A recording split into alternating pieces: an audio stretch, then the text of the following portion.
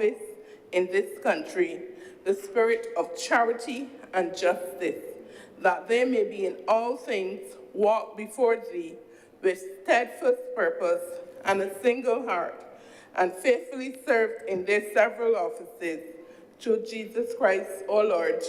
Amen. O Father, who art in heaven, hallowed be thy name.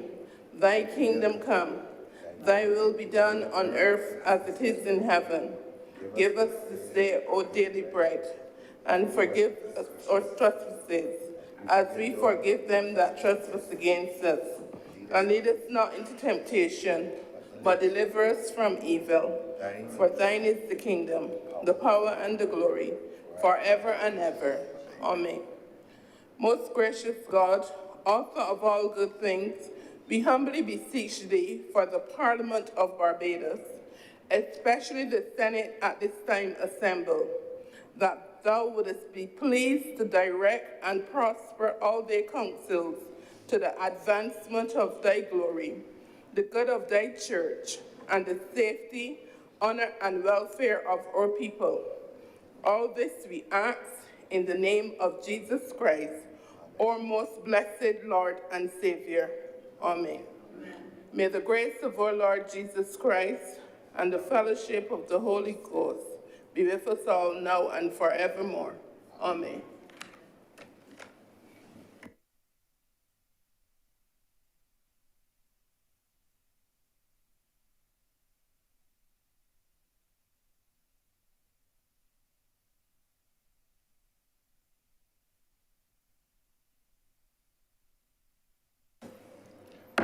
The Senate is in session.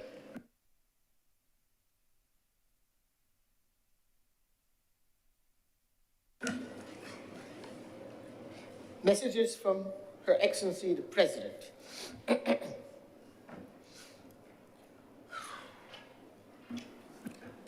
Honourable Senators, I receive communication from Her Excellency the President to the Honourable the Senate, which reads as follows. Her Excellency the President wishes to inform the Honourable the Senate that, on the recommendation of the Prime Minister, under Section 3.1 of the Ombudsman Act, Cap 8A, she proposes to appoint Dr. Nigel Taylor, JPSCM, to the Office of Ombudsman, established by Section 2 of the said Act. Her Excellency further wishes to seek the approval of the Honourable the Senate for the proposed appointment pursuant to Section 3.2 of the said Act, signed by Her Excellency the President, 23rd May 2023.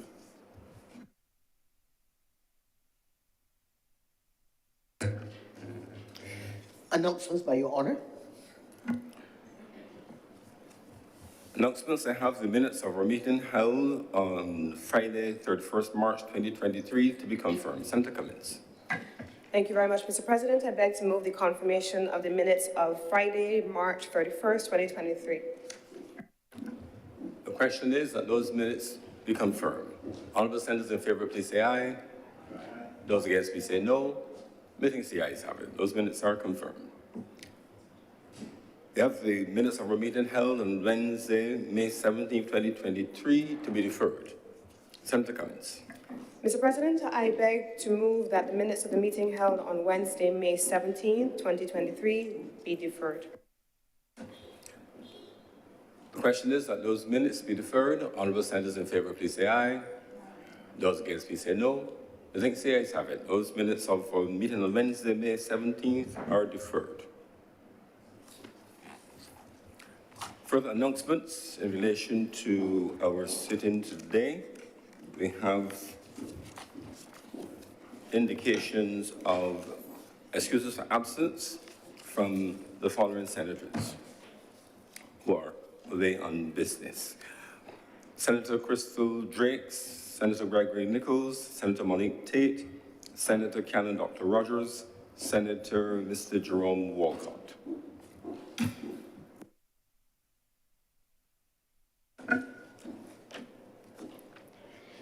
Presentation of petitions, presentation of papers. Senator Cummins.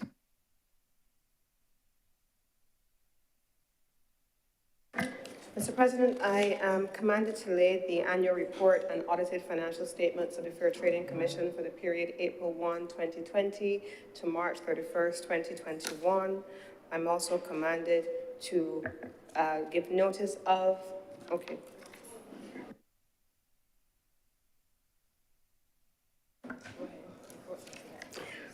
Reports from select committees, questions to ministers, request for leave to move the adjournment of the Senate on matters of urgent public importance, statements by ministers or parliamentary secretaries, personal explanations, motions relating to the business or sitting of the Senate and moved by a minister.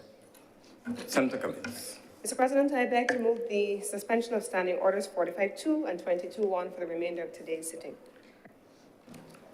The question is that standing orders 45.2 and 22.1 be suspended for the remainder of today's sitting. Honorable senators in favor, please say aye. Those against, please say no. The things the ayes have it, those standing orders are accordingly suspended for the remainder of the sitting. Introduction of bills. Senator Cummings. Mr. President, I am commanded to give notice of and to move the first reading of the Water Reuse Bill 2023, Duties, Taxes, and Other Payments Exception Bill 2023, and also to give notice of the intent to pass a resolution for an address to be presented to Her Excellency the President approving the proposed appointment of Dr. Nigel Taylor, JP, SCM, to the Office of Ombudsman.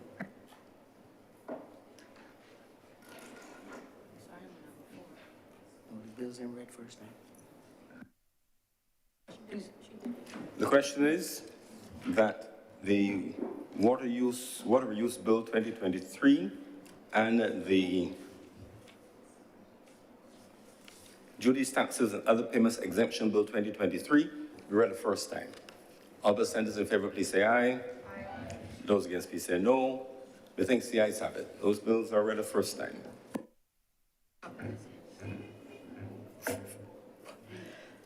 Order number 4, sir. Public business, order number 4. Public business is now the order of the day.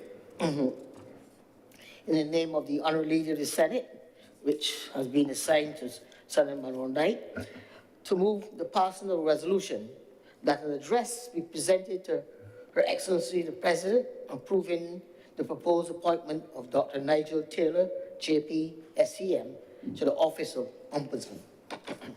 Thank you very Senator much. Cummings. Thank you very much, Mr. President. I beg to move the passing of a resolution that an address be presented to Her Excellency the President approving the proposed appointment of Dr. Nigel Taylor, JP, SCM, to the Office of Ombudsman. This is a matter before the Senate, and I beg to move that this resolution do now pass.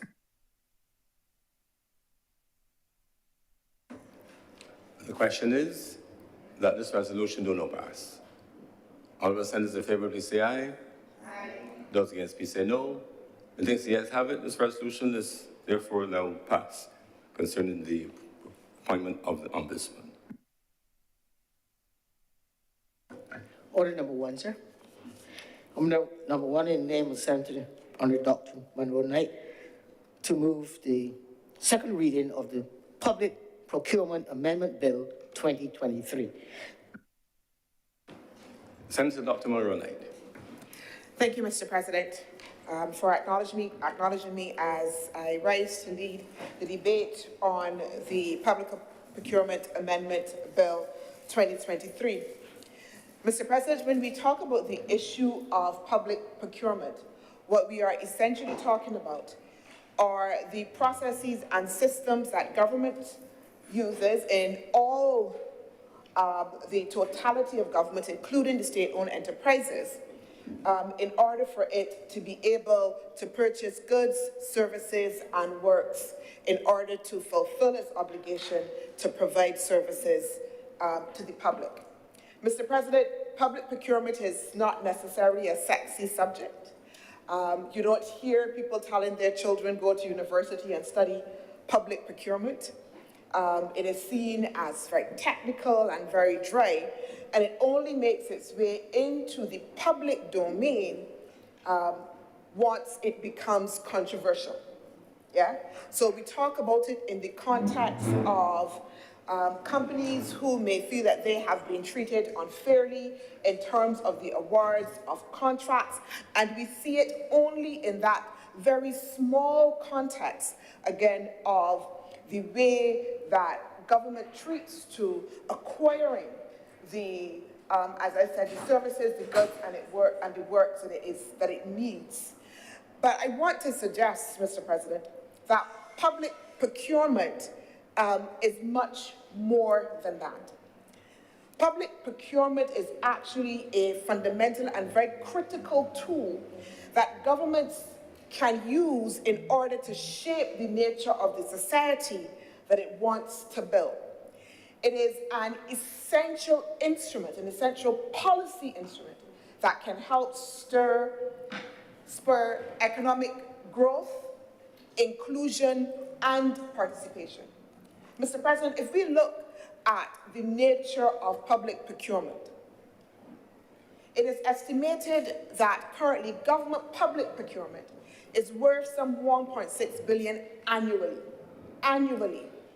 That's a lot. And we ask ourselves the question of who gets those contracts? Under what conditions are they carrying out those contracts? We ask ourselves as well, Mr. President, how are people eligible to be able to get those contracts? How are we treating to the issues of fairness and transparency? All of those questions have to do with the design of the public procurement framework. And that, Mr. President, is why it is so important for us to pay attention to this whole issue of public procurement, regardless of the fact that sometimes we think it is an esoteric subject. In that context, Mr. President, I am suggesting that public procurement is not to be seen as a benign tool. As I said before, it is extremely critical to how government will shape its own policy agenda. If we take, for instance, the geriatric hospital, Mr. President, and we would have debated that previously in terms of government being able to treat to its elderly by the construction of a new geriatric hospital. And we ask ourselves the question, how are those contracts going to be awarded? And the nature of those contracts. It is not just the construction, Mr. President. There's plumbing, there's electrical that is involved. If you look at the operations, there have to be contracts even for uniforms, Mr. President. There have to be contracts to maintain the grounds. All of that falls within the ambit of what government will need to acquire in terms of services and goods in order to have the construction of the geriatric hospital. So it covers a wide plethora of things and services, as I said before. But the important point, Mr. President, is not only about the fact that public procurement is critical in the context of transparency, which is fundamental, and I'm not going to stress on it because I think that is something that we all appreciate, that having a good, strong, sound public procurement framework says to the Barbadian citizen that the government is paying attention to how it is spending government funds, taxpayers' funds, that it is paying attention to ensuring that people who are bidding for contracts are able to do so fairly, that there is an eligibility criteria that is known, and that the public can have confidence that the contracts that the governments will give will be done in a sound and fair way. And that is the transparency and accountability element, Mr. President, in the context of when we're talking about public procurement. And I would want to suggest that if we even look at Barbados' corruption index, which suggests that Barbados is still the least corrupt country within the Caribbean, and that is as of 2022, based on that corruption index, Mr. President. I want to say that again because oftentimes we get these public debates, but I want to suggest that this is an independent analysis of where Barbados stands. And I bring that up in the context is that certainly one of the indicators of the extent of the corruption has to do with the soundness of the procurement framework, Mr. President. I also want to suggest that current economic thought indicates that a strong, well-crafted, and relevant public procurement policy is critical to a country and an economy that is mission-focused. It is critical to a country and an economy that is mission-focused. Professor Mariama Mazzucato of the University College of London and the Institute for Innovation and Public Procurement, who is now seen as one of the foremost economic thinkers, argues that countries can no longer ignore the big fundamental questions, the big complex questions and challenges that are facing countries. And that is more so particularly for developing countries like ourselves. And when we talk about what are big and complex challenges, we're talking about things like climate change. We're talking about things like health, Mr. President. Those very big things that will take multiple series of interventions and over a long period of time that must be tackled. But again, because of a number of reasons, often countries shy away from doing so, particularly in the context of countries like ours with a 5-year political term. Professor Mazzucato argues that we have to be able to tackle these problems to the ground, and she says that we need to be able to do so by focusing our economy and our policy framework on outcomes, an outcome-oriented framework in order for us to be able to tackle these problems, that we must make sure that we have targeted investment in solutions, a long-term vision, and a governing of the process so that it is done in the public interest. Further, Mr. President, Professor Mazzucato argues that in the context of a mission-focused economy, an economy that is outcome-oriented, that public procurement policy is one of the essential tools that government has at its disposal in order to make sure that it meets, addresses, and tackles those fundamental challenges. Essentially, Professor Mazzucato is saying that a public procurement framework can allow the government to be able to target its policies better in order to achieve particular outcomes. And this is extremely important, Mr. President, in the context of the discussion that we are having.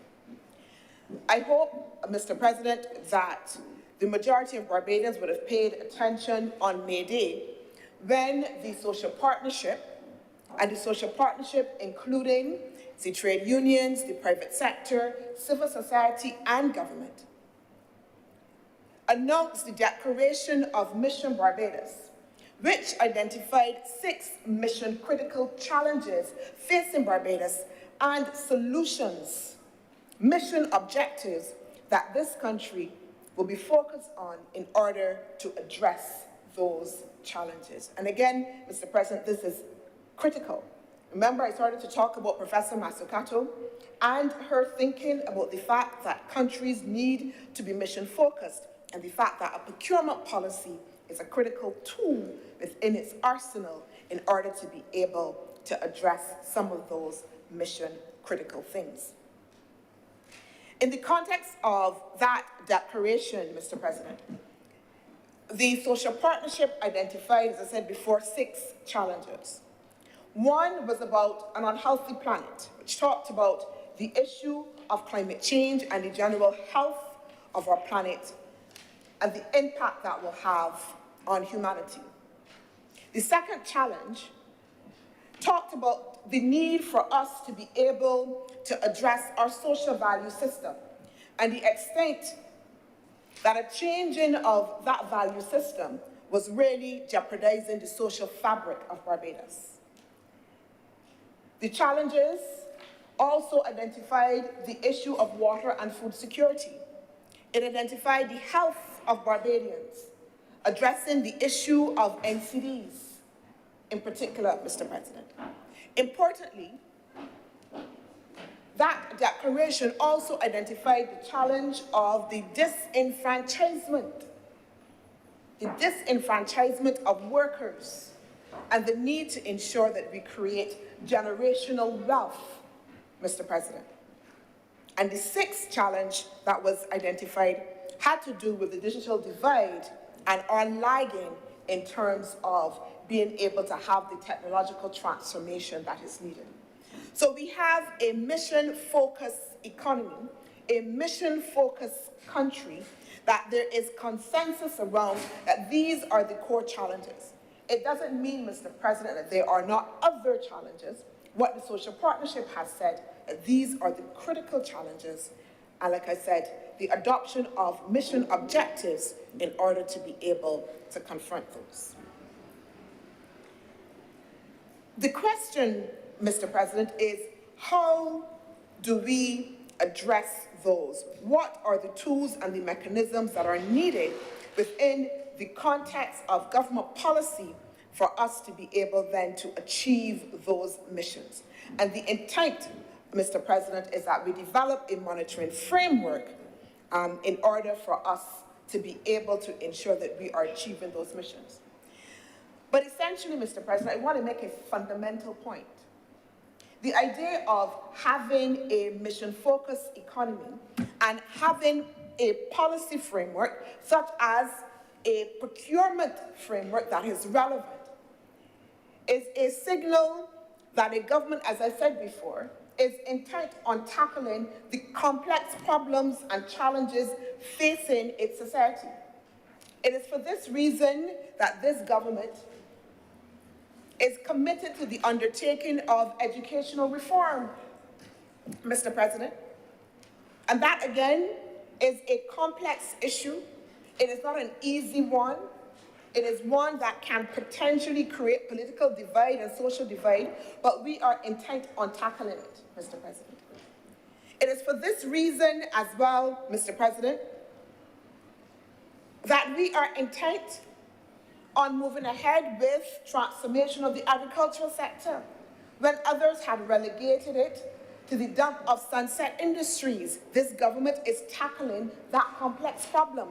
Similarly, like it is tackling the complex problem of health and transformation within the health sector.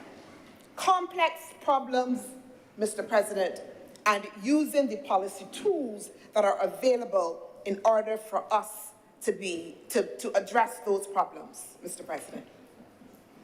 Mr. President, I want, with your permission, to read, if I may, two of those mission objectives, only because they are extremely relevant to the discussion that we are having this morning.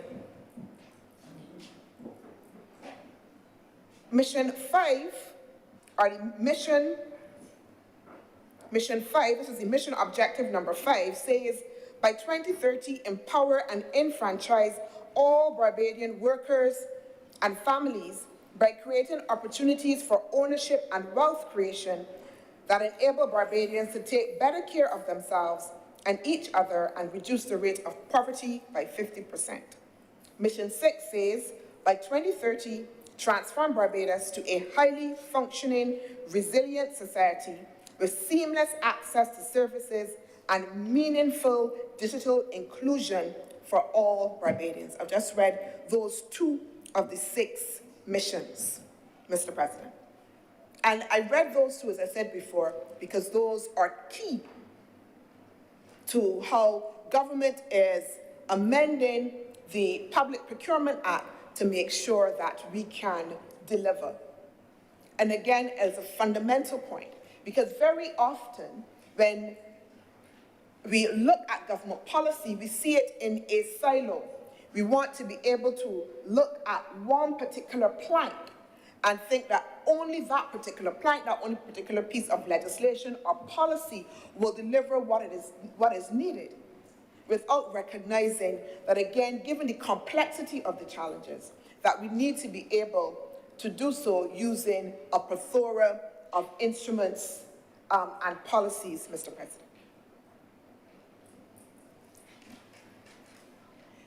One of the amendments in the bill that we are considering this morning, Mr. President, makes provision, and it states clearly at Section 3, it says that for the avoidance of doubt, that the public procurement can occur wholly or partially online. That public procurement can now wholly or partially occur online. This was not previously part of the principal legislation, Mr. President, and it is one of the amendments within the legislation that we are doing under Section 3. And this is significant, Mr. President, in three ways. And again, we may not think that the inclusion of provision for having an online facility, an online portal for public procurement is anything significant.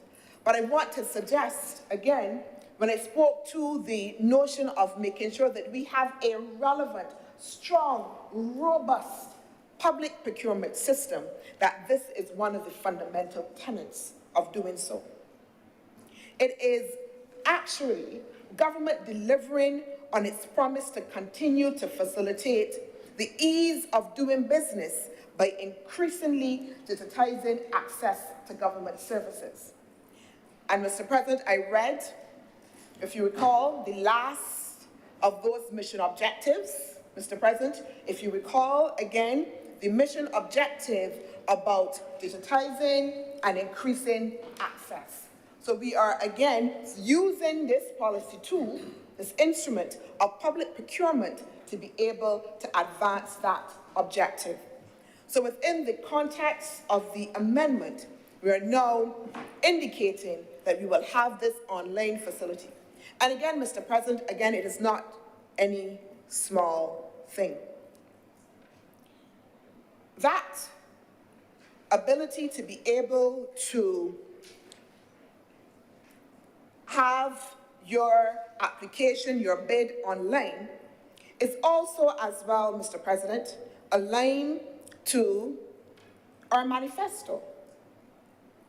Our manifesto pledge, again, on creating digital platforms and ensuring that Barbados delivers for all. The manifesto states that the purpose of government operations is not to serve itself, but to make people's lives better, make processes easier and more efficient, and to make policy impactful and valuable. Fundamental, Mr. President. The Ministry of Finance and Economic Affairs recently signaled its intention over the next 5 months or so to launch the digital platform that will be used by suppliers in order to be able to bid, to submit their bids to procure for government services. That online platform, Mr. President, is called Bonfire. And it is essentially a major game changer in the context of public procurement. It will replace now the current process of manually having to put all of your documents together, make multiple copies, meet a deadline, Mr. President, by 4:30 in order to be able to submit for a bid. That this amendment allows us to modernize the process, and not only modernize the process, because it also as well, Mr. President, allows us to level the playing field, which is critical. Again, Mr. President, the point that public policy, public procurement policy is critical in terms of shaping the type of society that we want. By the introduction of Bonfire, Mr. President, what we will have now is the ability for suppliers to go online, to be able to have the ability to take their time to go through their application, to be able, when they have questions, Mr. President, to have those questions answered. There will be real-time access, Mr. President, in terms of submission of your documents, being able to have the necessary feedback that wasn't there before. And this caused excessive frustration amongst suppliers, and also as well distrust in terms of the government process. So that the bonfire portal now, like I said, Mr. President, creates a significant game changer. What it allows for essentially is that we used to have, Mr. President, and I don't have any scientific proof of this, but I would suggest that within the current system, you would have those that have the ability, that have the resources in order to be able to put together their applications quickly, have staff who can do it for them, put all the documents together, being able to take advantage of the procurement process. So that very often when we talk about monopoly, we think that the system itself is encouraging monopoly by being deliberately given contracts to certain firms, but very often it is the process and systems themselves, because they are not paying attention to the things that will cause a divide, that will cause small and medium suppliers not to be able to critically access the system. This software and this process is essentially seeking to level this by now ensuring, again, as I said before, that people will have the time, the processes, and the support in order to be able to submit their applications through the bonfire portal. And Mr. President, I also want to suggest, because some would say, well, everybody does not have access now to the internet and all of that. I remind Mr. President that it says wholly or partially, so that we make provision for those that might not have that facility to continue to still be able to participate. But the intent, Mr. President, is that over the period now of the 5 months, that we will continue to engage in training, continue to engage all of the relevant stakeholders so that people are brought on board. In fact, it had already happened. The Ministry of Finance and Economic Affairs has already been meeting with stakeholders to alert them of the coming on board of the bonfire portal and to ensure that they are aware of the changes and the benefits in the context of what we will do to enhance their experience in public procurement. Additionally, like I said before, Mr. President, you had to be able to meet this deadline that you have to be running behind, because you have to get these papers in by a particular time frame. Now, as I said, small businesses who may not have the resources in front of them all at the same time can now interface with an application that allows them to begin, to stop, to go back, to ask questions, and then when they are able and comfortable, Mr. President, then to be able to submit. And this is fundamental. And this is why I stress, Mr. President, that even though this amendment may seem small, it is fundamentally allowing for us to widen the pool of persons who can bid to supply services. And that, Mr. President, is about enfranchisement. Enfranchisement. That, Mr. President, is about wealth creation. Mission Objective 5, Mr. President.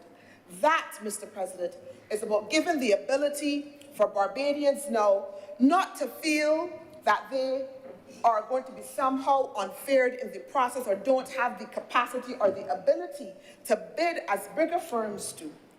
But at these amendments, in terms of simplifying and modernizing the process, can provide a level of confidence to small and medium-sized suppliers, and not only them, Mr. President, because if I do so, I would say that big suppliers don't have an issue. They too are frustrated with the process. They too are concerned in terms of how bids are being given.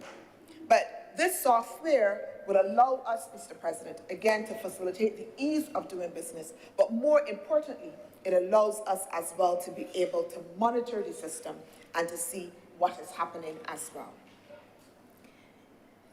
Mr. President, within the context of this new software, this new online portal, the Ministry of Finance and Economic Affairs has signaled that that portal will also include all of the opportunities that are across CARICOM for everyone to see. For everyone to see. And again, this is important because access to information is also critical to how I interface with a process and to my capacity to be able to engage and to bid. So we are, again, deconstructing the process, opening it up, and making sure that it is transparent for everyone in the context of this portal. And again, Mr. President, that is also fundamental when we think about public procurement, its role, government using it as a targeted tool in relation to policy and delivering for all, Mr. President, delivering for all.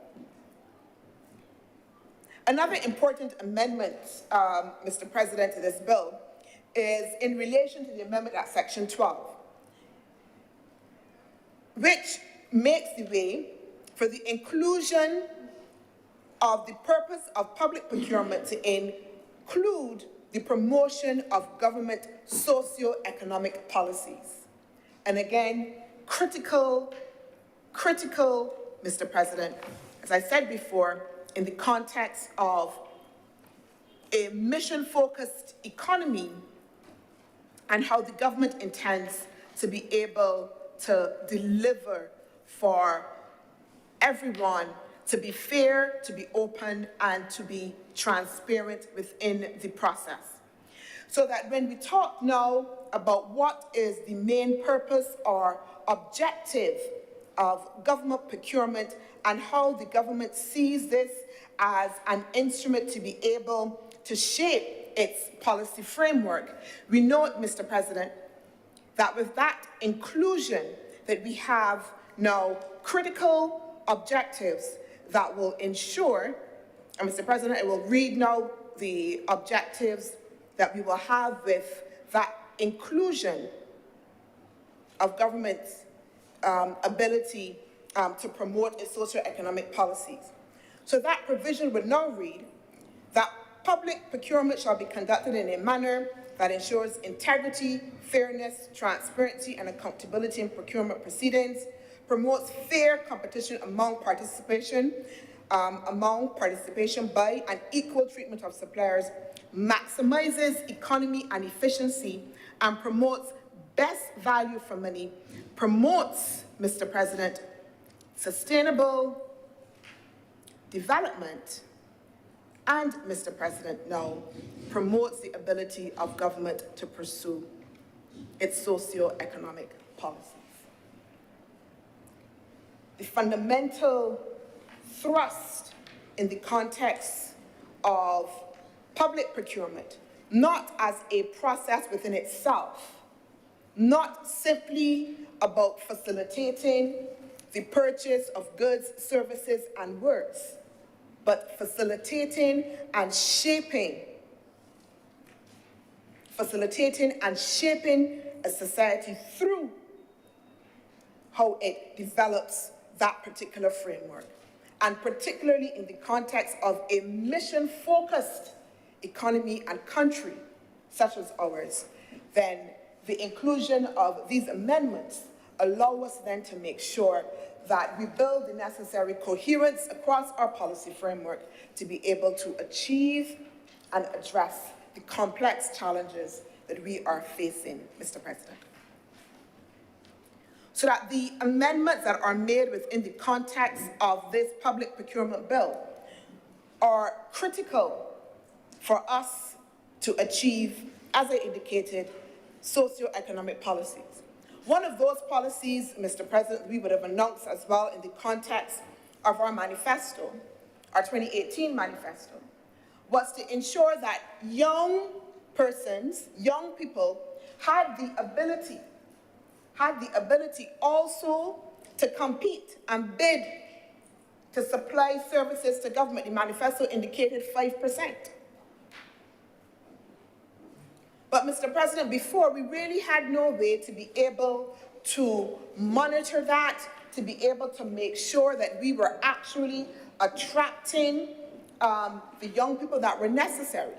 And so that in the context of these amendments, in the context of the portal, in the context of us being able to say that we will focus this public procurement process on achieving socioeconomic policies, we now have a framework by which we can ensure, monitor, and importantly, course correct as necessary if we need to ensure targeting of our policy framework.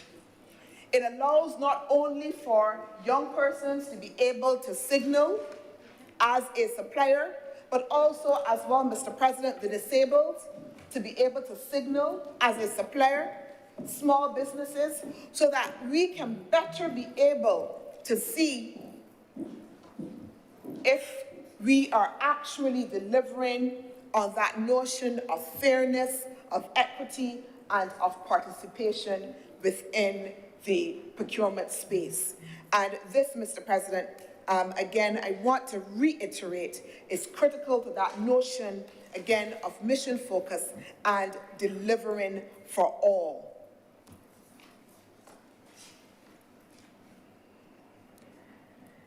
Mr. President, the amendments to Section 85 and 86 read the supplies register as well, seek to simplify the process, and again, important.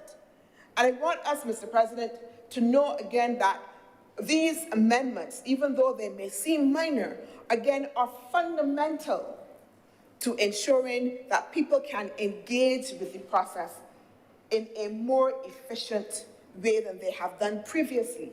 And particularly for those that would think that, one, the process is too complex, and therefore I do not have the capacity to be able to engage, and therefore it is not for me. So that when we look at the amendments, particularly, Mr. President, at Section 85, in order to be on that register of suppliers, you had to, based on the Principal Act, satisfy 11 provisions that were required there, including one of those provisions that indicated you had to show previous experience in procurement. If I have to show previous experience in procurement to even get on the register, then what does it say? Particularly for small businesses, small want-to-be suppliers. I look at that and I think to myself that I am, before I have even done anything else, being left out of the process. That was what was there before. Now, Mr. President, in the context of these amendments, what we have done is to make such provisions not a requirement to get on the register, but that they can, on the discretion of the Chief Procurement Officer, then request that information when it becomes available and as he or she sees fit. So that upfront, there are just now 5 provisions, which are basic provisions, that then you will have to supply in order to be on the register in relation to this procurement framework. And again, Mr. President, when we talk about facilitating small and medium enterprises, these sorts of provisions are critical. They may mean nothing to most of us. They may seem trite. They may seem small. But for suppliers who want a share, Mr. President, of what I said before was a 1.6 billion procurement framework, then it is critical.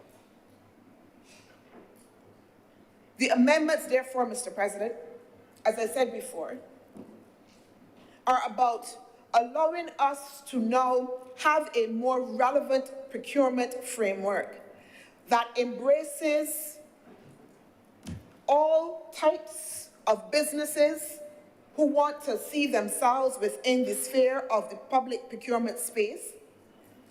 It allows for a simplification of the process. It allows for a modernization, Mr. President, of the process. It allows for monitoring of the process in ways that we were not able to do before that are critical. And it allows, importantly, for us to achieve some of those socio-economic objectives that are about transforming our society in the context of using public procurement policy. And that is what a government has to do in the context of addressing the challenges that it is facing, using the available instruments that it has at its disposal in order to be able to treat to those.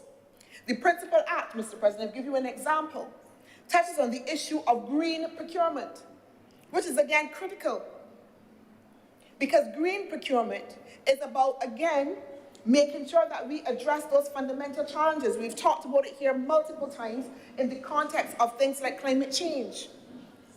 So that when we look at the provision for green procurement, what it says is that companies have to make sure that their practices will fall in line by being friendly to the environment, consider all of the ways that they treat to issues of waste, that they treat to issues of recycling, and all of those things that will make sure that we can maintain the ecological balance that is so important for us. So that again, the issue of public procurement is not just a simple one of facilitating this exchange, but it is, Mr. President, an important part of how government will continue to make sure that we provide and that we deliver, Mr. President. In that context, Mr. President, I believe that the amendments that we have proposed within the context of this amendment bill will go a long way in creating the necessary framework. They will go a long way in ensuring that we can have the participation and increased participation of small businesses, of young people as well, increased confidence, Mr. President, of the market about the framework and their ability to fairly and transparently be able to bid for government contracts and allow the government as well, importantly, to be able to monitor and course correct as needed. Mr. President, I'm obliged to you, and I beg that this bill be read a second time. Thank you very much, Senator Dr. Monroe Knight. Other speakers? If there are none, Senator Dr. Hines.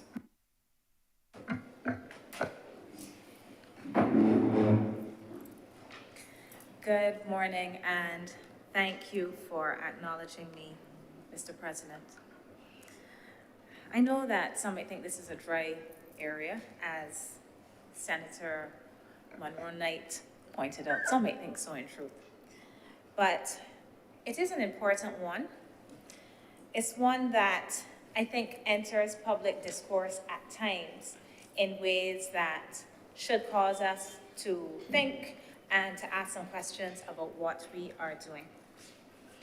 So, and as Senator Monroe Knight made clear, the missions, these missions do point to some of the things that perhaps public procurement can facilitate if there is an alignment between procurement and some of the social and other goals that are in place in the country. This should be worthwhile.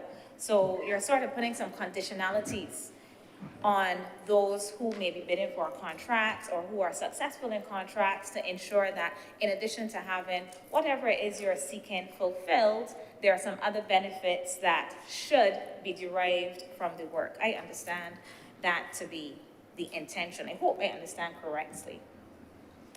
Also, this idea of economic enfranchisement is quite a useful one.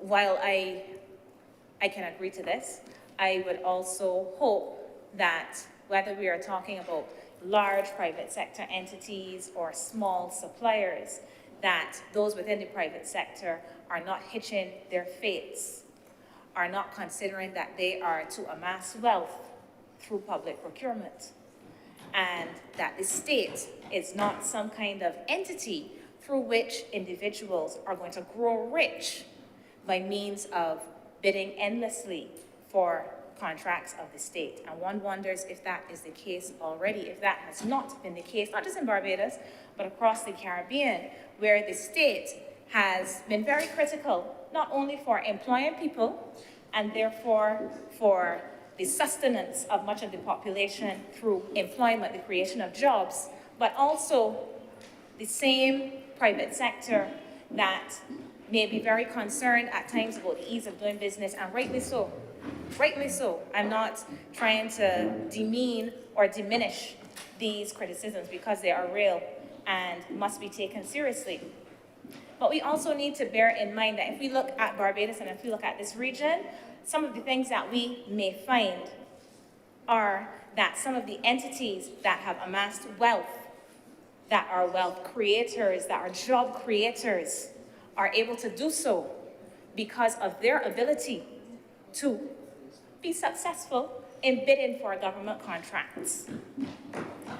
And when I say that this enters public discourse, it enters public discourse because there is a fear and there is a suspicion, and this is not related to a particular government. I'm talking about something systemic now. There is a suspicion that when it comes to the award of large contracts, the usual suspects are the ones who will feature prominently, and that the scraps will remain for those smaller players who, perhaps because of how the tender is constructed, will not be able, perhaps, to successfully bid for certain things. And there's a suspicion that some of these things are crafted in particular ways so that certain individuals and groups may have access to the public procurement process, to these tenders, to the contracts, to the exclusion of others. And this legislation is important, in my estimation, for dispelling such suspicions by putting in place the mechanisms required that allow for the requisite transparency that can assure persons of why and how things have happened in a particular way. And I do hope that we move more and more in that direction and away from the system that we have in Barbados, and that this is not unique to Barbados. I would say this is a Caribbean governance issue, in which there are particular entities that some view, and it's not just some view, that have been able to build their reputations on the back of contracts from the state, taxpayer-funded contracts. It is my hope that this sort of legislation and any amendments to the legislation shore this up. But while this is my hope, there are still some issues that I believe that we need to address. Because if we look at this amendment, I mentioned the element of socio and economic policies. We note that there is a suppliers register, and there's some updates that are being made to the suppliers register, and then there's the software and the technology. And software and technology, this is really useful. We are moving in this direction of having many things digital. But we have to remember that these are tools and these are not solutions. So we digitize something. This is not necessarily, it can solve some things. It can solve the long waits, for instance, but it doesn't solve some of the other things that I was speaking about. The concern that it is those within a network that are able to have access to particular contracts, that they might know about them early for some reason that has nothing to do with this legislation or the technology. The concern, the suspicion that is very real and that remains in this country, that persons or entities who may be funding certain political activities may have an in to the tendering process. Why do people have this suspicion? There is a reason that this suspicion exists, and that is because we do not know how political campaigns are financed from either side. And as I said, this is not a criticism of a particular government for those that may start to get a little bit itchy or something. We are talking about in general, because governments change And each time they change, the suspicions remain. The suspicions remain. So technology is not going to solve that. Having a register and having an online mechanism for registering and bidding, etc., is not going to address these. So how do we get to some of these problematic elements related to public procurement that exist in Barbados, and I'm going to say across the region, but we're dealing with Barbados today. And the reason I keep saying across the region, and the reason I keep saying that this is not about a particular government, is because this is about our manners of governance, not about the particular institutions, the mechanisms, the technologies, but some of the cultural factors, the political culture that exists, that we have to find ways to break away from so that persons are confident that they can indeed bid and that they will have a real chance, and that this is not something that has already been pre-decided through some backdoor mechanisms. Technology is not going to address that. And one of the ones that comes to mind recently, and I'm going to take the risk of bringing it here, is that in 2021, there was a particular issue that was in the news cycle in Barbados and across the region that had to do with the procurement of some vaccinations during the pandemic. And thankfully, what we learned was that no public funds, no taxpayer funds were involved in this situation, I'm going to call it. However, and it was an emergency situation, and because it is an emergency situation, one can understand that certain things may pertain that might not pertain if it were not an emergency. However, one of the things that stood out to me was the statement that we received from a public official that indicated that due diligence was followed in this quest to seek 1 million vaccinations. And despite due diligence being followed, we ended up, I say we, Barbados, ended up in an embarrassing situation surrounding this effort to procure vaccinations for the public. Other countries were in a more difficult situation because they could not say that taxpayer funds were not used. But it still was an embarrassing one. And questions remain as to how some of the things that emerged, such as letters on letterhead from the government of Barbados authorizing certain transactions, were able to be provided to particular individuals and entities without the minister knowing anything. Because that is what I read, and that is what I heard. So although we have these mechanisms in place to regularize these processes, to bring transparency, we have to make sure that these are one-offs. And in fact, not that they're just one-offs, that they're none-offs. That this is an anomaly, and this is not something that will come to the public attention. And I'm not saying that it will come to, this is something that will not come to the public attention because it is covered up. It is something that will not occur. It will not occur, these sorts of irregularities.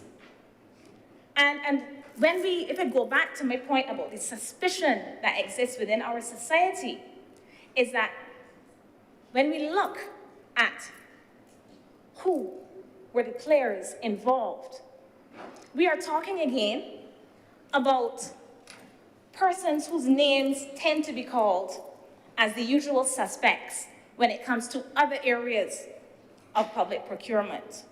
So if it is that we are going to get rid of these suspicions, that we are going to move in the direction of enfranchisement, that people are to be confident that when they use this online platform, that when they register, that when they bid, they are going to be treated appropriately and fairly, and they will have a chance to earn part of their income or to support part of what their company does through public procurement. If we are supposed to engender this confidence in persons, we have to guard against these kinds of very embarrassing and irregular, in my estimation, irregular circumstances that as yet we have not received firm answers for. How come a minister is not aware, was not at the time aware of this?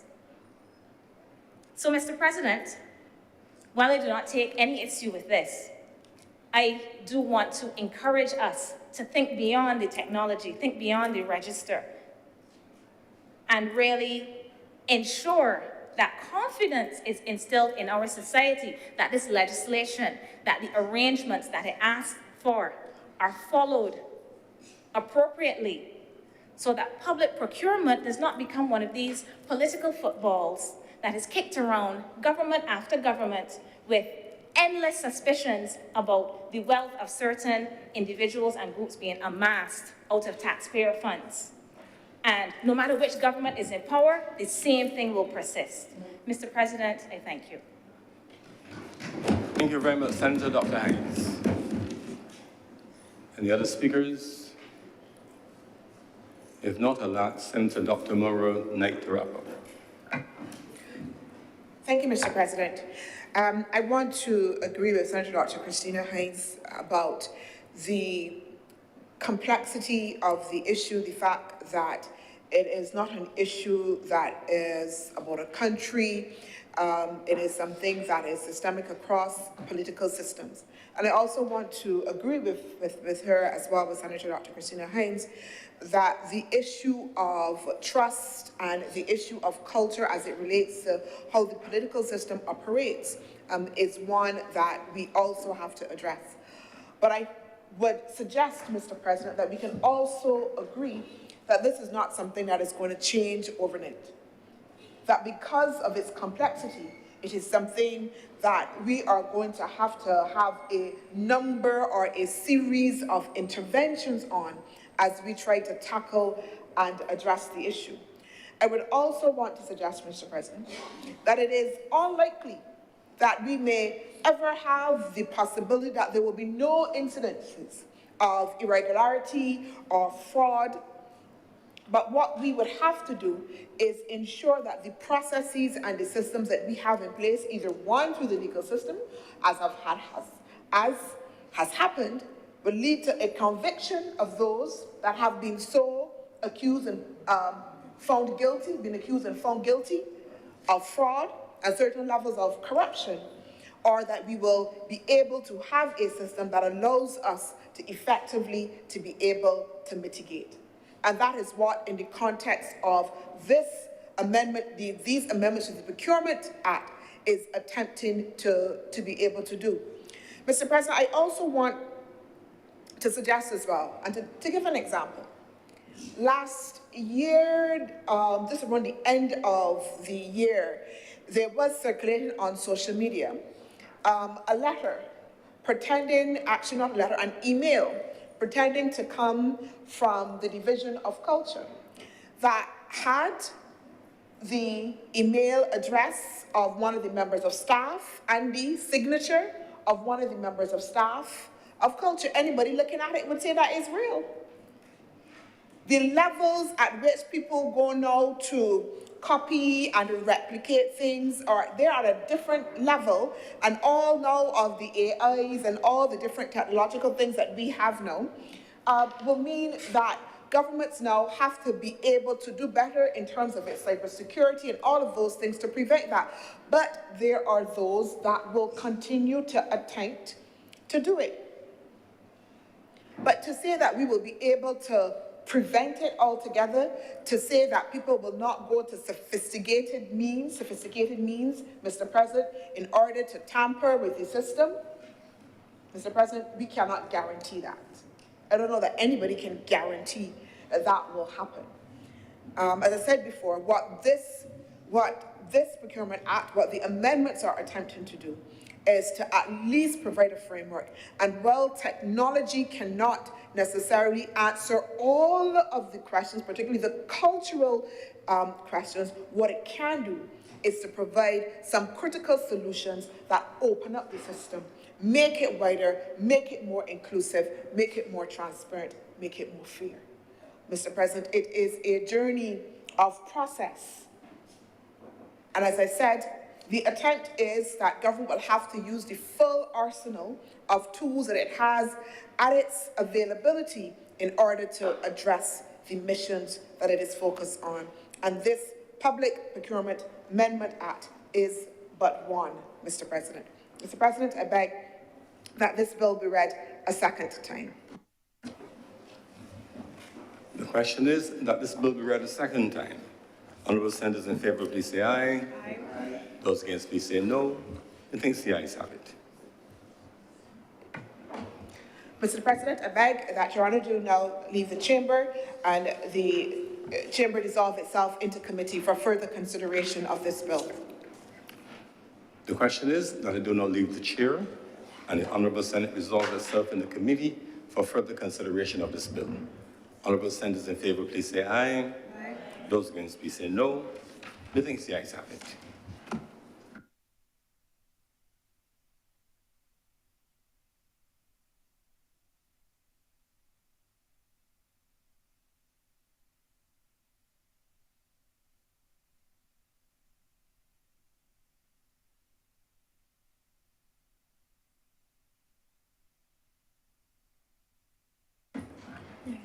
The Senate is now in committee. Clause 1.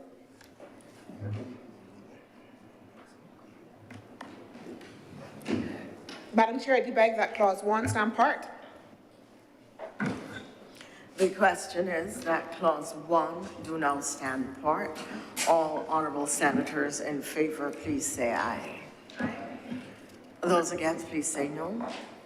The ayes have it. Clause 2. Madam Chair, I beg that Clause 2 stand part. The question is that Clause 2 do now stand part. All honourable members in favour, please say aye.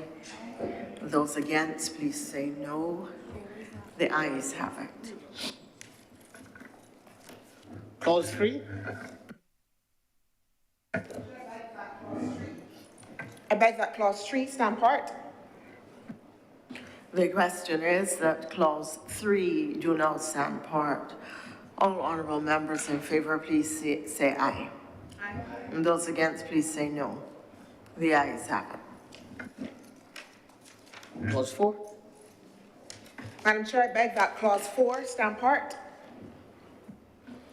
The question is that Clause 4 do now stand part. All honourable senators in favour, please say aye. Aye. And those against, please say no. The ayes have it. Clause 5. Madam Chair, I beg that Clause 5 stand part. Question is that Clause 5 do now stand part. All honourable senators in favour, please say aye. And those against, please say no. Clause 6. The ayes have it. Madam Chair, I do not beg that Clause 6 stand part. The question is that Clause 6 do now stand part. Will all honourable senators in favour please say aye? Aye. All honourable senators against please say no. The ayes have it. Clause 7. Beg that Clause 7 stand part. The question is that Clause 7 do now stand part. Will all honourable senators in favour kindly say aye? And will those against kindly say no? The ayes have it. Clause 8. Madam Chair, I do not beg that Clause 8 stand part. The question is that Clause 8 do now stand part. All honourable senators in favour please say aye. And those against please say no. The ayes have it. Madam Chair, I beg that you do not report to His Honour the President the passing of one bill in committee. The question is that I do now report to His Honor the President the passing of one bill in committee. Will all honorable senators in favor please say aye? Aye. And those against please say no. The ayes have it.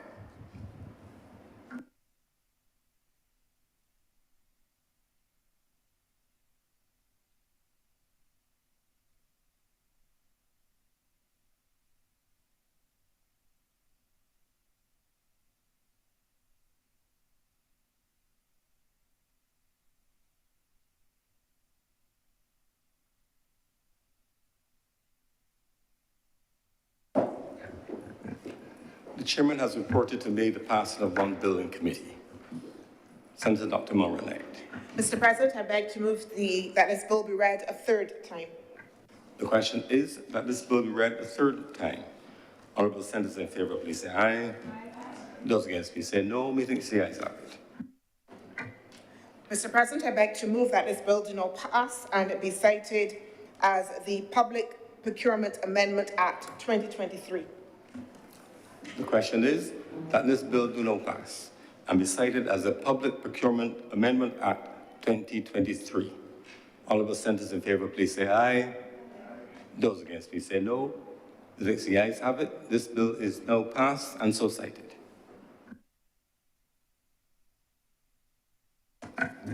Order number 2, sir. In the name of the Honorable Leader of the Senate, to move the second reading of the Three Houses Spring Management and Control Bill 2023. Senator Cummins. Mr. President, I beg your permission to treat to items number 2 and 3 on the order paper as a cognate debate, please. The question is that we treat item number 2, which is the Three Houses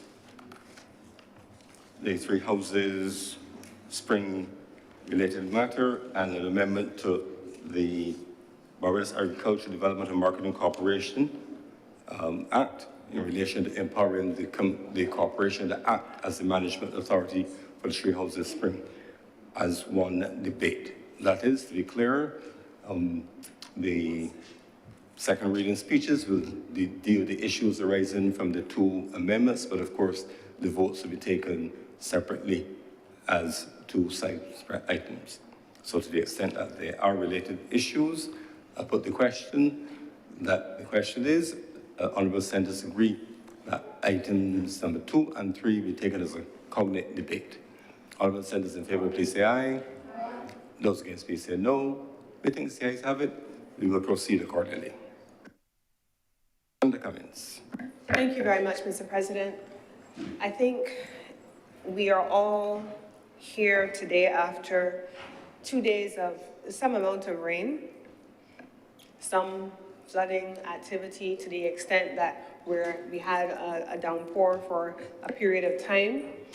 And this is a conversation, Mr. President, today only insofar as we are also simultaneously in an extended period of drought. And as a consequence, we have been advised by the entity with responsibility for management of the nation's water supply, the Barbados Water Authority, that there are drought restrictions and water use restrictions in place as a consequence of the conditions that we're facing and the projections from the Barbados Meteorological Service for what we are expecting up ahead in the coming months. Certainly at last report that I had access to, the expectation is that there would be an extended period of drought and that there would be very few instances that were intermittent of rainfall, Mr. President. And so this is a conversation that is very current in the country at this time. And so therefore, Mr. President, a resolution specifically speaking to the matters that affect farmers who are dependent on a spring, its flow, and the treatment of the reservoir that is Brown's Pond downstream from Three Houses Spring is a contemporary question as well, because one of the natural consequences of drought conditions and water restrictions, Mr. President, is that you have every day in the newspaper, not just the local newspapers, but regional newspapers, because the rain, if it's not falling in Barbados, it's not falling in anywhere in the Eastern Caribbean by extension. But the region as a whole is reporting every single day challenges with drought-like conditions affecting yields of crops for farmers as a consequence of the limited access to water resources to irrigate crops. And so, Mr. President, this particular piece of legislation, in the first instance, Order Number 2, which speaks to the Three Houses Spring Management and Control Bill, and then the item at number 3 on the order paper, Mr. President, which is the amendment, and we're therefore treating to it as a cognate debate, allowing the Barbados Agricultural Development and Marketing Corporation to effect the management system that is now being introduced by the previous legislation to which I referred previously, is therefore important. And so it is on that basis that I would wish to make 2 points today. And my presentation will speak first about the policy framework that gave rise to the legislative framework that we are now presented with today.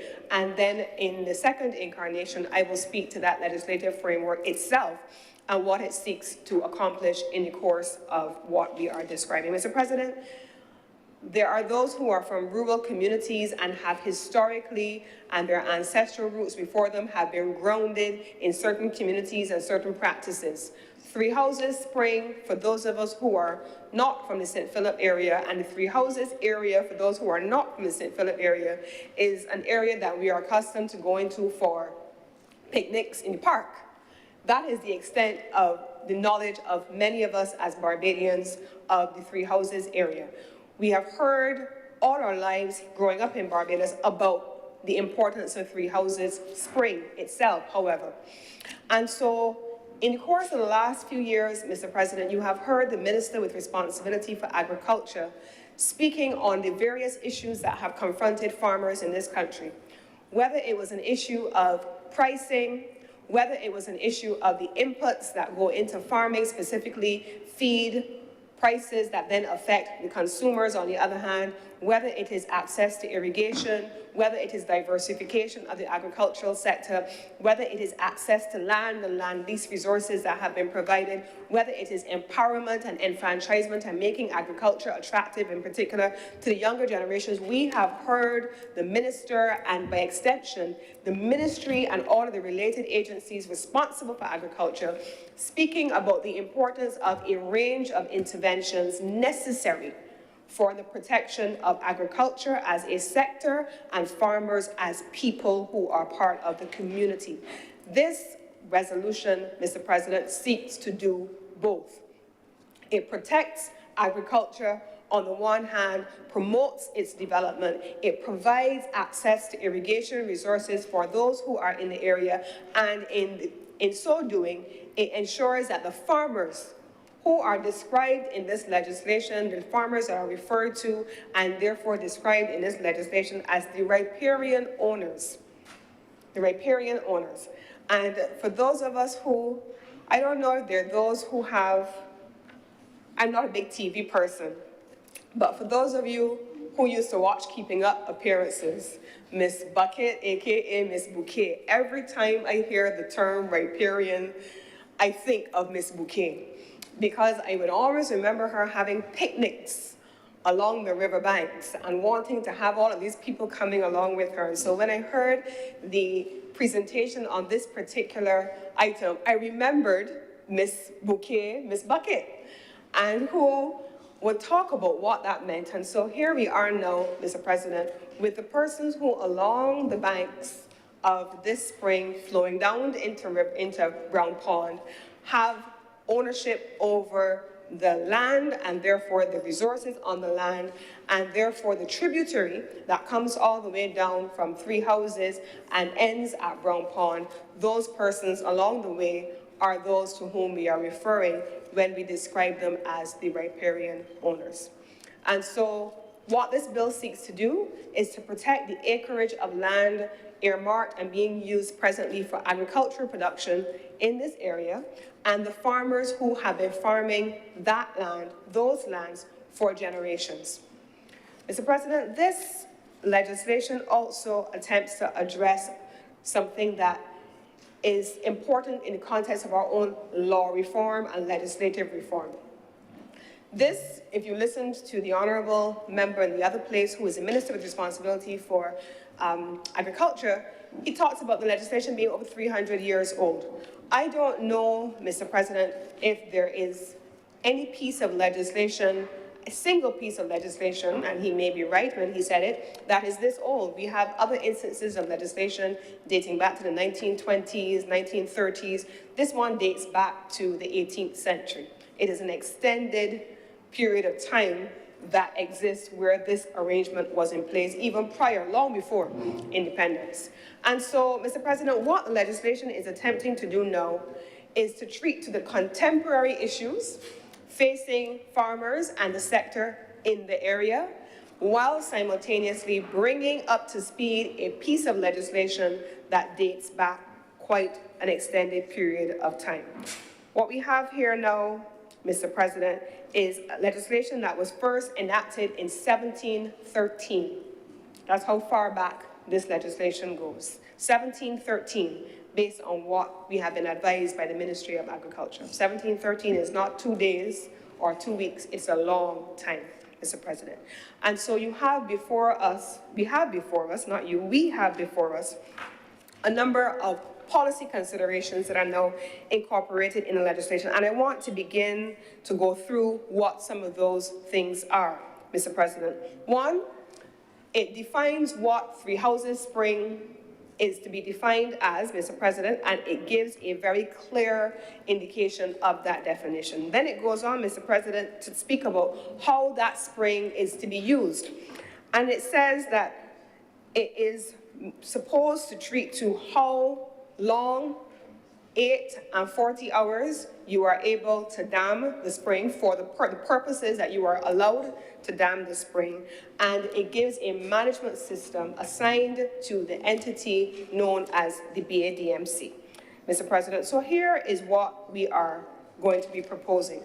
The BADMC, in order number 3, is to have the authority to manage and control the use of the spring. In the following ways, it will outline what that policy objective is. 1, the realignment of the spring, the persons entitled to use the spring, the terms on which they're allowed to use the spring, and how to settle disputes, Mr. President, around how the spring is being used. We have a number of things, therefore, outlined in the legislation that I want to speak to, Mr. President, and those things will come in a few minutes. But first, let me say that this is a piece of legislation that was subjected to extensive consultations over an extended period of time. There were consultations with the stakeholders who are the owners of land in the community. There were consultations with farmers, those who were invited, and they were all invited, and those who were present and made the time on more than one occasion, Mr. President. There were visits being made by the team from the Ministry of Agriculture. And you heard, Mr. President, the honourable member in the other place responsible for the Ministry of Agriculture, who spoke about even from so far back as this government was in opposition, going to the area and hearing from the people what their concerns were, what mischief they felt needed to be corrected, and how the situation at the spring was affecting them in terms of their livelihoods and how it was affecting their crops as a result of the conditions. So, Mr. President, imagine now we're in a drought, the rain is not falling all the time, the spring ordinarily would be flowing down into Browns Pond, and now you have issues, Mr. President, where you are trying to navigate what is supposed to happen in this area, Mr. President, when the spring is fully populated. What happens with Browns Pond? How can people downstream of the spring not have access to water? That becomes even more important at this time. So the consultations that I referred to took place. You have the inputs of the stakeholders, namely the farmers and those who are from the community. And you have a body of legislation that is now being updated in the new legislation. What does that legislation contain, Mr. President? If you were to go to the legislation itself, first of all, it speaks about how this is to be administered, how it is to be applied, and it is meant to be read in tandem with 2 additional pieces of legislation at least. Those additional pieces of legislation will be the Underground Water Control Act, Cap 283, and the Barbados Water Authority Act, Cap 274. Mr. President, the BADMC, Order number 3, is then being given the authority to manage and control the spring in a way that ensures fairness and equity for all of the persons who are connected to the spring. There are also emergency measures, Mr. President, and it was interesting to listen to at least 2 of the honourable members in the other place speak about what fairness and equity was being described as. You heard them describing fairness and equity in terms of individual landowners attempting to take control over sections of the spring, damming it for their own recreational purposes, and therefore denying those downstream of the spring access to water coming from the spring. You heard in the other place, Mr. President, from the members in particular who represent the area of instances where landowners upstream of Browns Pond were therefore engaging in practices that either resulted in pollution of the spring and therefore Browns Pond as a consequence, and that had a deleterious impact on the opportunities that are now being developed also under the Ministry of Agriculture for the utilization of Brown Pond for shrimp farming as a new nascent industry in Barbados. Those are some of the issues that you saw and you heard coming from the representatives who live and have always lived and have represented those in the community. And so fairness and equity was inbuilt into the consultations with those who are dependent on access to the area, those who were concerned that if I am upstream from the pond, if I'm high up on the spring, I do not have the right to ensure access for myself, but not for others, Mr. President. And if we were to go back to the discussion that we have had on every single piece of legislation in this honorable chamber, Mr. President, we have had this conversation as it relates to noise management and noise pollution with flying kites with bulls at night. We've spoken about it in terms of management of the PSV sector. We've talked about it in terms of transport and management of the roads.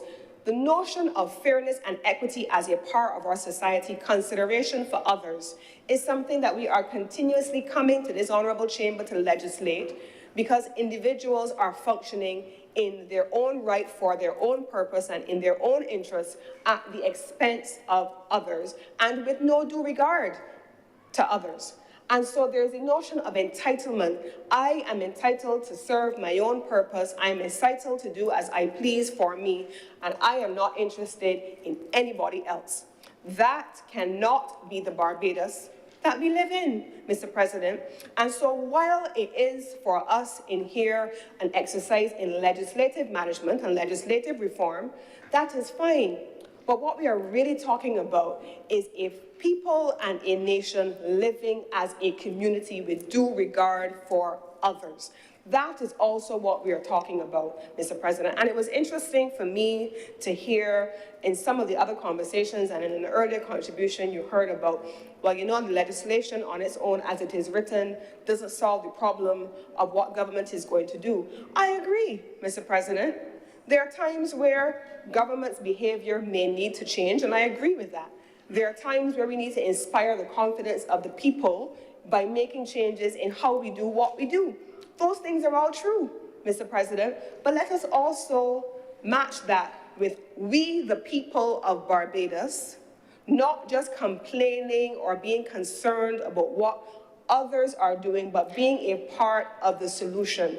And I find myself having to say this identical thing in almost every bill that we bring here.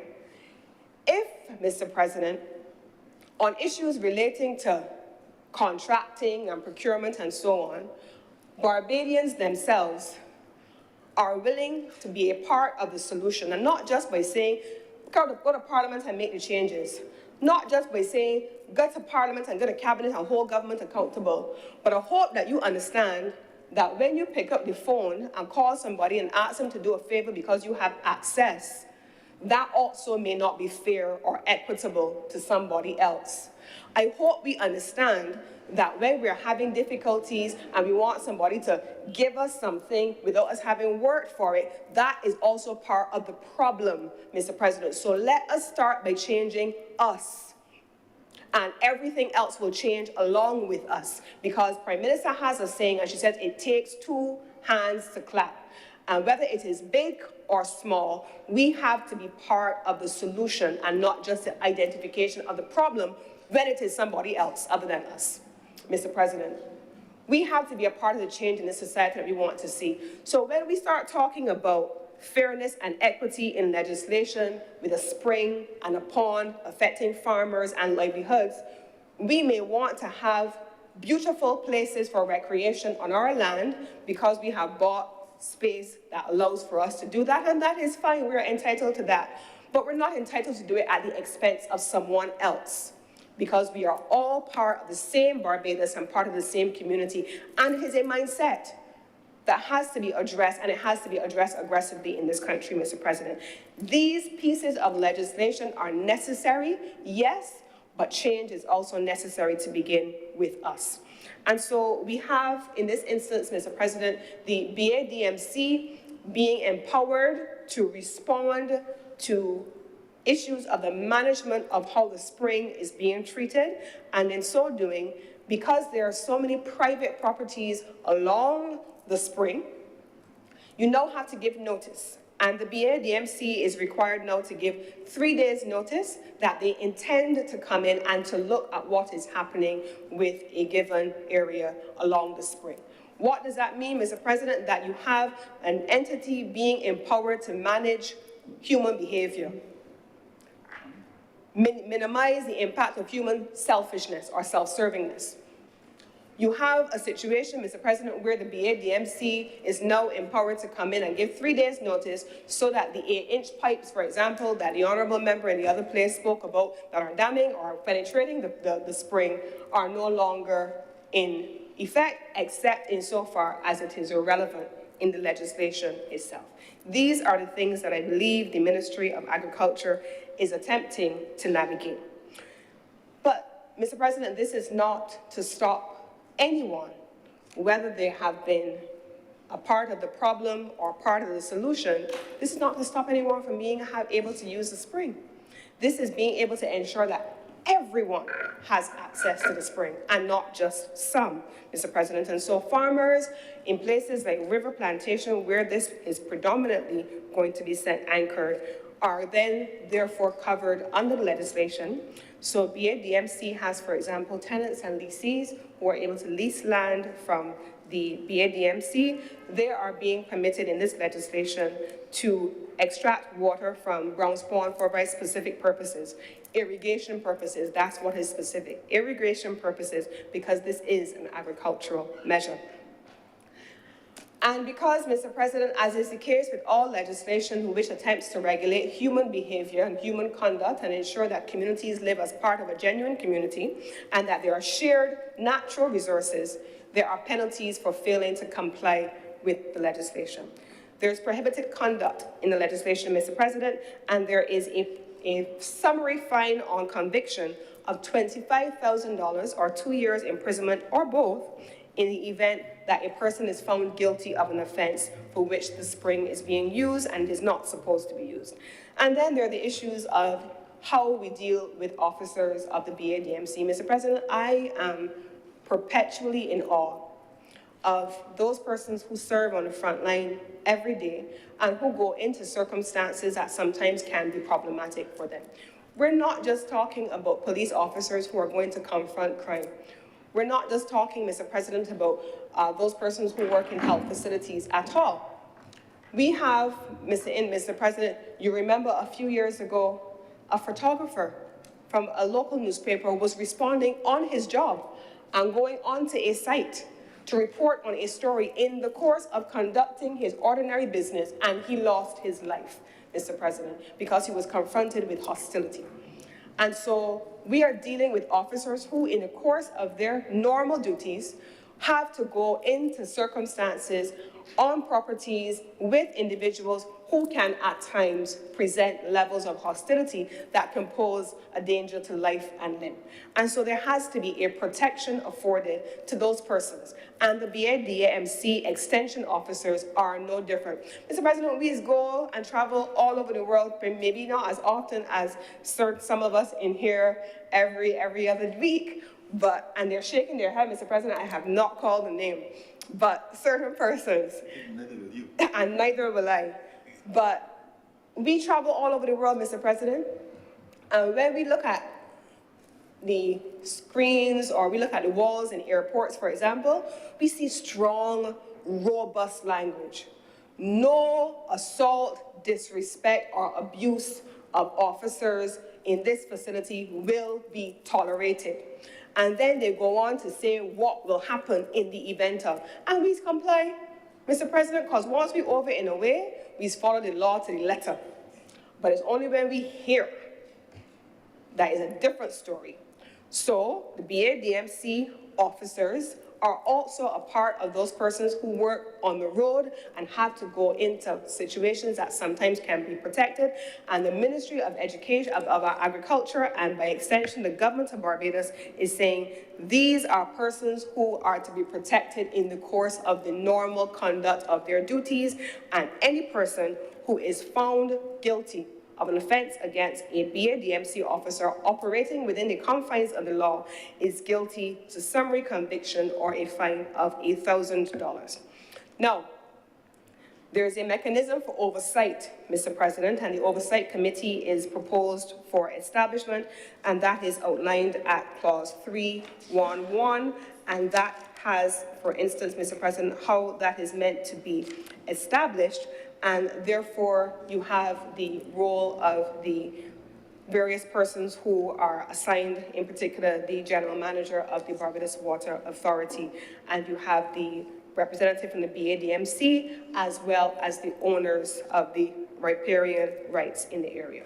The committee, therefore, will now meet and make the arrangements for how it is going to function, and it will make rules accordingly. But here, Mr. President, is where we then become even more proactive in terms of introducing the settlement of disputes.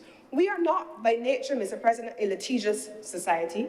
We don't run and go to court with everything, as far as I know, but I see a lawyer in the room who may be benefiting from any litigious type behavior, so that may be the case. But typically, we want to quarrel or we want to find a way to resolve things, but it's not always our first course of action.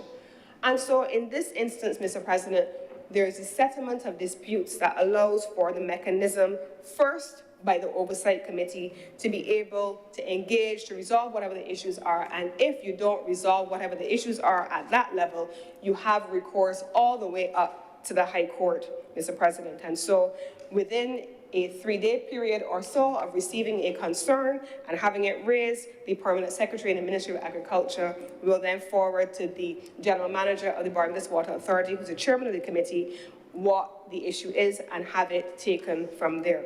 Now, there are a number of regulations, and I'm going to list what those 7 regulations will come and look like. The regulations will include the following things. 1, the type, size, and specifications of pipes and pumps to be used for the abstraction of water from the spring, the use of water from the spring and the prioritization of its use, the rate of abstraction of water from the spring, the rates and charges for use of water from the spring, the exemption of persons from the payment of rates and charges for the use of water from the spring, special rates or charges payable in respect of the use of water, and finally, giving effect to the provisions more generally of what the bill has outlined. And so we have a number of regulations I have just spoken about. They are subject to negative resolution, but also the minister is expected to make penalties to a maximum of $1,000 or a minimum period of imprisonment for 18 months. There are also schedules to the bill, 3 of them in particular. The first schedule describes the bill itself, The second schedule shows where the spring is supposed to be in terms of its alignment, and the third schedule gives a list of who the riparian owners are, and you will see that at third schedule riparian captioned riparian owners section 2, and a list who they are as it stands now, Mr. President. That is all appended to the bill in the respective schedules. Now, Mr. President, the Minister of Agriculture has advised that this is just being done in phase 1 at this time. The expectation, Mr. President, is that there is supposed to be further work further down the spring, and that is going to take place in phase 2. He spoke in great detail about what those phases would look like, and he has outlined, and he wants to be clear that while his presentation in the other place spoke about what was being done presently, and he did give an indication about what was proposed to be done in subsequent phases, that they are committed to ensuring that they continue to engage within the mechanisms provided for in the bill itself and in the provisions governing the BADMC with those persons who are relevant stakeholders in the area. Mr. President, this is a government that has been very clear, as I close, that people must matter. Engagement with people must matter. We didn't just start walking about talking to Bajans last week, I know that there are some who are now getting to know what Bajans have to say, and they didn't know before, but this is a government that was walking around this country and talking to people in a rubbing shoulders campaign from in opposition.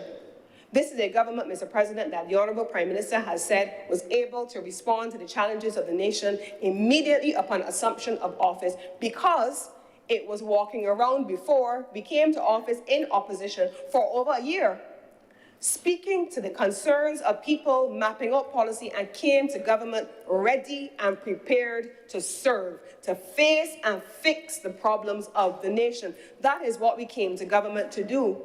We started to do it in opposition, Mr. President, but we didn't stop there.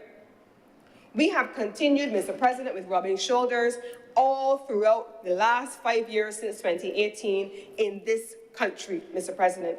What people see as Parish Speaks is a continuation of the formal component of rubbing shoulders. But what you don't see, Mr. President, highlighted in the newspapers or highlighted in the press elsewhere, is that before any parish speaks, you usually would have the Prime Minister herself, the Deputy Prime Minister herself, members of Parliament themselves, and all of the officials of the ministries that they lead that are typically representative of the issues that nationals and citizens of Barbados want to raise put on the table. The most problematic areas in a constituency, Mr. President, are guaranteed to have a walkabout with the Prime Minister. We don't have to publicize it. We don't have to call the press to say, come and do that. We do that every single month, Mr. President, led by the Prime Minister. But that is not all.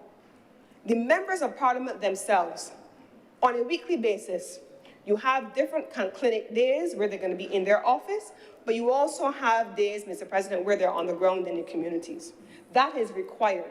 And that is the reason why you will hear the Minister of Agriculture speaking not anecdotally, not as a policy measure, purely as a minister from the remoteness of his office elsewhere in Graham Hall, but he is speaking as a person who is immersed in his community, who listens and hears the concerns of those to whom he is accountable.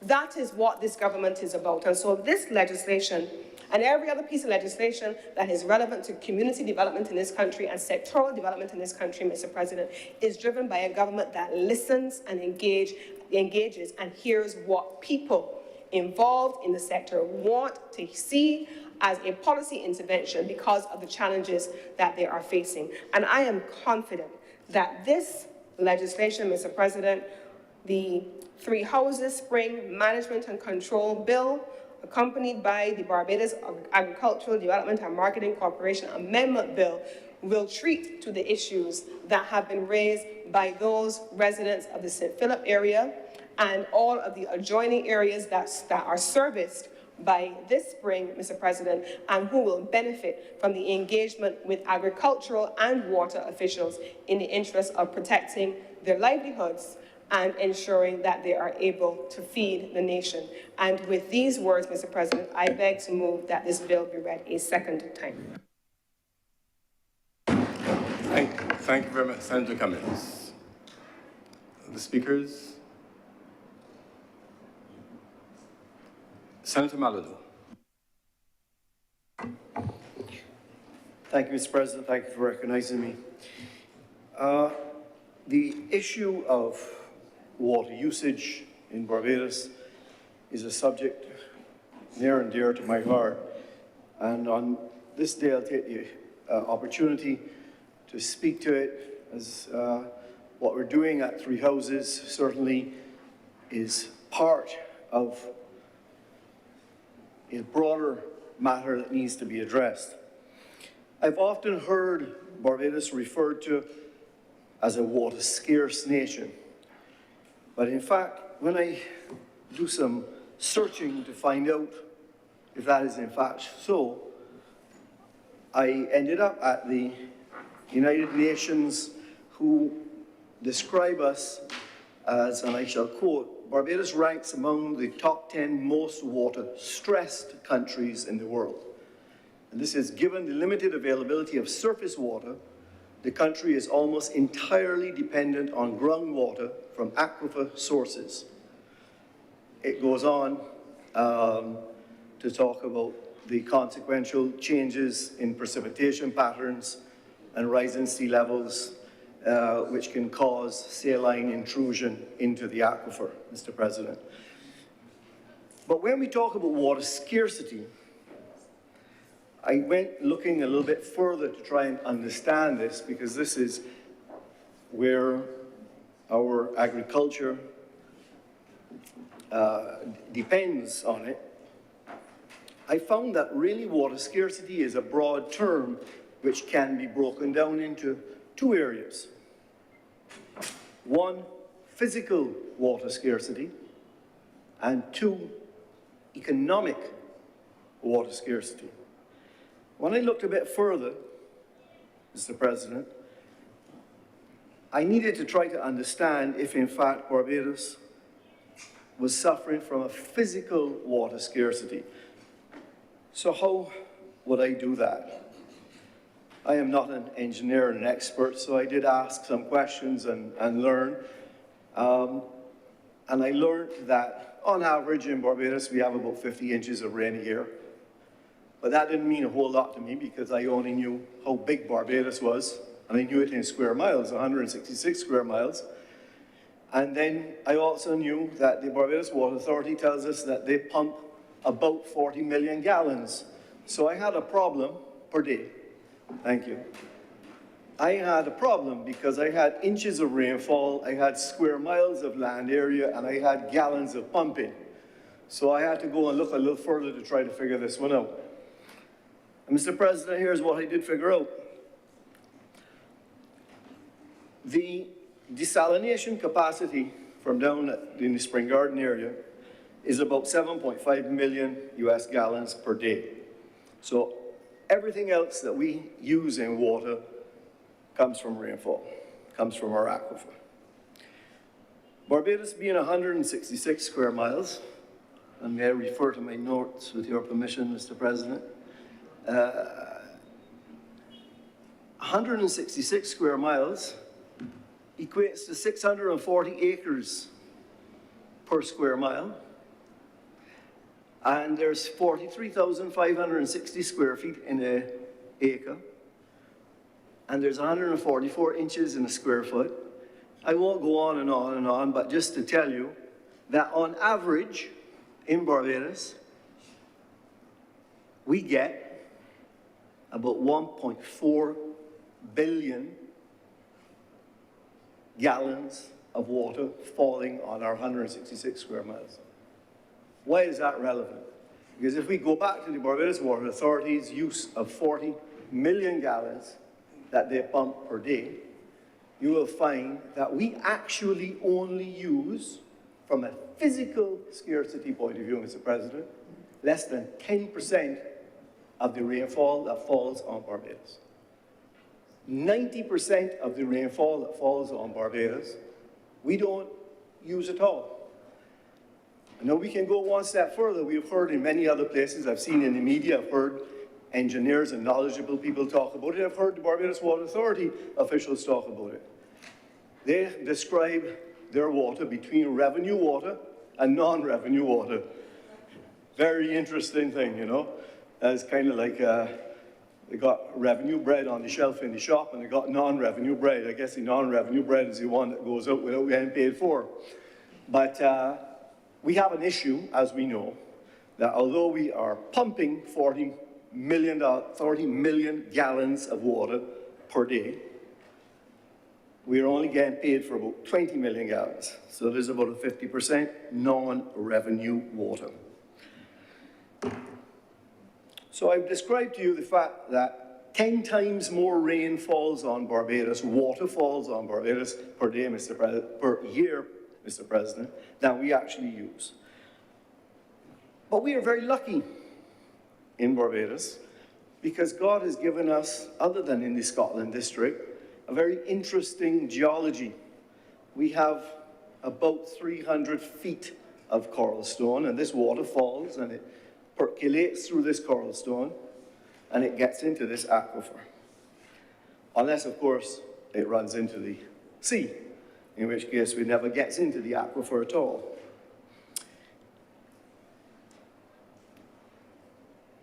So the conclusion, though, from this, what this tells us, the history of our water, how it percolates into the aquifer, the fact that we have 10 times more falling on us than we actually use, and maybe 20 times if we could get rid of the 50% non-revenue water.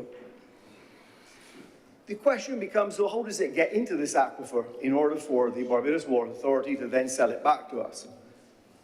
It gets there through natural methods, but many, many years ago, hundreds ago, long before our time, Mr. President, we figured out that we needed to dig suck wells.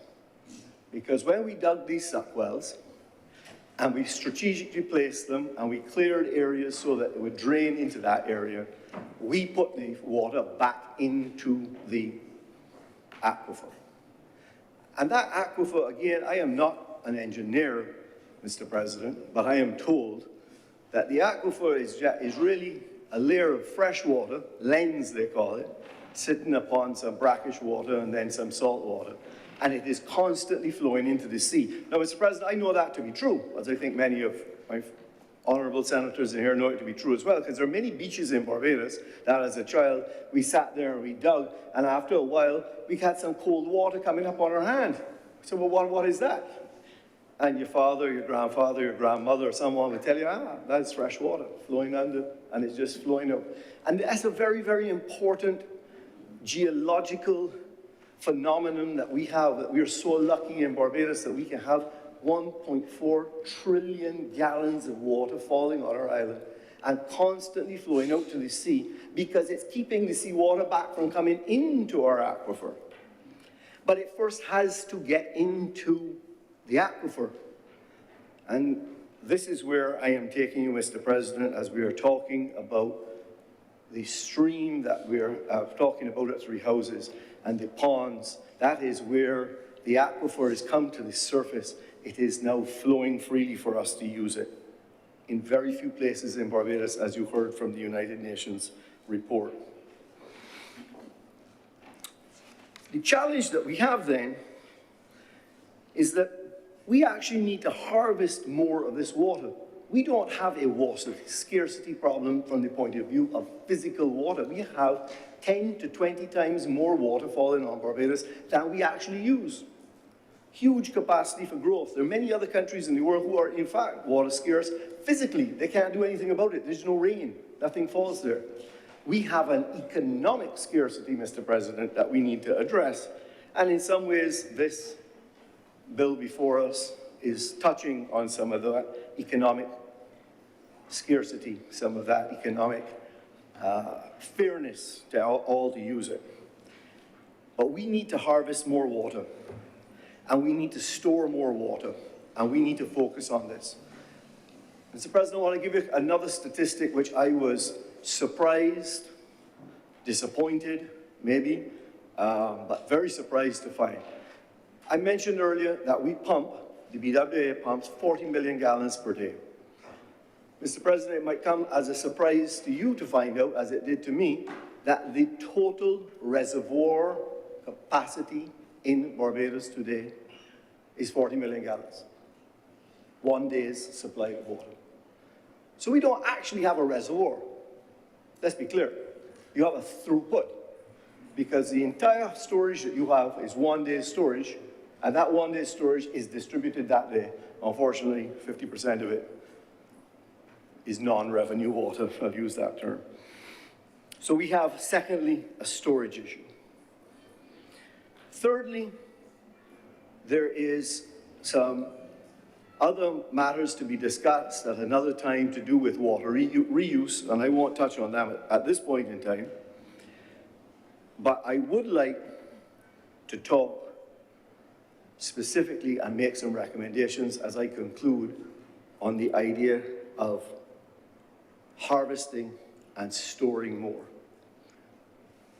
Many years ago, in a different capacity, I wrote about the public service that agriculture plantations do for us as Barbadians in having working, clean suck wells. And there was, and I believe it is still on the books within the agriculture side of our government, for a subsidy for suck wells on agricultural land. I think we need to move very quickly, Mr. President, towards recognizing that this service that is being done by those who have suck wells, which are maintained on their property, and is supplying our aquifer such that the BWA can then pump it and sell it back to us, they should be paid for keeping those wells in good condition. We should inspect those wells. We should know where they are. And if we did it well, we are not a water-scarce country. We badly manage what God gives us from the sky. God gives us 10 to 20 times more than we need. But because our plantations, our agriculture division, our agriculture industry in Barbados has been on its knees for more than 20 years, they don't clean the suck wells. They can't afford to do it. They don't debush the areas leading to it. We as a community block it with all kinds of things that we shouldn't be blocking them with. We need to aggressively move back, look at those suck wells, identify where they are, and pay the landowner who is maintaining, creating a suck well that is giving us back that water, which eventually in the aquifer, Mr. President, will then come up to the surface in places like Three Houses and be able to continue to provide an income for so many people. So, Mr. President, we'd like to just conclude by saying one last thing. It's strange for me that in Barbados, as the rain comes across the Atlantic Ocean, and I often tell visitors to this island that we have some of the purest, cleanest air in the world as it comes across the Atlantic and it is purified, and we go to the east and southeast coast and we breathe in deeply that salt air and we feel great. It's strange because apparently the rain that falls in Barbados, Mr. President, is not good enough for us to keep and use. But when it falls in St. Vincent and Bequia, or even in Antigua, it can go straight into a cistern and it can be used. So I believe that there is going to be, I'm understanding there's going to be some perhaps future discussion on matters like this. But we need to be very, very clear on this. The same rain that falls here falls in these other places. And I have had the pleasure to be in a place like Bequia that does not have anything other than the rain that falls upon your roof for you to use. I travel a lot. Thank you. Thank you. So I'm hopeful that I stand in support of this bill. I think it is heading in the right direction. I think there is a wider issue of water usage in Barbados that we need to address. And I'm suggesting to those who are hearing that the service that is done for us by the agricultural land owners, small, large, and otherwise, when they put strategic wells, suck wells, that replace the water into the aquifer, it does not flow into the ocean, it does not erode our land, it percolates through that coral stone, it resupplies the aquifer that allows us to keep the brackish water out and then allows us as a people to enjoy what God brings to us from heaven. So I encourage those that be looked at in other areas. And with those few words, I'm obliged to you, Mr. President. Thank you very much, Senator Malou. Senator Dr. Brathwaite.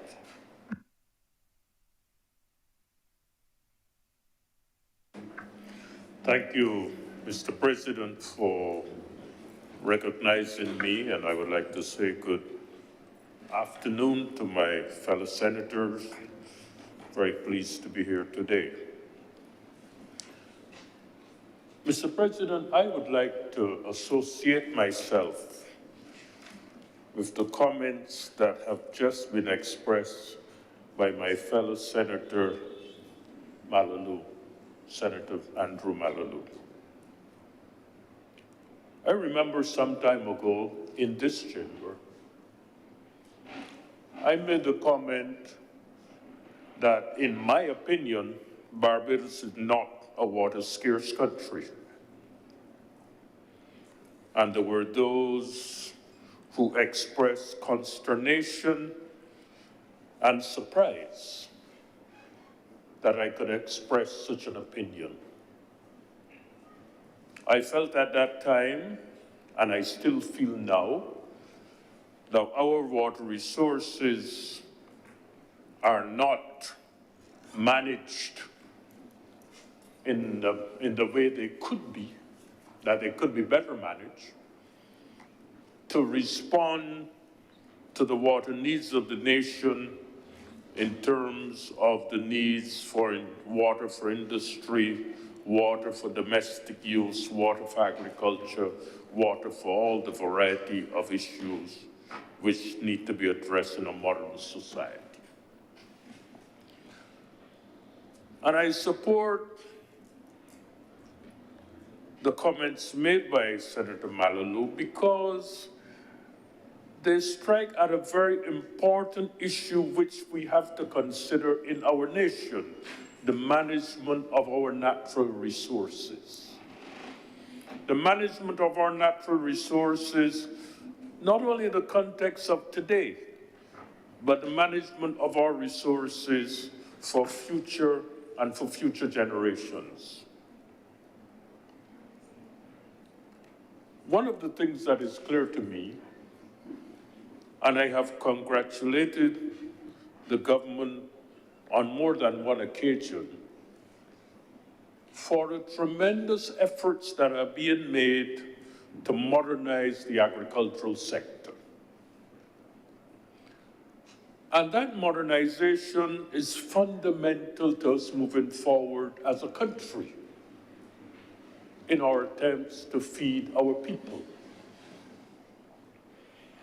And one of the critical things about moving forward with the new agriculture is that the new agriculture cannot be rain-fed. We are going to need irrigation facilities that provide water in the times when there is no rain. The crop that we have got to know is very, I would say, consistent with our pattern of rainfall. We get the rains when the crop is planted and when it's growing, the sugar cane I'm talking about, and when the time for harvest comes, we have the dry season. It's very convenient. It's a very convenient crop. But, Mr. President, that cannot apply to the production of food crops that have to be supplied with water continuously during their growth and development. And so, water management is not only going to be important for the new agriculture which we are proposing, it's going to be important for the new housing that we are proposing, it's going to be important for the new industries that we are proposing. Water is going to be critical for our future development.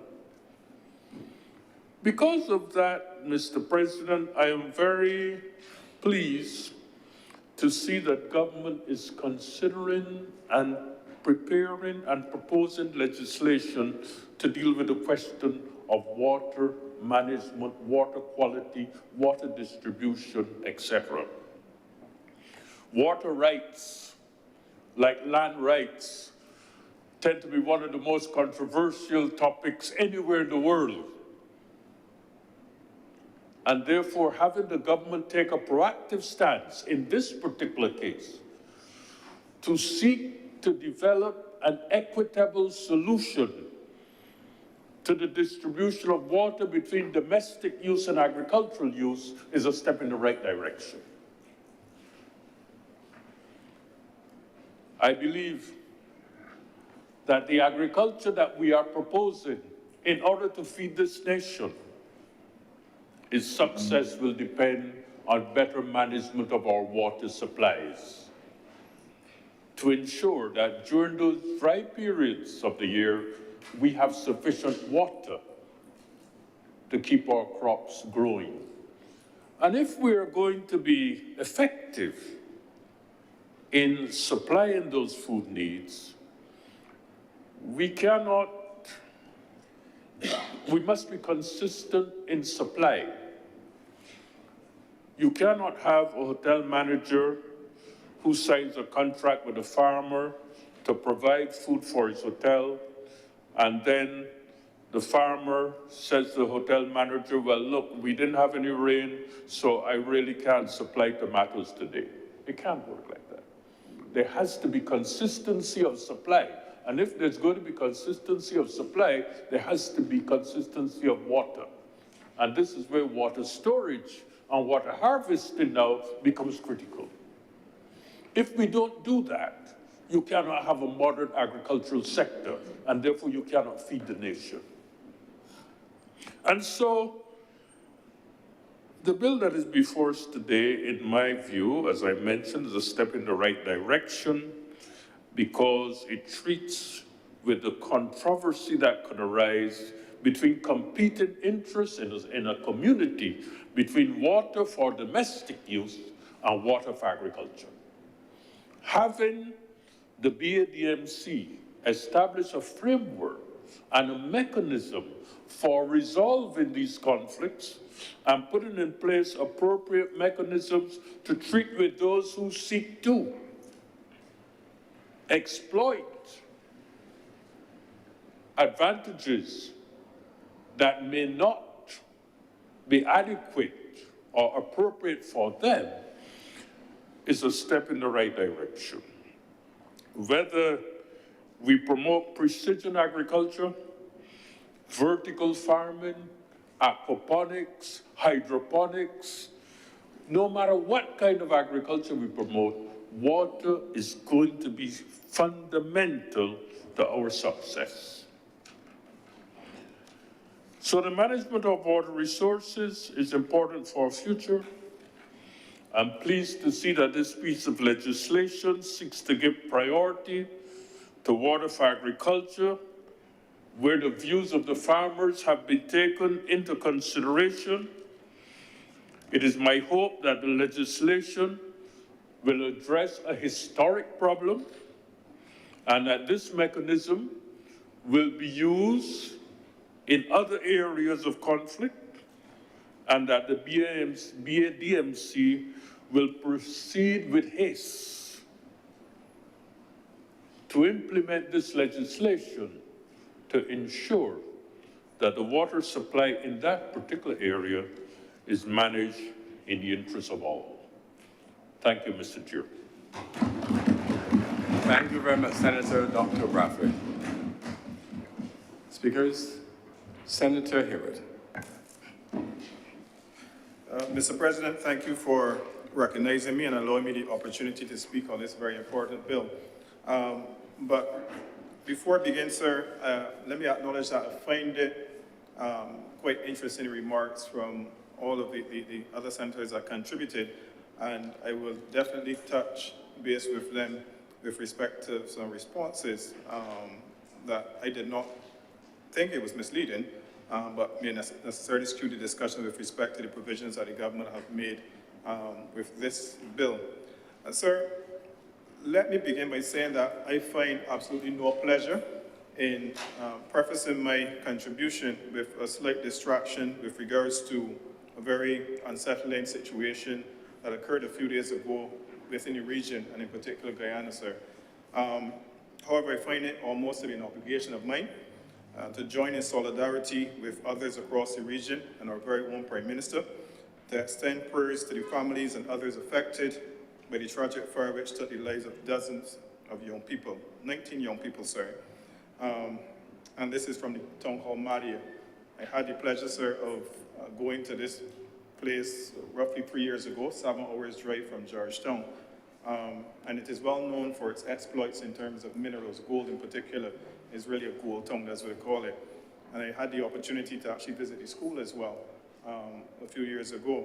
And one of the well-known persons, Mr. Roger Hines, who owns Hines Supermarket in Madia.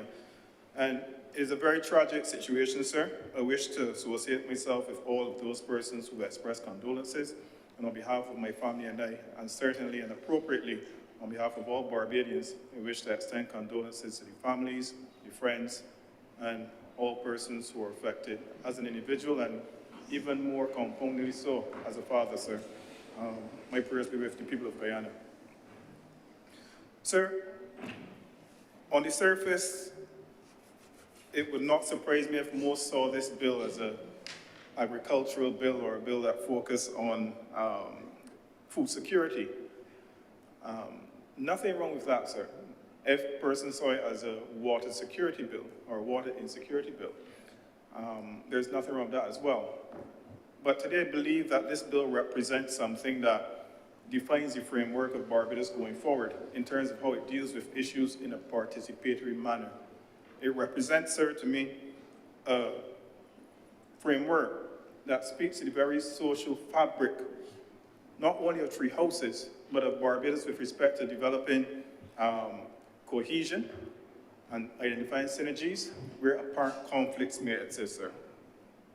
Sir, I would not be offended by those perspectives, but while it is true, I just want to reflect on the greater detail of the work that has been undertaken by the BADMC and the Ministry of Agriculture and the Minister of Agriculture, sir, in ensuring that all inputs from all of the key and relevant stakeholders, riparian owners, as well as the persons who may not necessarily be owners, but they're persons who were in these stakeholder meetings who access the spring as well, and for various purposes that do not have an equitable or legally equitable interest in the spring.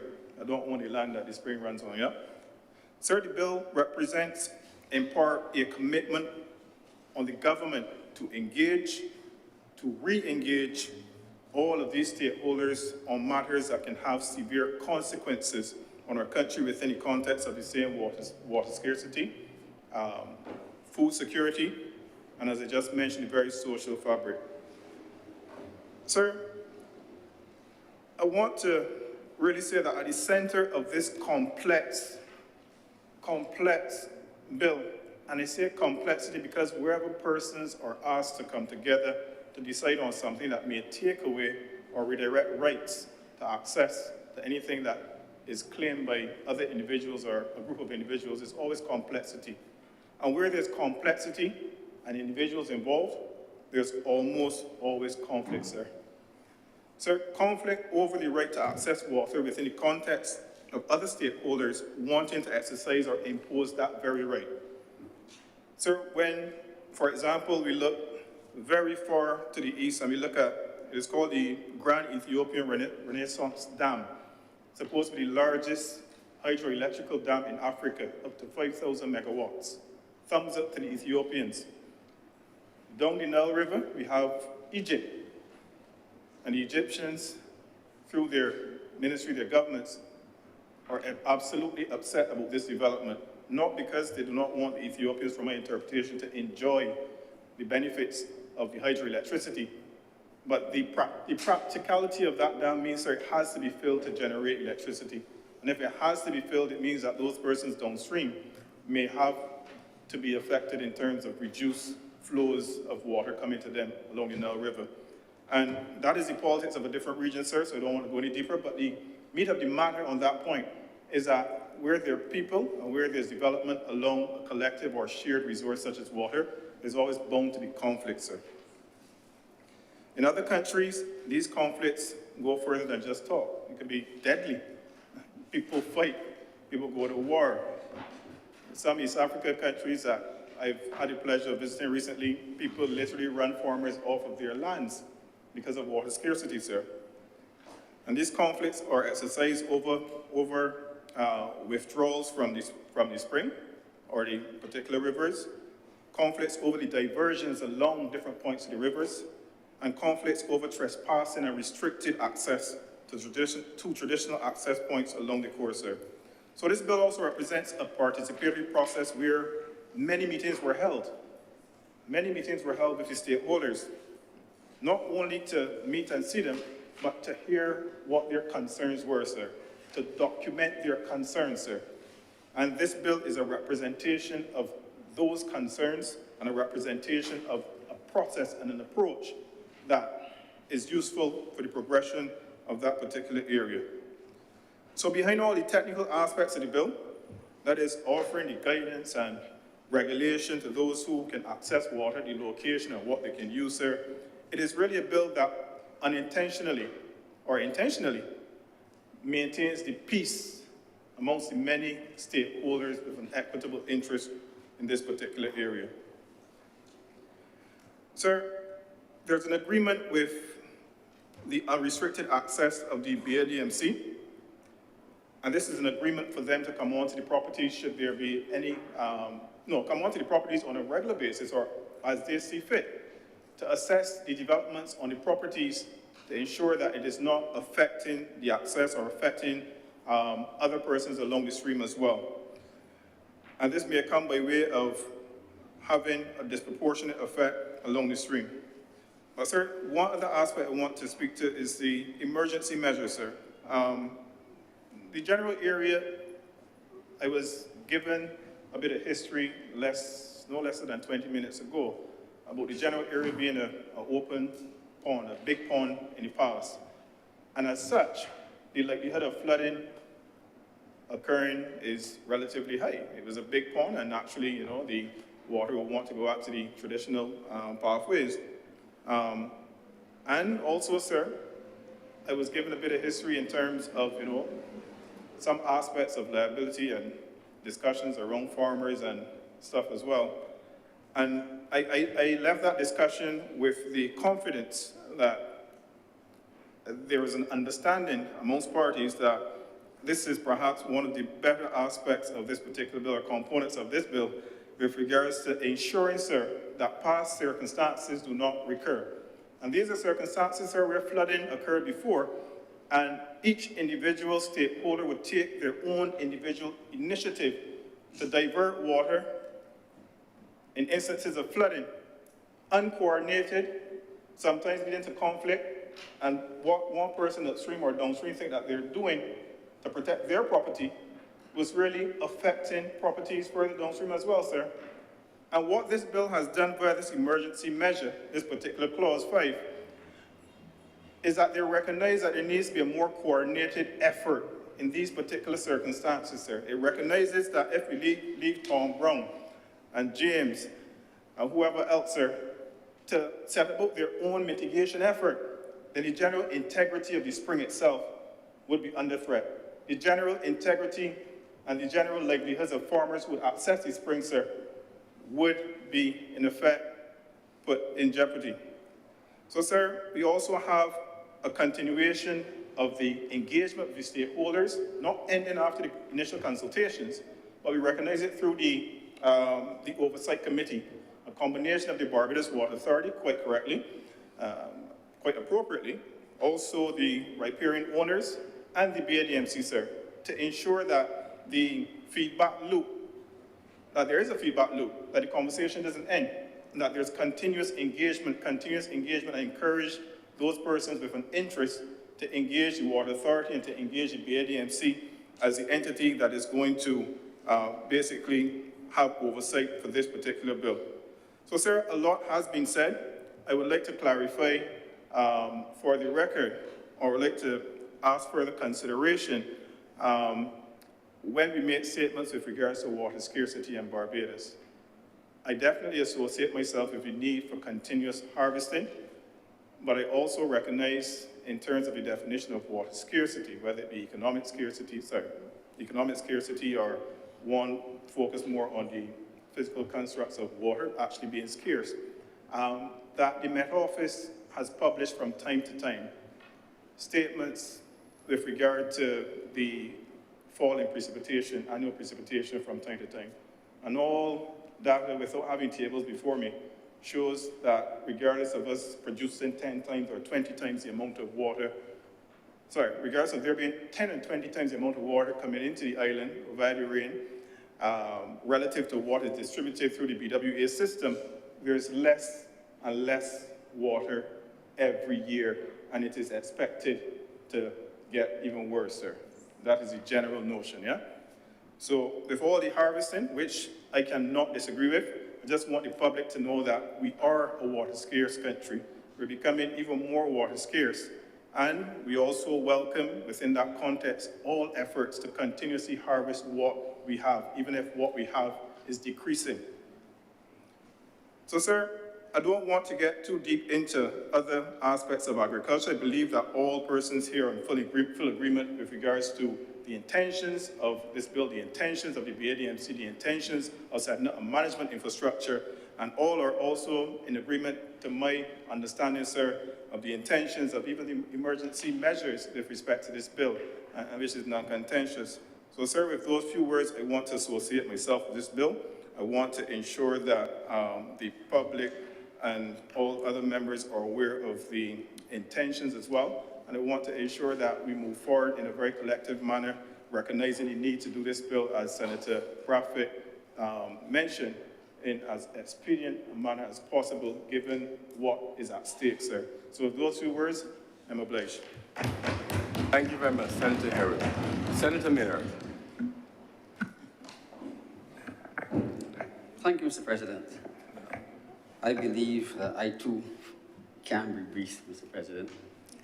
Mr. President, some time ago in this honorable chamber during this session of Parliament, I believe I brought a document with me, and I said that I would like to make it a document of the House. It is a document, sir, that bears what some would like to believe are secrets, but they're no secrets in print. The document is available on the internet, and it clarifies some of the statements and some of the beliefs that were made about water wells in this country. And so I'll repeat what the document is. The document is called the British Union Oil Company Survey.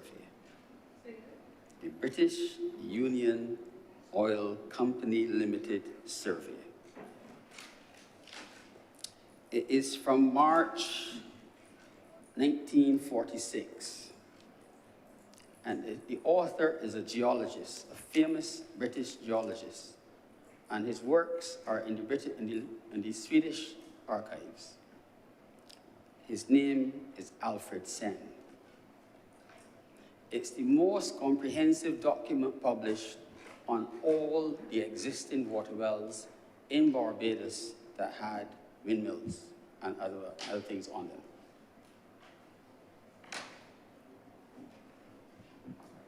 If you compare the number of wells that existed then as water wells and the number that are known to exist now, they are less than 40%. So I've asked what has happened to the rest. Wells don't disappear. I am afraid to think of what is being put into such wells, unless they're all capped. So I'll go no further than that. I have passed the document on to a number of persons who promised they will duly look into it.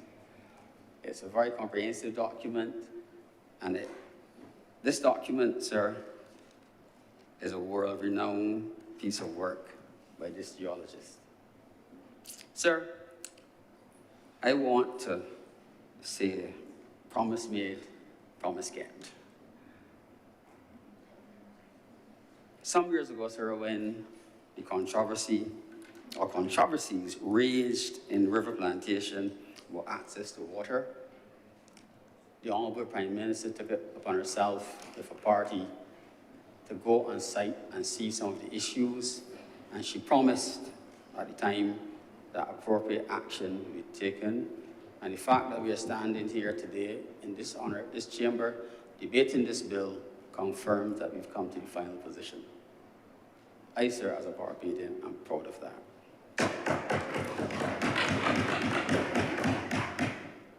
But, Mr. President, the word equitable has been thrown around, and sometimes equitable is confused with equality. They're different things, totally different things. The lawyers whom I speak to tell me that equity refers to fairness and justice, and does not mean that there's even treatment. It means there's fair treatment. And this bill, sir, is really a water rights bill. No one, I shouldn't say that. I have not heard anyone previously say that it's a water rights bill, but it's really a water rights bill. And everything about it says that it is. It probably will set the trend for what will happen in this country with water rights. Now, the bill refers to riparian rights, which, as a republic, we're talking about English common law rights, and it respects the riparian rights not only of the original owners, but with title that can be passed on. That's a big step. That's a huge step, Mr. President. To my mind, what it means is that it does not clarify who really owns the water. It says who controls it, but it does not clarify who owns the surface water. And while it solves some of the issues of the farmers and all those who use the water at River Plantation, we now have as a country to look at what happens to all the other surface water in the gullies and in the streams, some larger than a river, and some larger than 3 houses, sorry, and what we will do about them, because there were only 2 springs that were regulated with acts. The others were unregulated. Now, Mr. President,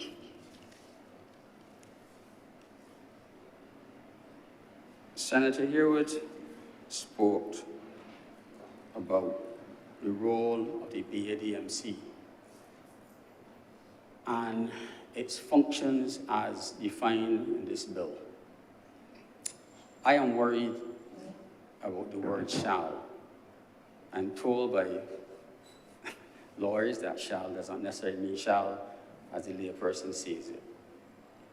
So I would like to have some explanation as if shall defines what your functions are or what you should do if you are not obligated to do it. And I refer, sir, to two things mentioned in section 5.1 and 5.2.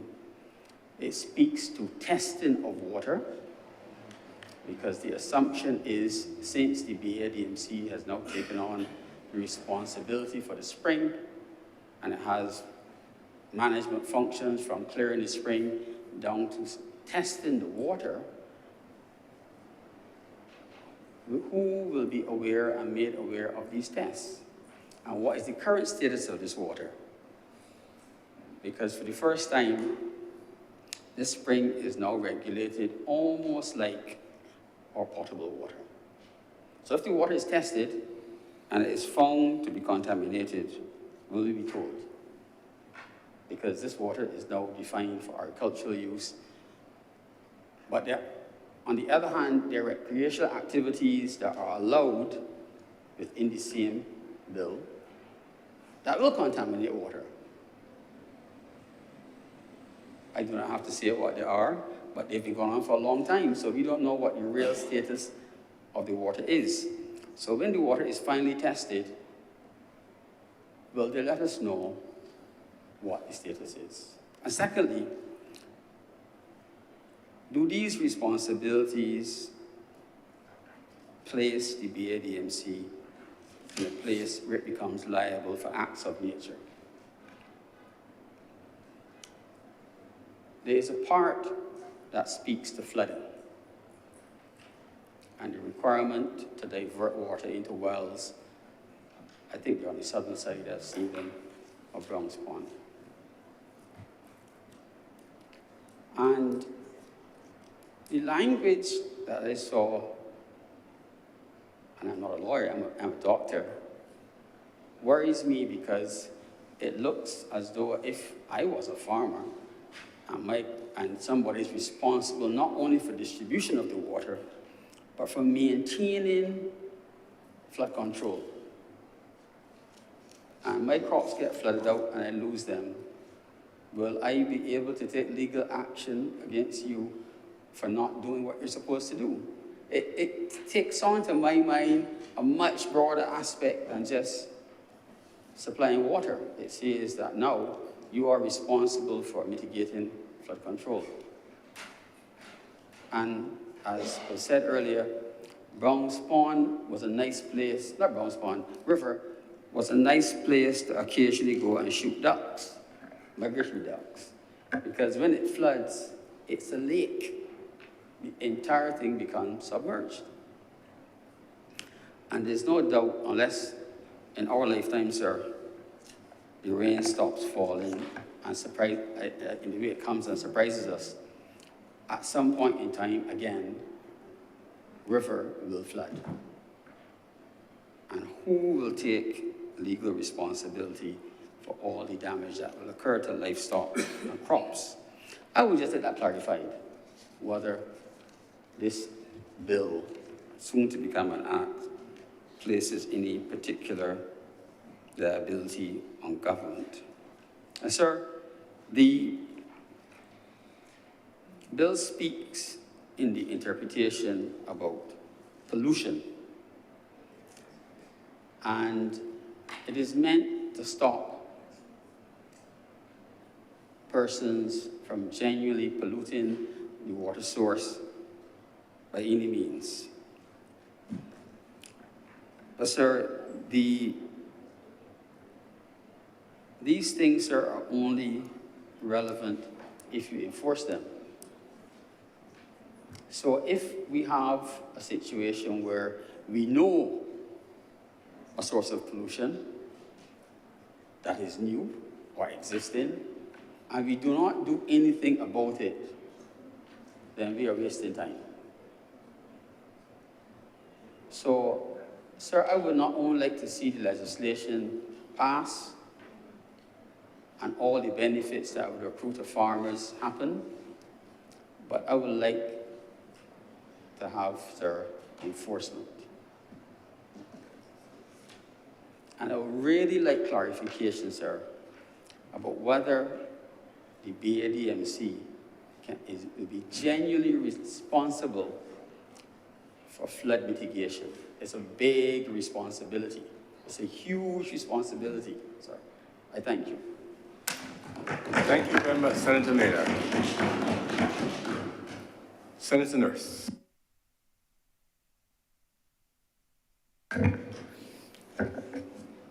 Thank you, Mr. President. I shan't be very long because quite a lot of what I had pondered on have already been articulated by the senators who spoke before me. So no need to regurgitate it. But I just want, first of all, to congratulate the department, government department responsible, Ministry of Agriculture, for bringing this bit of legislation to Parliament. I think it is key. It is what I suppose you can refer to as parochial, in that it deals with a particular, area that is affected by this issue. But of course, when we begin to consider what it is all about, we realize that in a broader sense, we really need to be looking at the overall management of our water resources. And I don't know that, I don't know if there's a policy paper, I don't know if there's anything in any of the government departments or otherwise which sets out some policy on how we look forward to managing our water resources. We recognize that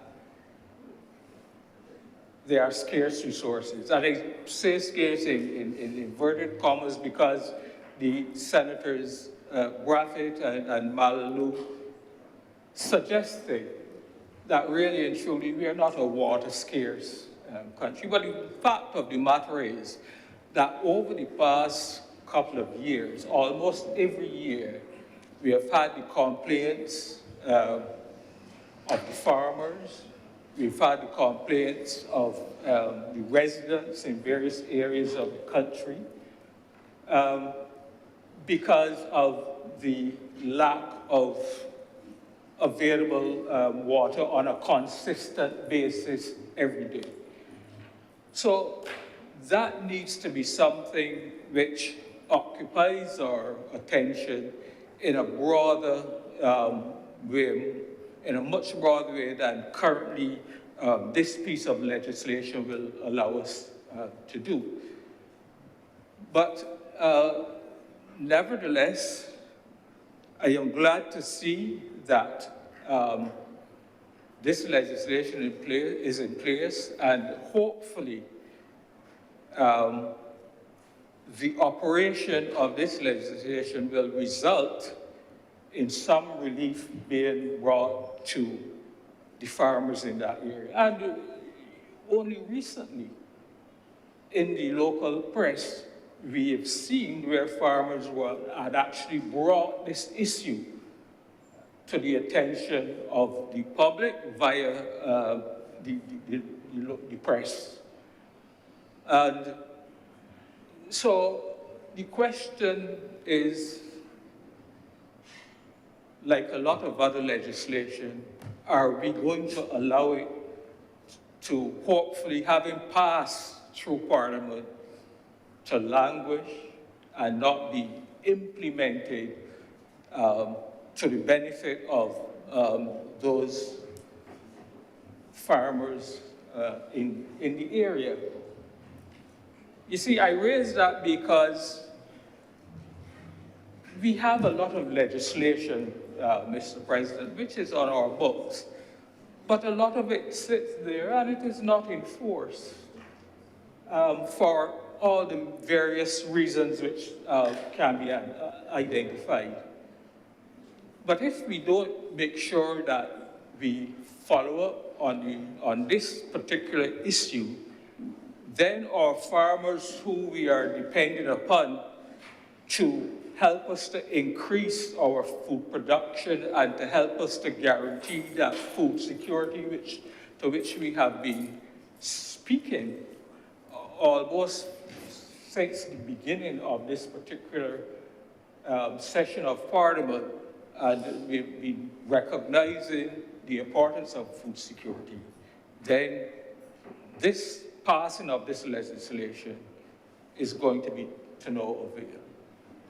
And so the management is really key. And I'm not here going to knock on any particular agency, but truth be told, the agency that is assigned to manage this particular matter has not been the most highly performing, put it that way, of government entities. And so I don't want to hear that we couldn't do what we were supposed to do because we weren't allocated sufficient or adequate resources, that in terms of finances or in terms of personnel, to deal with this issue. As Senator Maynard said, this is a big issue, much bigger than I think we realize. To be able to maintain that the river, the stream, in a pristine manner, to make sure that we maintain it clean and provide good water for the farmers in the area.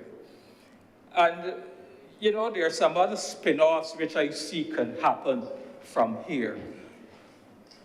I could see that if we have a properly managed, properly maintained stream, you will probably find that fish, for example, then starts to inhabit the waters.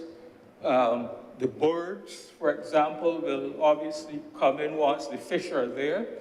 We have the opportunities to, you know, maybe provide another opportunity for hiking along the banks of the stream, and perhaps another opportunity for another tourist attraction. So I see these as spin-offs which can happen if the management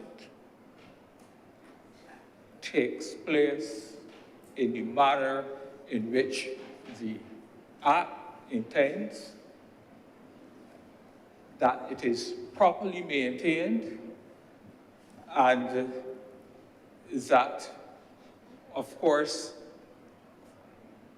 the main aspect, which is to ensure an equitable sharing of the water from the stream, is done. And so, Mr.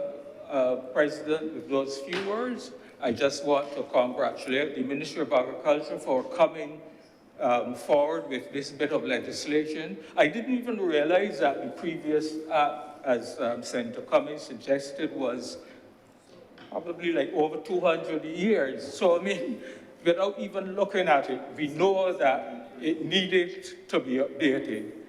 So, again, I congratulate the government, and I trust that it will help to redound to the benefit of the farmers in the area. I am obliged, Mr. President. Thank you very much, Senator Nurse. Any further speakers? Senator Cummings.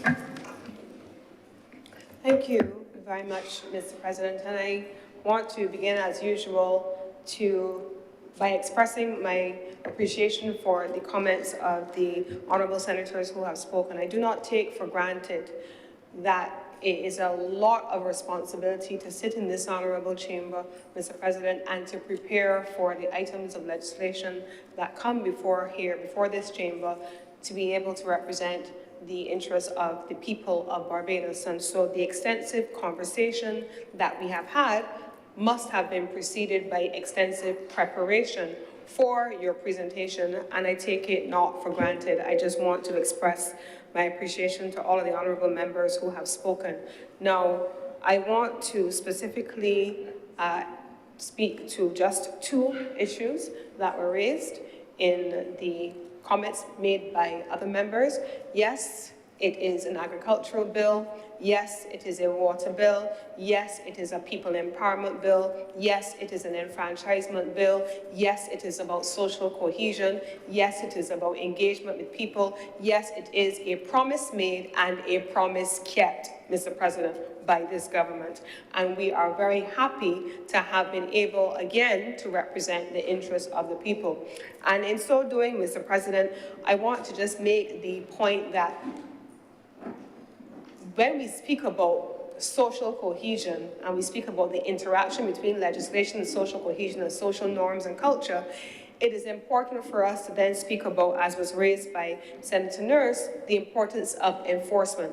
And this is the work that occupies the extension officers who are there and now empowered by order number 3 on the order paper, Mr. President, to go into the community, go into the area, to police the spring, to engage with the riparian owners, to be able to follow all the way down to Browns Pond that which is happening in the area.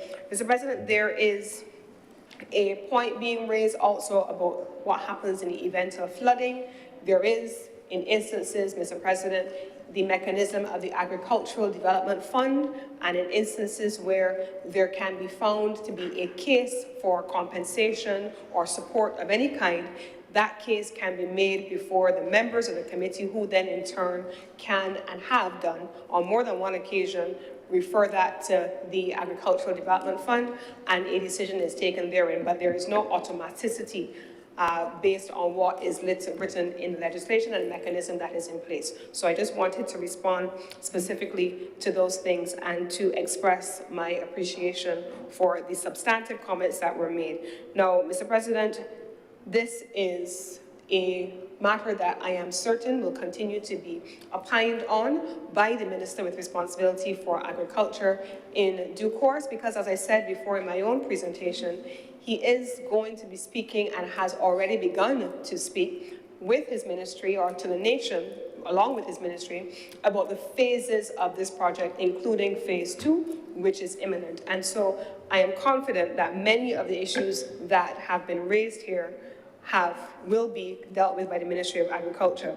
Finally, Mr. President, I'm not going to get into the question of whether we are water scarce or if we're not water scarce, because I believe that there is a body of work that has been done in a contemporary era by the Ministry with responsibility for transport and works that has looked at what our rainfall has been, what our aquifers are producing, what our water reuse policy may need to be and what it now needs to be, and how we are engaging in water harvesting.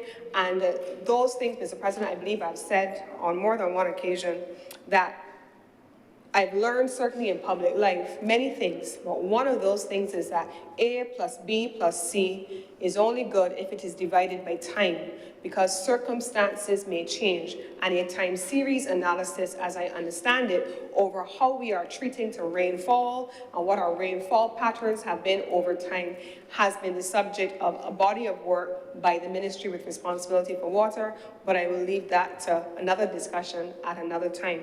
And so with these very few words, Mr. President, I beg to move that this bill now be read a second time. The question is that this bill be read a second time. Honorable senators in favor, please say aye. Aye. Those against, please say no. And next, the ayes have it. Mr. President, I beg to move that Your Honor do now leave the chair and the Senate dissolves itself into committee of the whole for further consideration of this bill. The question is that I do not leave the chair and the Honorable Senate dissolve itself into committee for further consideration of this bill. Honorable senators in favor, please say aye. Aye. Those against, please say no. I think it's the ayes have it.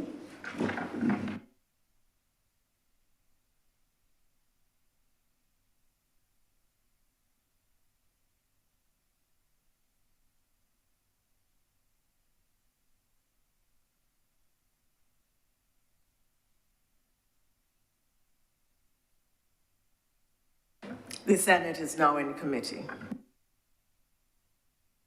Clause 1. Madam Chairman, I beg to move that Clause 1 do not stand part.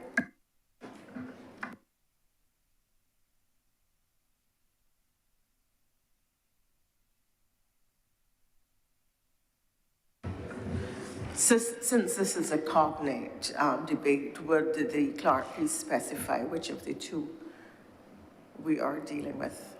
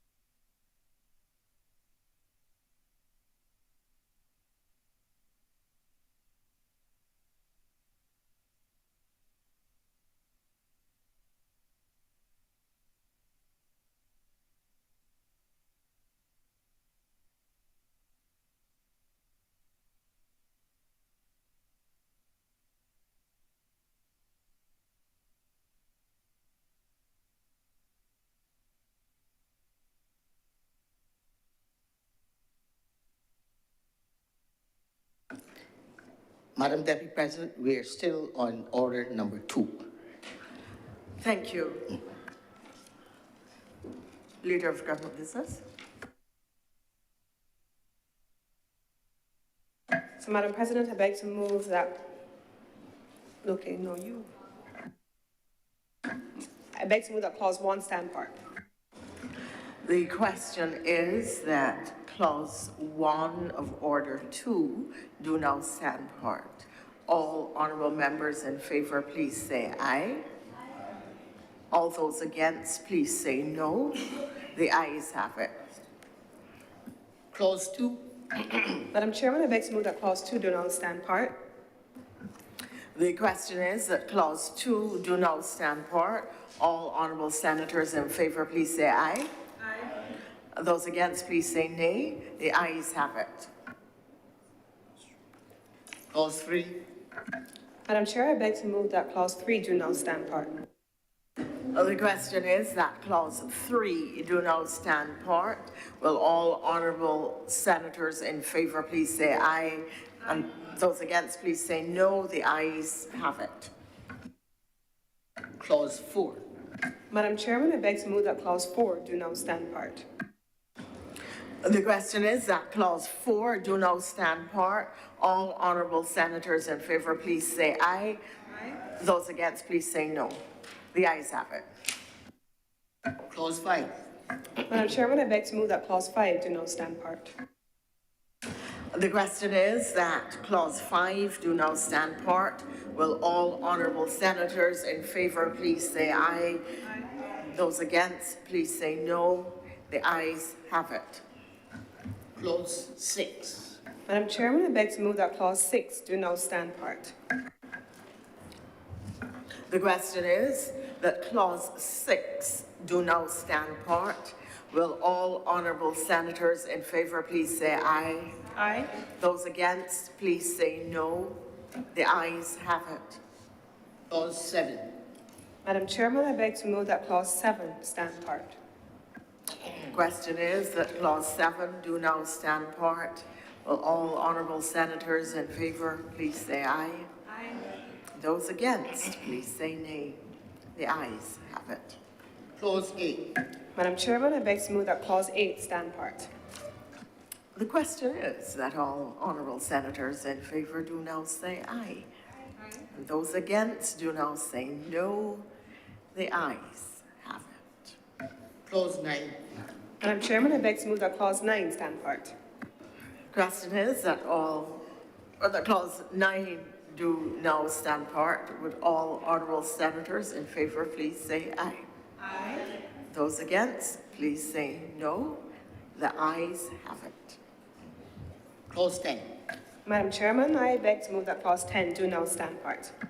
The question is that clause 10 do now stand part. Will all honorable senators in favor please say aye? Aye. Those against, please say no. The ayes have it. Clause 11. Madam Chairman, I beg to move that clause 11 stand part. The question is that clause 11 do now stand part. Will all honorable senators in favor please say aye? Aye. Those against, please say no. The ayes have it. Madam Chairman, I beg to move that clause 12 stand part. The question is that clause 12 do now stand part. Will all honourable senators in favour please say aye? And those against, please say no. The ayes have it. Clause 13. Madam Chairman, I beg to move that clause 13 do no stand part. The question is that clause 13 do now stand part. Will all honourable senators in favour please say aye? Aye. And those against, please say no. The ayes have it. Clause 14. Madam Chairman, I beg to move that clause 14 stand part. The question is that clause 14 do now stand part. Will all honourable senators in favour please say aye? Aye. Those against, please say no. The ayes have it. Clause 15. Madam Chairman, I beg to move that clause 15 do now stand part. The question is that clause 15 do now stand part. Will all honourable senators in favour please say aye? Aye. Those against, please say no. The ayes have it. Madam Chairman, I beg to move that clause 16 do now stand part. The question is that clause 16 do now stand part. Will all honourable senators in favour please say aye? Aye. Those against, please say no. The ayes have it. The first schedule. Madam Chairman, I beg to move that the first schedule be the first schedule to the bill. The question is that the first schedule be the schedule to the bill. Will the honourable senators in favour please say aye? Aye. Will the honourable senators against please say no? The ayes have it. Second schedule. Madam Chairman, I beg to move that the second schedule be the second schedule to the bill. The question is that the second schedule be the second schedule to the bill. Will all honourable senators in favour please say aye? Aye. Will all honourable senators against please say no? The ayes have it. Third schedule. Madam Chairman, I beg to move that the third schedule be the third schedule to the bill. The question is that the third schedule be the schedule to the bill. Will all honourable senators in favour please say aye? Aye. Those against, please say no. The ayes have it. Report. Madam Chairman, I beg to move that you do not report to His Honour the President the passing of one bill in committee. The question is that I do now report to His Honour the President the passing of one bill in committee. Will all honourable senators in favour please say aye? Aye. And all honourable senators against, please say no. The ayes have it.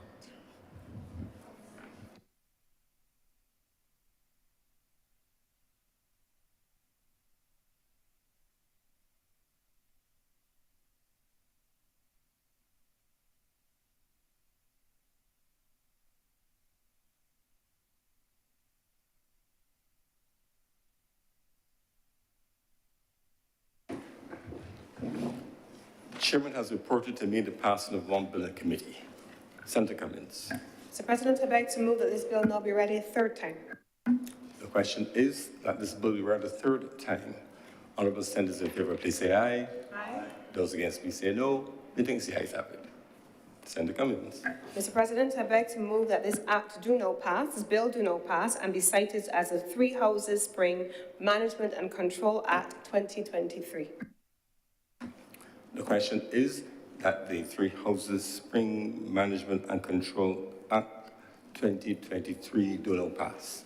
Honourable senators in favour, please say aye. Aye. Those against, please say no. I think the ayes have it. This act is therefore now passed and so cited.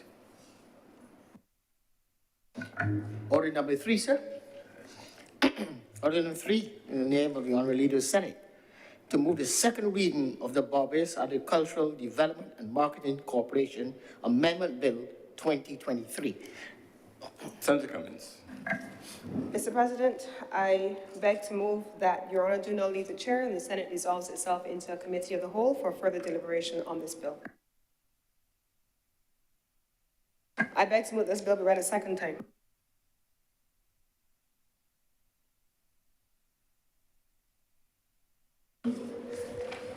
The question is that this bill, that is the Barbados Agricultural Development and Marketing Corporation Amendment Bill, be read a second time. All the senators in favor, please say aye. Those against, please say no. Meetings, the ayes have it. Senator Cummings. Mr. President, I beg to move that Your Honor do now leave the chair and the Senate dissolves itself into further deliberation on this bill, into committee for further deliberation on this bill. The question is that I do not leave the chair and the Honorable Senate resolve itself in the committee for further consideration of this bill. Honorable senators in favor, please say aye. Aye. Those against, please say no. Meetings, the ayes have it.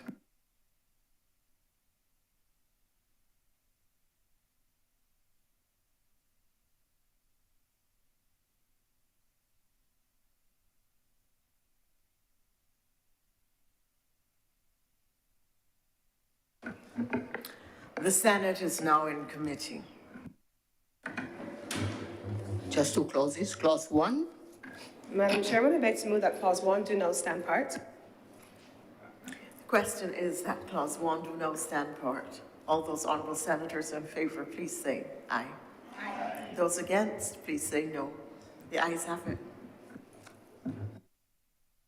Madam Chairman, I beg to move that clause 2 do now stand part.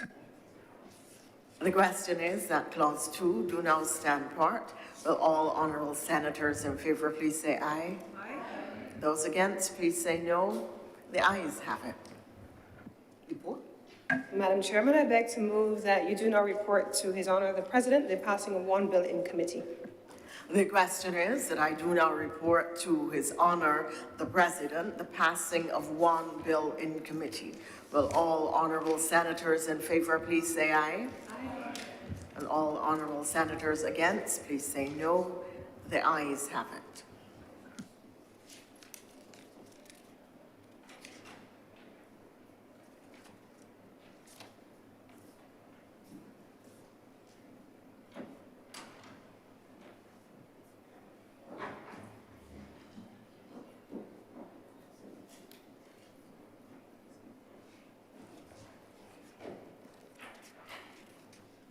The chairman has reported to me the passing of one bill in committee.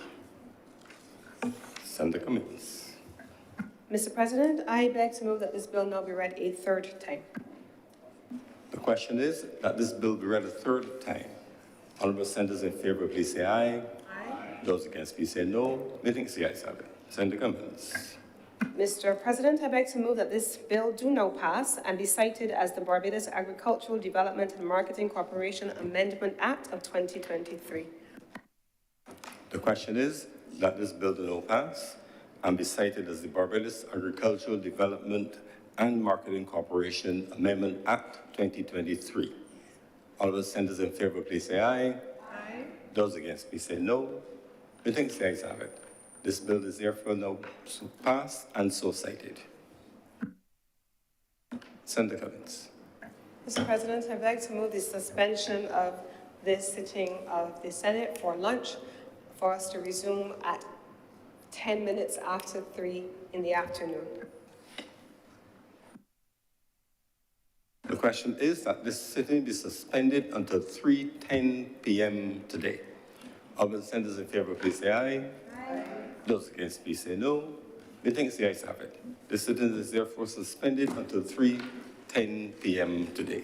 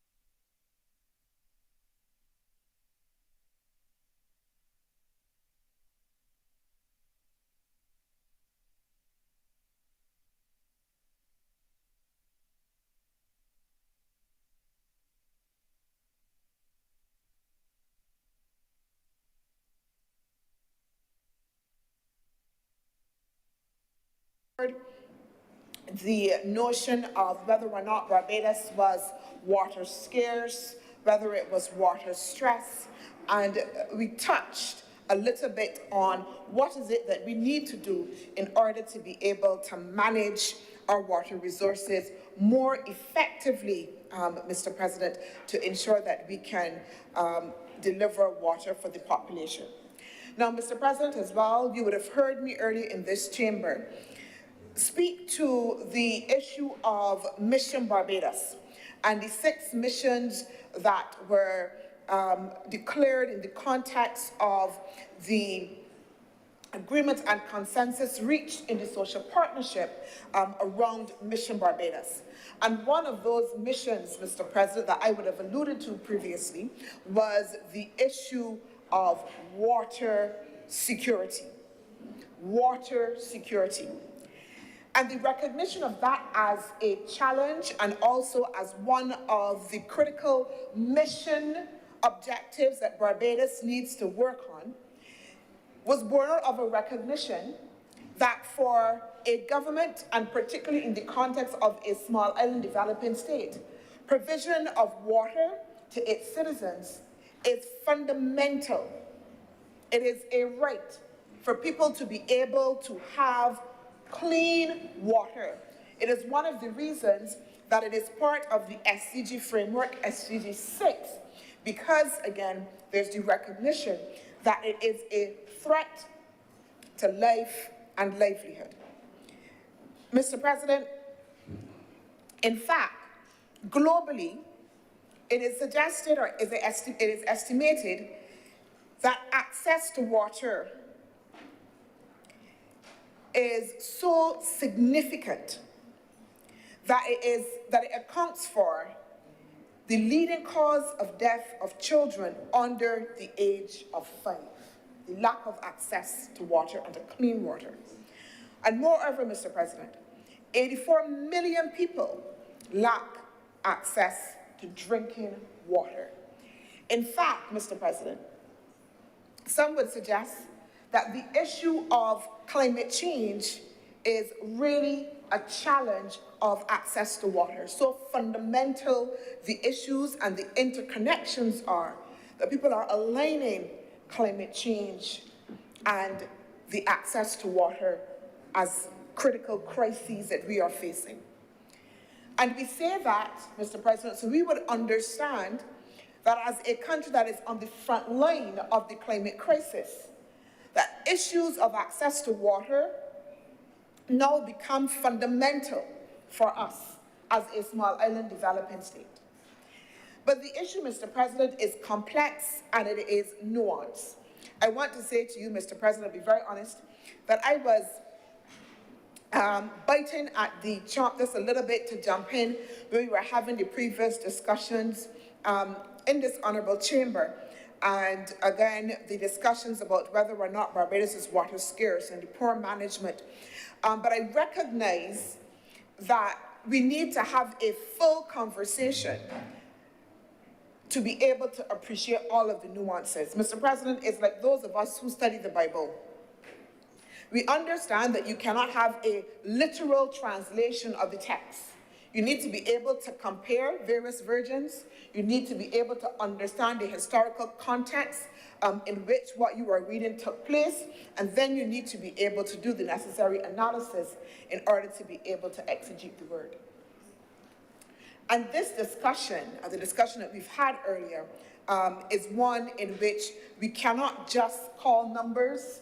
We cannot just do the simple math and the multiplication, rainfall, and this is how big Barbados is, and multiply it, and then come to the conclusion that we're not water scarce, and then come to the conclusion that the issue is just about management, Mr. President. Yeah, Mr. President. I want to be able to say, Mr. President, that we step back and look at the issues in terms of where we are in terms of our water usage and the challenges that we would face.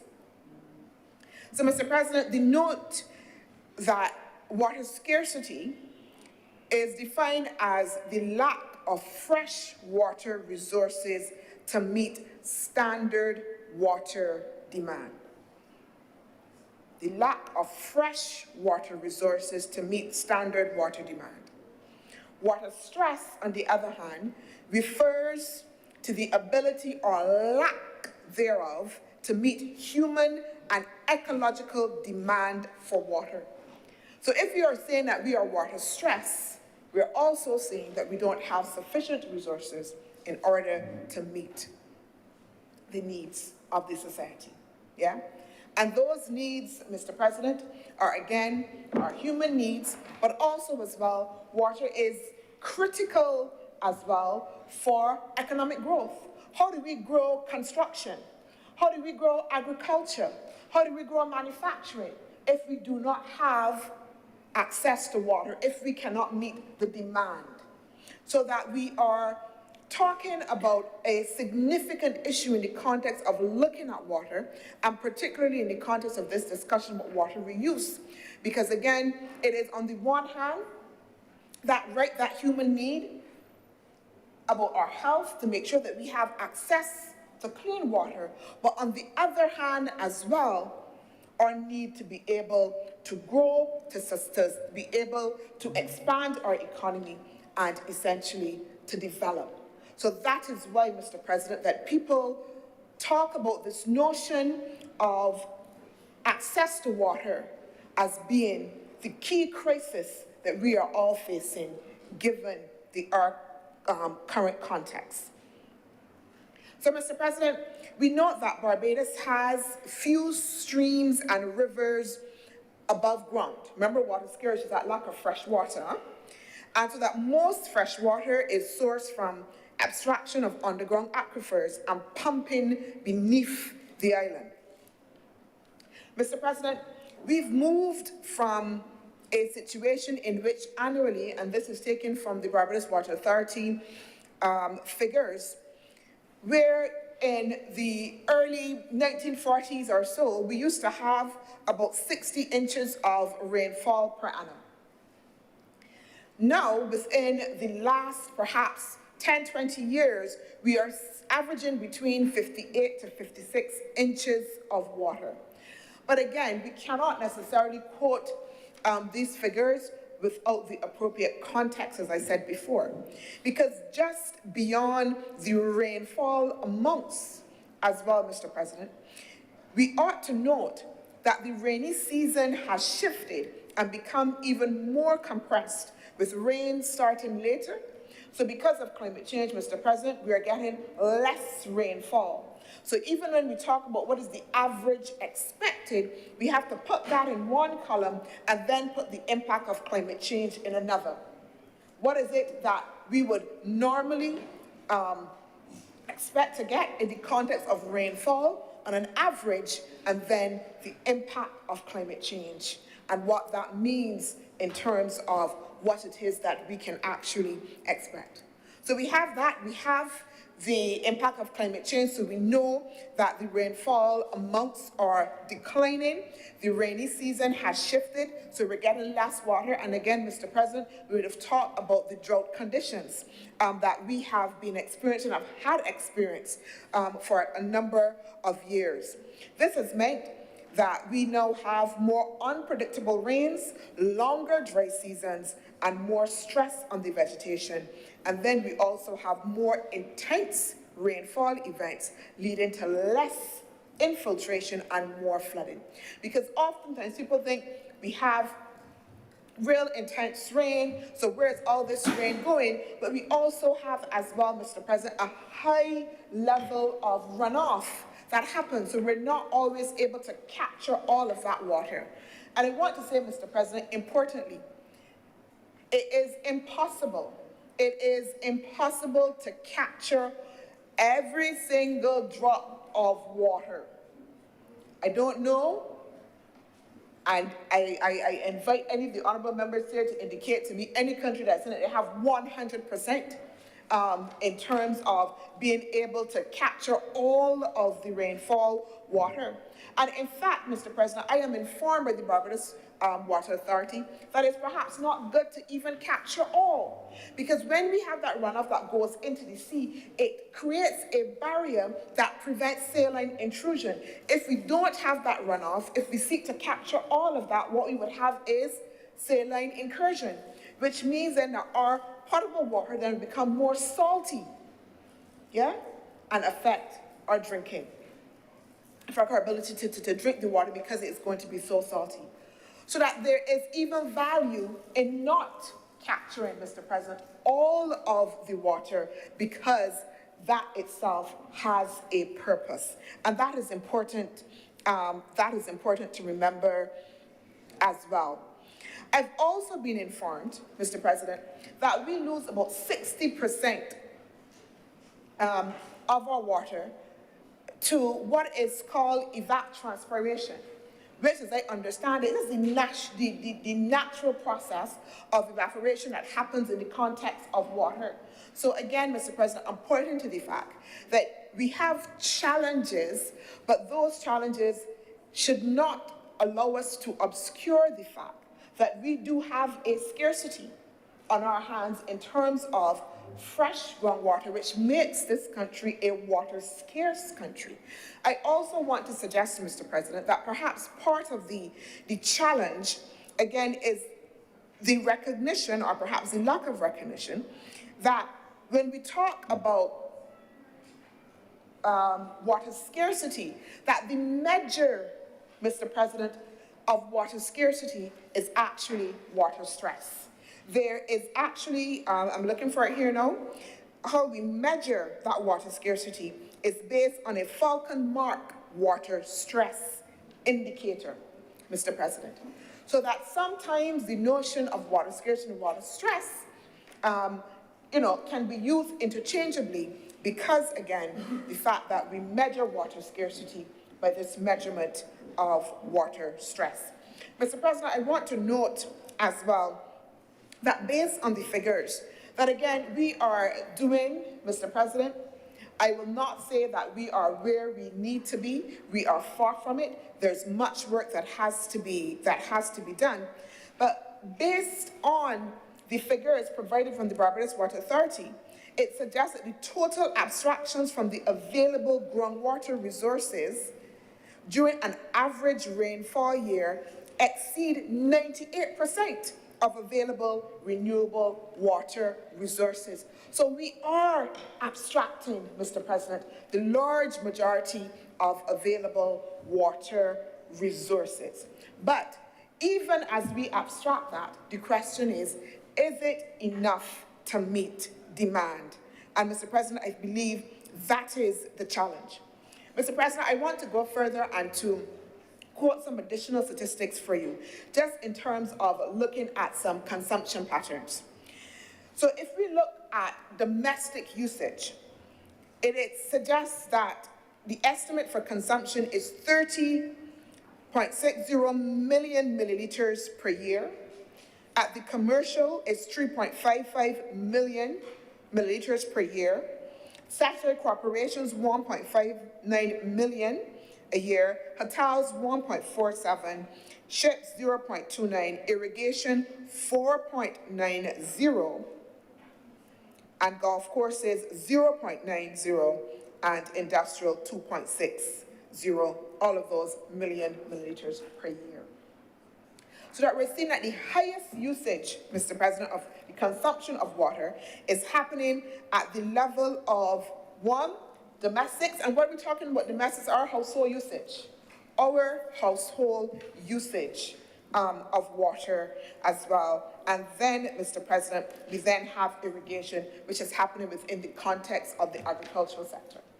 So that there is, on the one hand, the fact that we have limited rainwater, limited freshwater resources, the fact that we cannot necessarily abstract all of that. So we have that amongst, and then as well, we have these high usage. And where the issue of the water scarcity and even water stress comes in is the extent to which the available resources can meet the demand.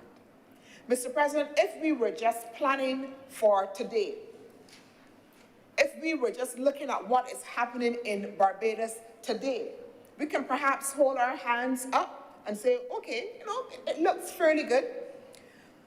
But we would not be a responsible government if we were doing policy for today. We have to be doing policy based on estimates for the future. What is our future population going to look like? What is our future industrial policy going to look like? We're talking about agricultural expansion, so it means even more water in relation to agriculture and commercial use if we want, again, to expand in those areas. So that the issue now of how we conserve, people have talked about rainwater harvesting, but importantly, how we use the available resources that we have is going to become extremely important, Mr. President. And that is why we are, as a government, introducing this water reuse bill. Now, this bill has been around for some time, so it's not necessarily that it's new. There's been a number of discussions, Mr. President. It's been introduced before, but we are consolidating and bringing this bill, Mr. President, because we believe that we are at a moment in which we need to be able to go forward if we are able to meet the challenges that we have. And again, Mr. President, I go back to that notion of a government that is mission-focused and the fact that we understand that we cannot continue to run away from the complex problems and challenges, but that we have to be able to face them, even in the context of doing, again, and introducing processes that are going to be new and may even be challenging, but that to not do them will be to our peril. And this government has had a history of doing the tough things, even in the context of water, Mr. President. We came in to the cries of those in the rural areas in St. John, who months and weeks would go and did not have water.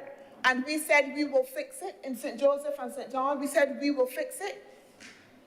Mr. President, we came in to feces all in the tourist belt, and we said we would fix it, Mr. President. We are not going to run from the challenges that are complex. And like I said, Mr. President, the issues of water, how we address it and how we address access is fundamental. But Mr. President, on the one hand, and I'm going to be very honest, we have, as I said before, the issues of that we do have that lack of fresh water from our resources and how we are able to extract that.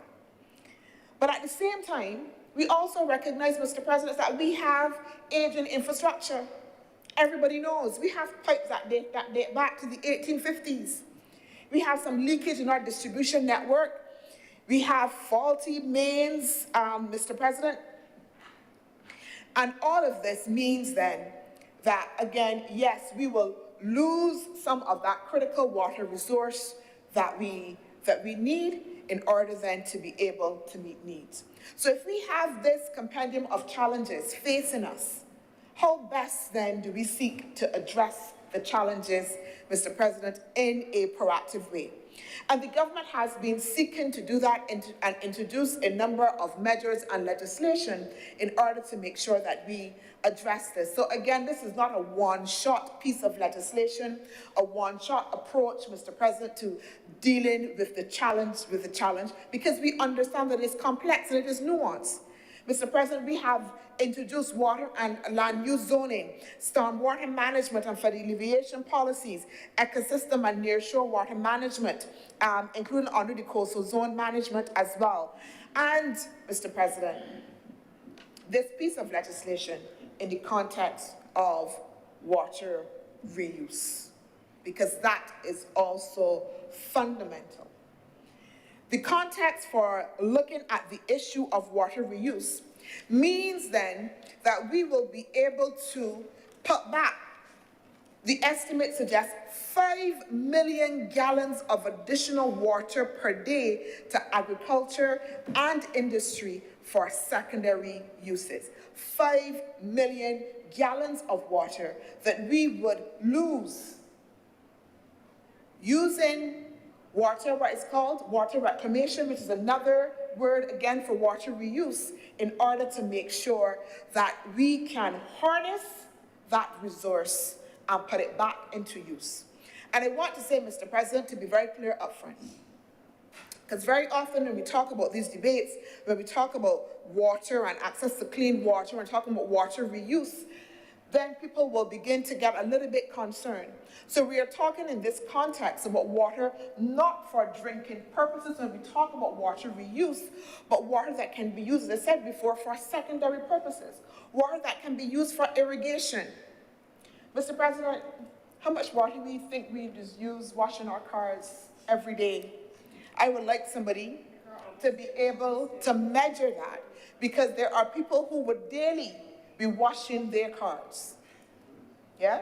And they are using the same potable water that we then have to make use of for our domestic supply to cook with, Mr. President, to make sure that our babies, I don't have any, to make sure that the babies have, again, water for their milk and all of those things. They're using that same water, that same essential water to be able, don't have any babies now, that same water to do things, again, like those of us who are into agriculture have already admitted, Mr. President, in this honorable chamber that I do not have a green thumb, but those who are interested to grow things and have gardens, etc., again, like I said, irrigation, and all of those things, Mr. President, even flushing the toilets, Mr. President.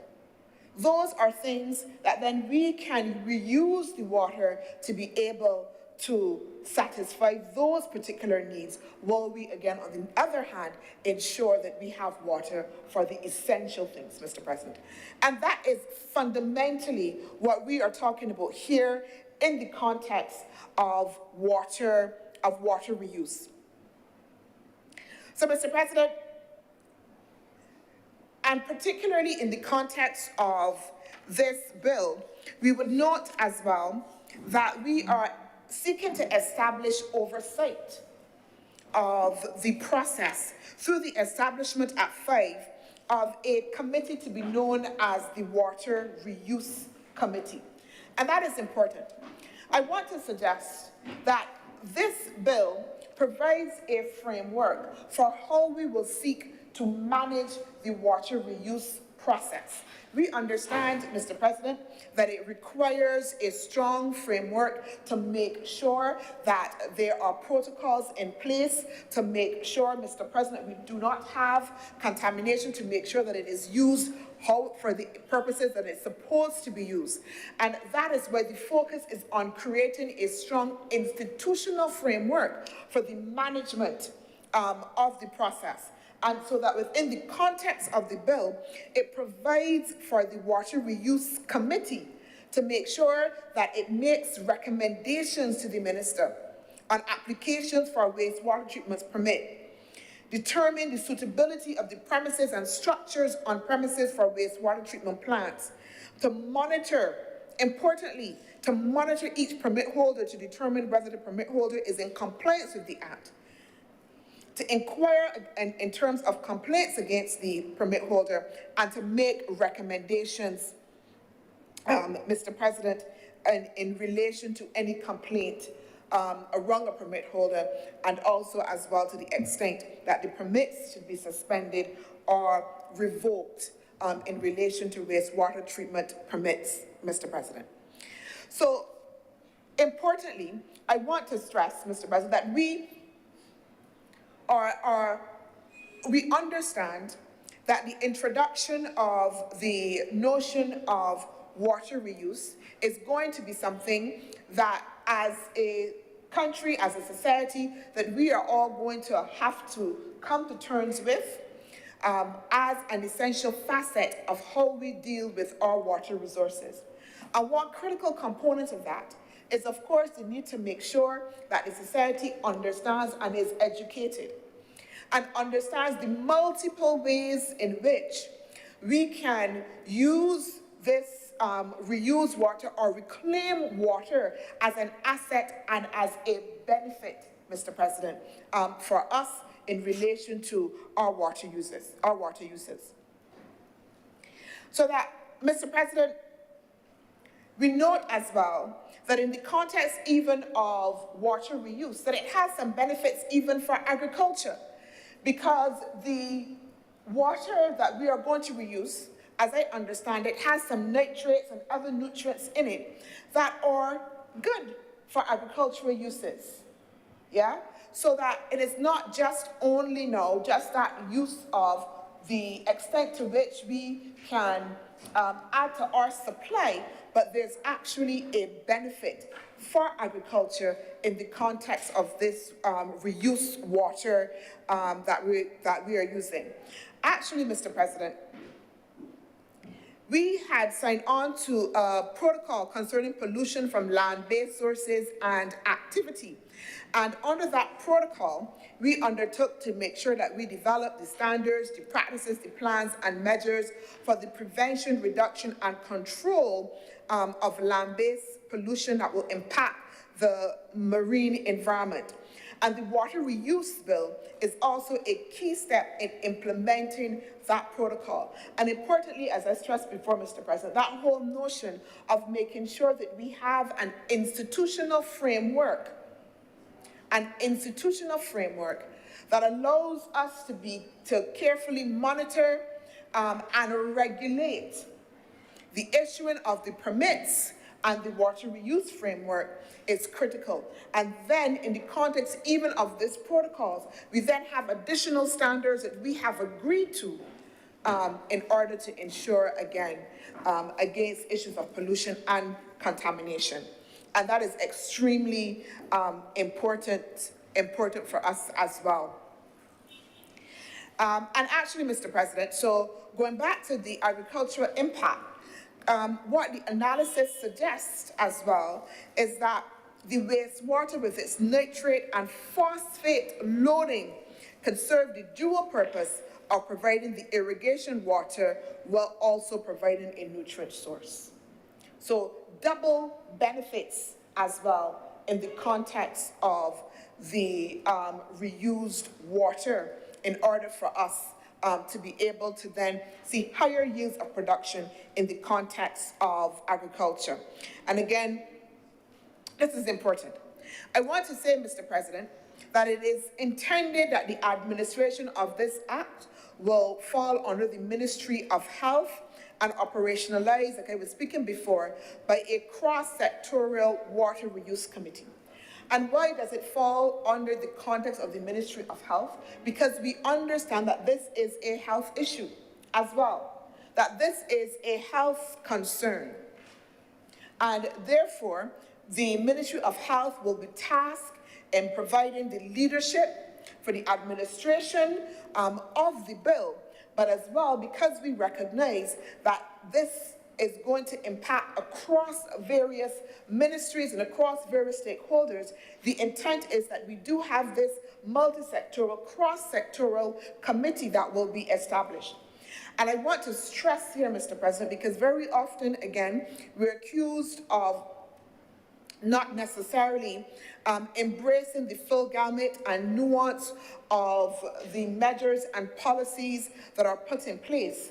But in the context of this water reuse and the establishment of the committee, we've paid attention specifically to that nuance, and that's the reason, again, by making sure that we have this cross-sectoral water reuse committee. Importantly, there is already significant cooperation happening between the Ministry of Health and the Ministry of Environment as well. And as well, may I add, Mr. President, as well, the Ministry of Public Works, and particularly where it involves the Barbados Water Authority as well. So already there is collaboration and discussion. We recognize that this is also going to involve testing. So it means then that we have to work with laboratories, etc. And Mr. President, we are working to make sure that we have those conversations, that we do get the necessary buy-in and bring people on board to make sure that we have the sufficient infrastructure for the administration of this water reuse. The intent, and I do want to stress again that in the context of this bill, that reclaimed water that we are talking about here is intended for non-potable uses. Mr. President, I cannot stress that enough. It is not intended for drinking. This is not water that we are giving back to people to drink. The intent is for non-potable uses, Mr. President. And again, we talk about some of those uses in the context of what we need to be able to replace the use of our current potable water with this reclaimed water. And I think, Mr. President, I would want to really call on Barbadians. And I hope that we're not deterred by this notion that we're not water scarce, you know, we have sufficient water, etc. Because it's important that people understand that we still need to be able to conserve. We still need to be able to conserve water, Mr. President. Just because we see that we are having heavy rainfalls now, as I said before, this should not obscure the fact that we may have heavy rainfall for 2-3 days and no rainfall for 2-3 weeks. And the extent to which that balances out, Mr. President, is then something that we have to then deal with. And I made the point before and reiterate it again, that we have to look not at today. We have to make sure that we are future-proofing, Mr. President. What is the analytics when it comes to climate change and its impact for the next 5-10 years, Mr. President? What does the water usage look like next 5-10 years? And the question that we must ask ourselves as a government, as citizens, is whether or not we want to be able to take the risk that we do nothing, that we don't act. And then, what will be the implications? Mr. President, I want to note, as I said, and I indicated previously, how the government, through various policy measures, have been trying to address various aspects of this issue. But also note as well that, again, under the Barbados Water Authority, that we have been attempting to make sure that we can attract grant funding to help deal with not only the issue of addressing the water scarcity, but also the infrastructure as well. As I talked about before, the old pipes, the leakage, etc. We understand that that is also critical to addressing the issue. So we are not here claiming, Mr. President, that this water reuse is intended to be the fix-all, that by implementing this water reuse policy, Mr. President, that we will have addressed the fundamental issue of access to water and how we should address it. That is not what this bill is attempting to do. We fully understand that this is one plank in the process. But we are also working on the other pillars. The Barbados Water Authority, through grant funding from the Global Environment Facility, and also as well through the Green Climate Fund, is seeking resources in order to repair mains, Mr. President, in order to ensure that we reduce leakage, in order to better measure what is called that non-revenue water, that water that is lost, Mr. President, again through leakage, etc., so that then we can be able to adapt and to see where it is that that leakage is occurring, what it is that needs to be repaired and replaced, Mr. President. So that itself is an ongoing program and body of work as well. We talked also as well about the issue of water harvesting, and that is also critical to the process. and something that we need to be able to address. So as I said, Mr. President, multiple planks to this issue of access to water. It is complex, it is nuanced, Mr. President, and I hope that we are appreciating the complexity of the issue, but also as well appreciating that government, again, is trying to face it and fix it in the context of making sure that we can deal with the issue of water reuse and how we can ensure that we can at least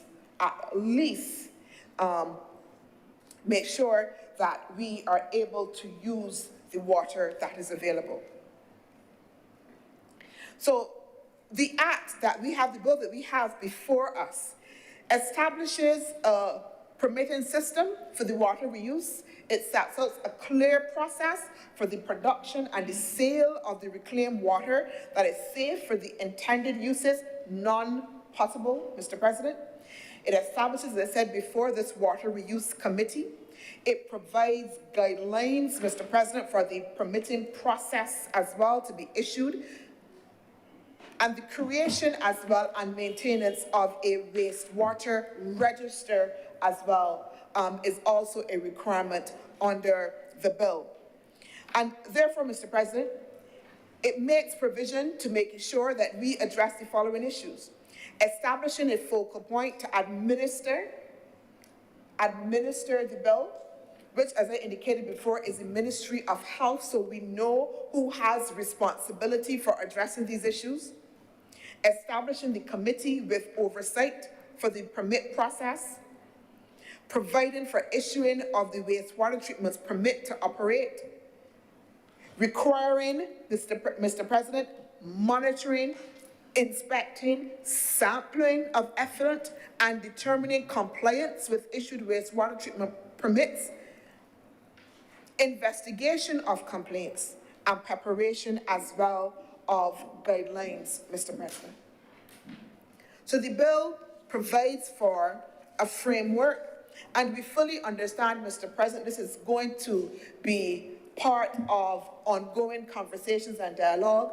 This is, Mr. President, an act. We need to be able to have the guidelines developed, the regulations fully fleshed out, and that will involve ongoing conversations with key stakeholders as part of this. So this is not, and we're not saying, Mr. President, that after this passes, we open up and then permits will begin to be issued right away, and we'll have all of these permits circulating. That is not the case. We fully understand, as I keep saying, the complexity and the nuancing of the process, and we are also fully committed to continuing as well to be able to engage with the necessary stakeholders.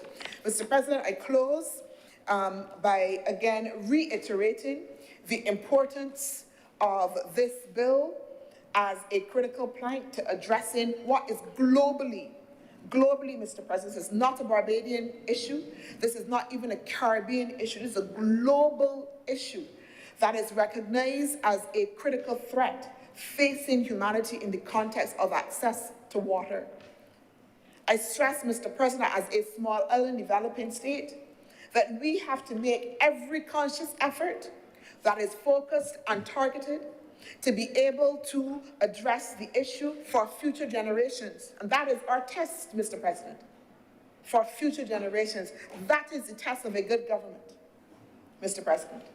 And that is what this water reuse, Mr. President, this water reuse bill is attempting to do. I'm obliged, Mr. President. Thank you, Senator Dr. Moroni. Move to second reading. Yes. Mr. President, I do not beg that this bill be read a second time. Thank you very much. Any contributors to the debate? Senator Malado. Thank you, Mr. President. Subject that we dealt with a little bit earlier. I'll deal with a couple of other areas, if I might. First of all, I guess I would like to start out by saying that I have a document in front of me entitled The Government of Barbados State of the Environment Report 2000. very, very informative document, Mr. President. And I'm very pleased to say that in the foreword of this document is delivered by none other than our Deputy President, Senator the Honourable Elizabeth Thompson. In this document, 23 years now old, in the foreword, and if I might quote, it reads, "It is the government's wish that the report should serve as an accurate source of information to all citizens, as well as international interests. It's also designed to provide a platform on which future analysis can be built and a yardstick against which Barbados stewardship in the area of environmental resource management can be objectively assessed." Excellent document, excellent lead into it. And I'm very pleased to say in section 5.4.1 on page 45, Mr. President, I would again like to quote, with your permission, the last paragraph of section 5.4.1, and the report says, "It is clear that Barbados's water demands exceed a sustainable yield. Under these circumstances, the risk of salt water intrusion into the aquifers due to over-abstraction constitutes a significant source of stress to the quality of the water supply." Mr. President, it would be reasonable to ask, why have I gone to this document from 23 years ago? It was published in 2001, so in fairness, maybe let's say it's 21 years old. I'm saying because this is not a new problem, Mr. President. This is a problem that has been recognized by previous governments, by previous parties, many different people. The problem hasn't changed, Mr. President. What is perhaps an issue with this is that we haven't done anything about it. I struggle with this, Mr. President. I struggle.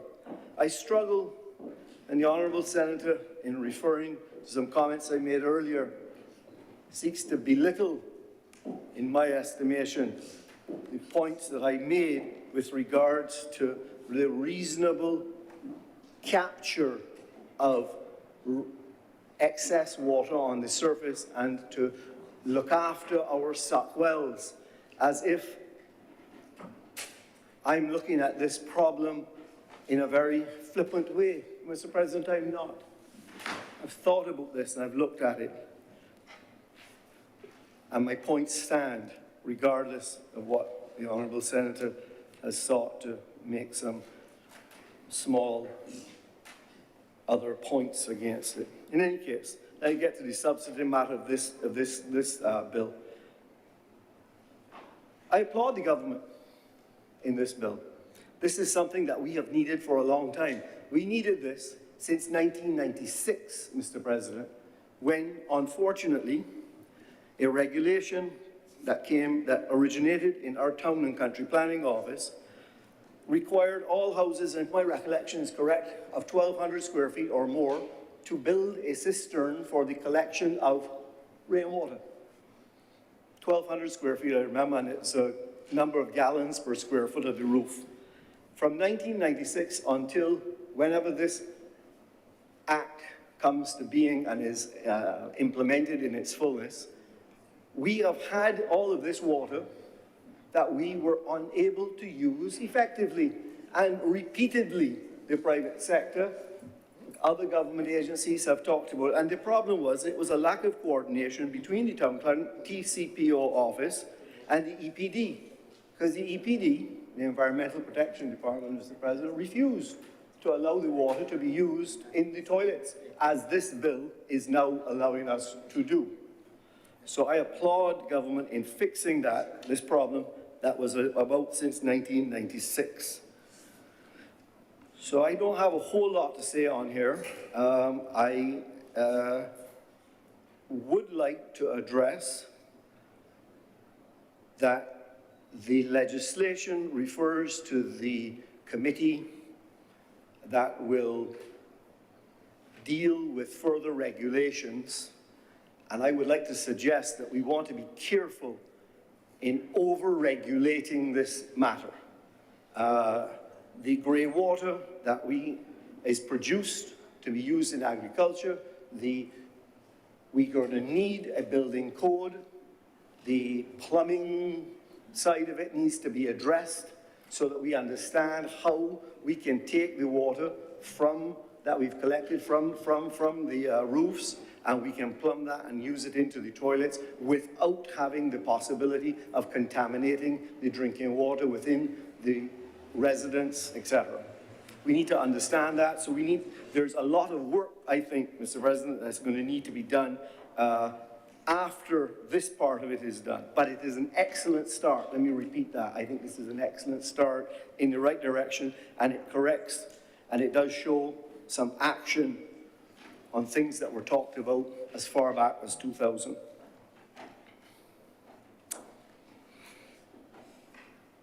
I would like to make one other suggestion before I conclude, Mr. President, which is that I would hope that in short order, this committee, having gone in this direction with this legislation, we could address how we could expand the storage of potable water at residences, commercial buildings, hotels, and the like.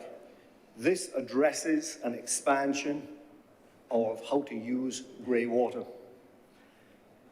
But had we, in 1996, instead addressed that TCPO regulation to a potable water supply, if you think of how many houses have been built since then, how many hotels or commercial buildings, if each of them had been required to have a potable water storage, the capacity for storage would not only rely on what the Barbados Water Authority could build, it would have also almost generically expanded, if I could call it that. So I do hope that this is a start to a continued focus on how do we store more water, how do we capture more water, how do we treat with agricultural land where we are capturing the water, all of those things. I hope that this is a start to it. And with those few words, Mr. President, as I say, I shall endorse the direction of this bill, and I am happy to support it, and I look forward to the other comments of my fellow senators. Thank you, sir. Thank you very much, Senator Malado. Senator Dr. Brathwaite.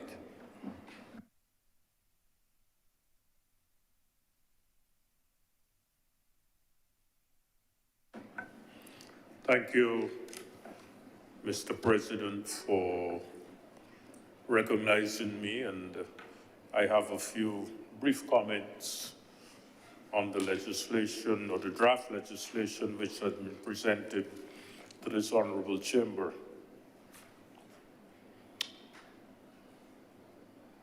The bill says a bill to provide for the capture, collection, treatment, and reuse of wastewater for various purposes. I think, Mr. President, it is clear to me that the bill provides a legal framework for the use of wastewater for use in our country. It recognizes, in my view, that the use of wastewater will contribute to increasing the overall water supply, both for domestic and for agricultural use. Mr. President, the plans are clear. The mechanism for management is clear, with the provisions for the use of a multidisciplinary committee, a register of users, penalties, and appropriate administrative redress for contravention of the provisions of the bill.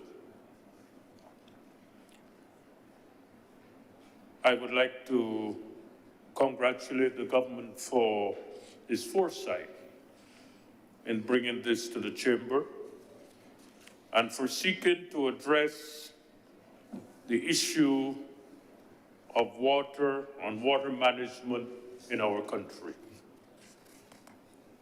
Mr. President, I have a few concerns related to the document which has been presented to us today. My first concern relates to page 21, section 24D, where the use of black water, there's caution on the use of black water for agricultural use. Page 21, section 24D. The use of black water for irrigation and treatment and edible crops, which are to be sold or otherwise supplied for human consumption. I think there's an important part of the bill that needs to be managed carefully. And I would advise that appropriate steps be taken to ensure that all food safety regulations that relate to the proper management of edible produce be taken into consideration when we speak of the use of wastewater. We have seen over the years, Mr. President, efforts which have been taken to remove from the market crops that have been contaminated by wastewater, by E. coli and other bacteria, causing gastrointestinal infections, disease, and health challenges in populations around the world.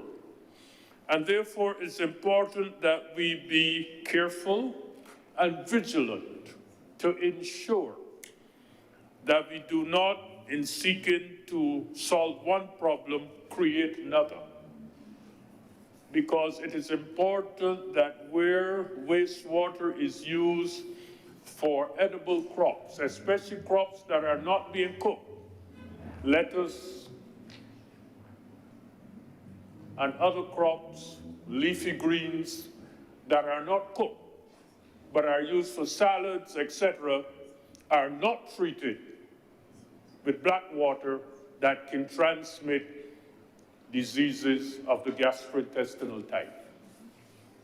And so I would urge caution, vigilance in ensuring that we adhere to appropriate food safety standards and procedures in the use of this kind of water for edible crops. That's my first comment, Mr. President. My second comment relates to section 26(1)(d). 26(1)(d), where we speak to administrative penalties. In that section, Mr. President, it's indicated that, if I can find it, in that section it's indicated that there will be an administrative penalty, administrative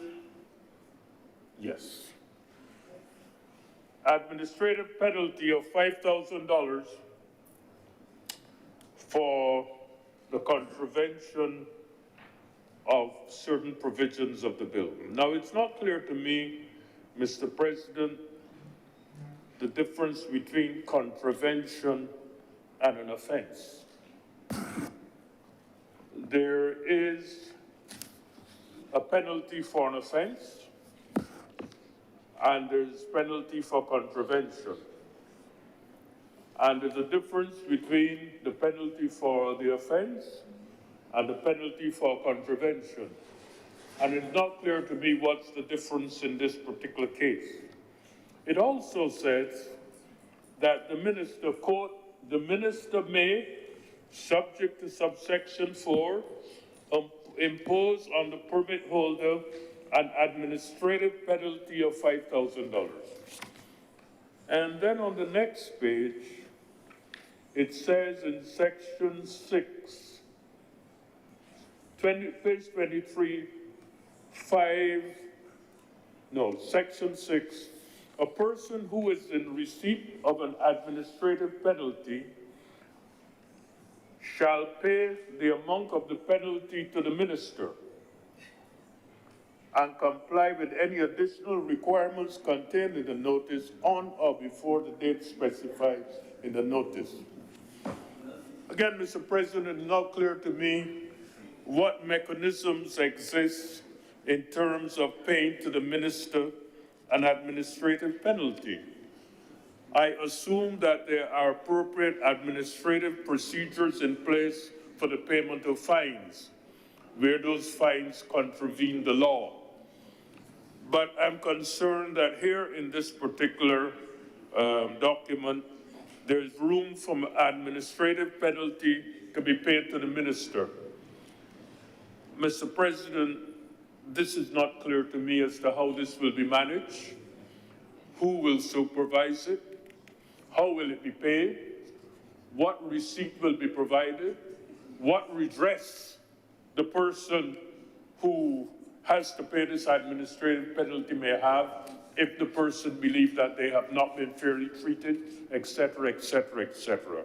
I believe, Mr. President, with all due respect, that this requires some clarification as to how an administrative penalty in the context of this particular legislation will be managed, as opposed to a contravention of the legislation where a fine is in fact imposed.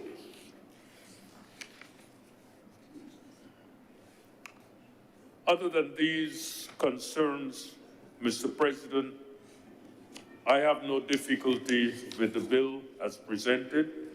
I think it opens an opportunity for us to be more efficient in the use of the water resources of the country.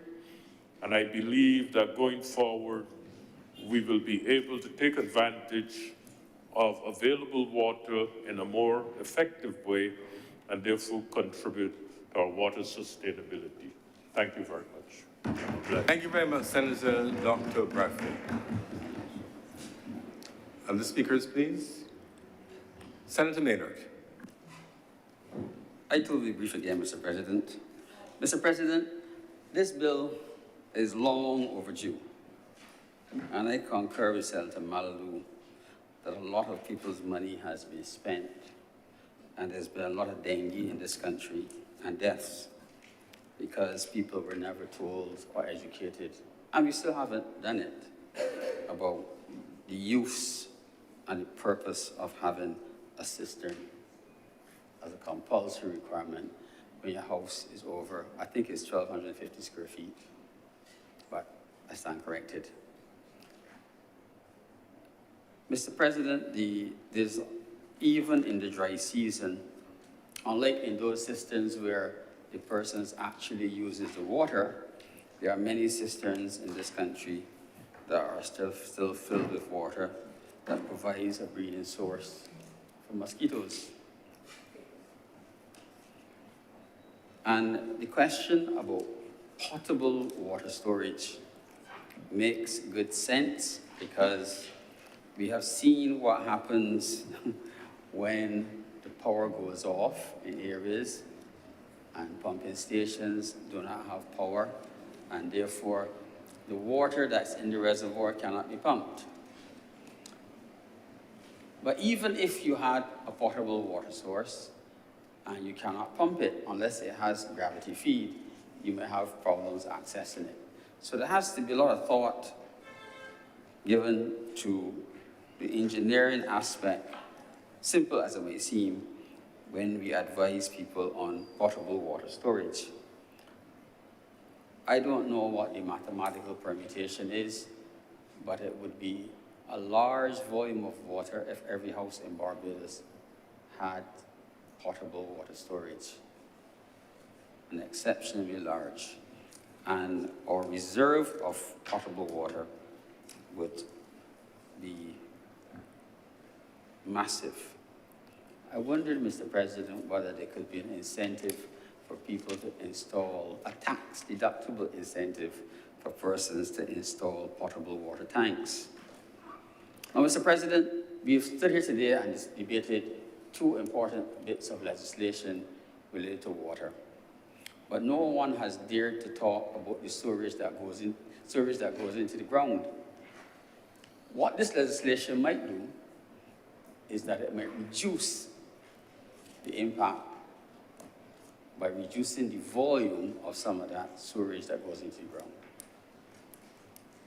If it is applied to future communities where, I suppose, in areas like new developments like the Hope project, in the same way that you could have, in the same way, Mr. President, you could possibly have photovoltaic electricity generation, one may be able to look at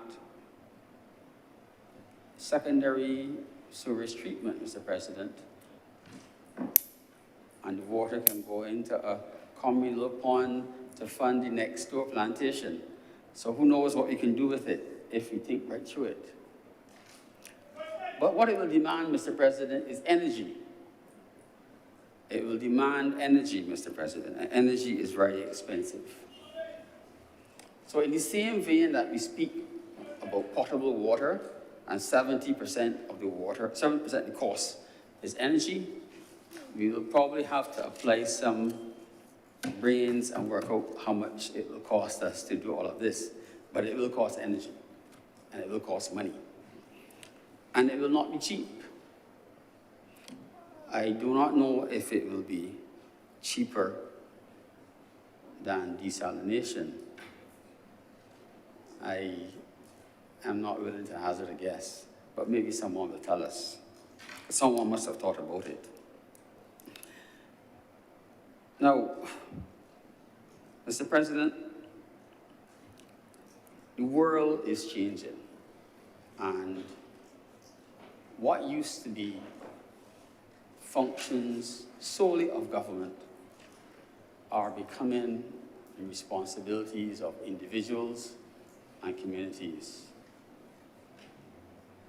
But we have to remember, Mr. President, that if we want to have some of the responsibilities of government passed back to the community, the taxes that we pay the government for those functions will have to be looked at. So I cannot be paying a garbage and sewage tax, Mr. President, for treating my sewage when somebody else is now doing it and making money on it.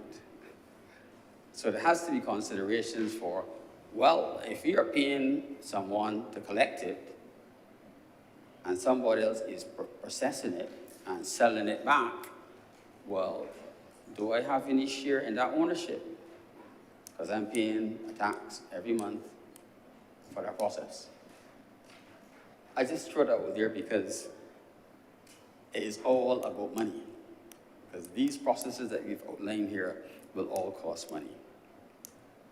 I noticed, Mr. President, very interestingly, that as Senator Brathwaite did, that the fee is paid to the minister.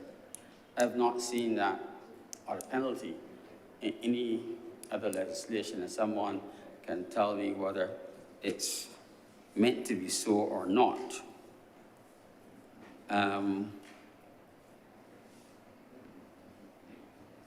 I'm a little bit surprised, since I didn't have time to read the bill before today or get any clarification on it. Now, there are lots of details that are left to work out, Mr. President.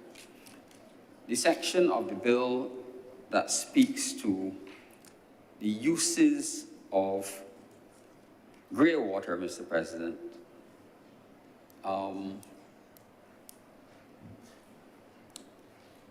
one could almost add on anything other than potable. And there are functions that happen in the community, like construction, where large volumes of water are used, and most of that water tends to be potable water.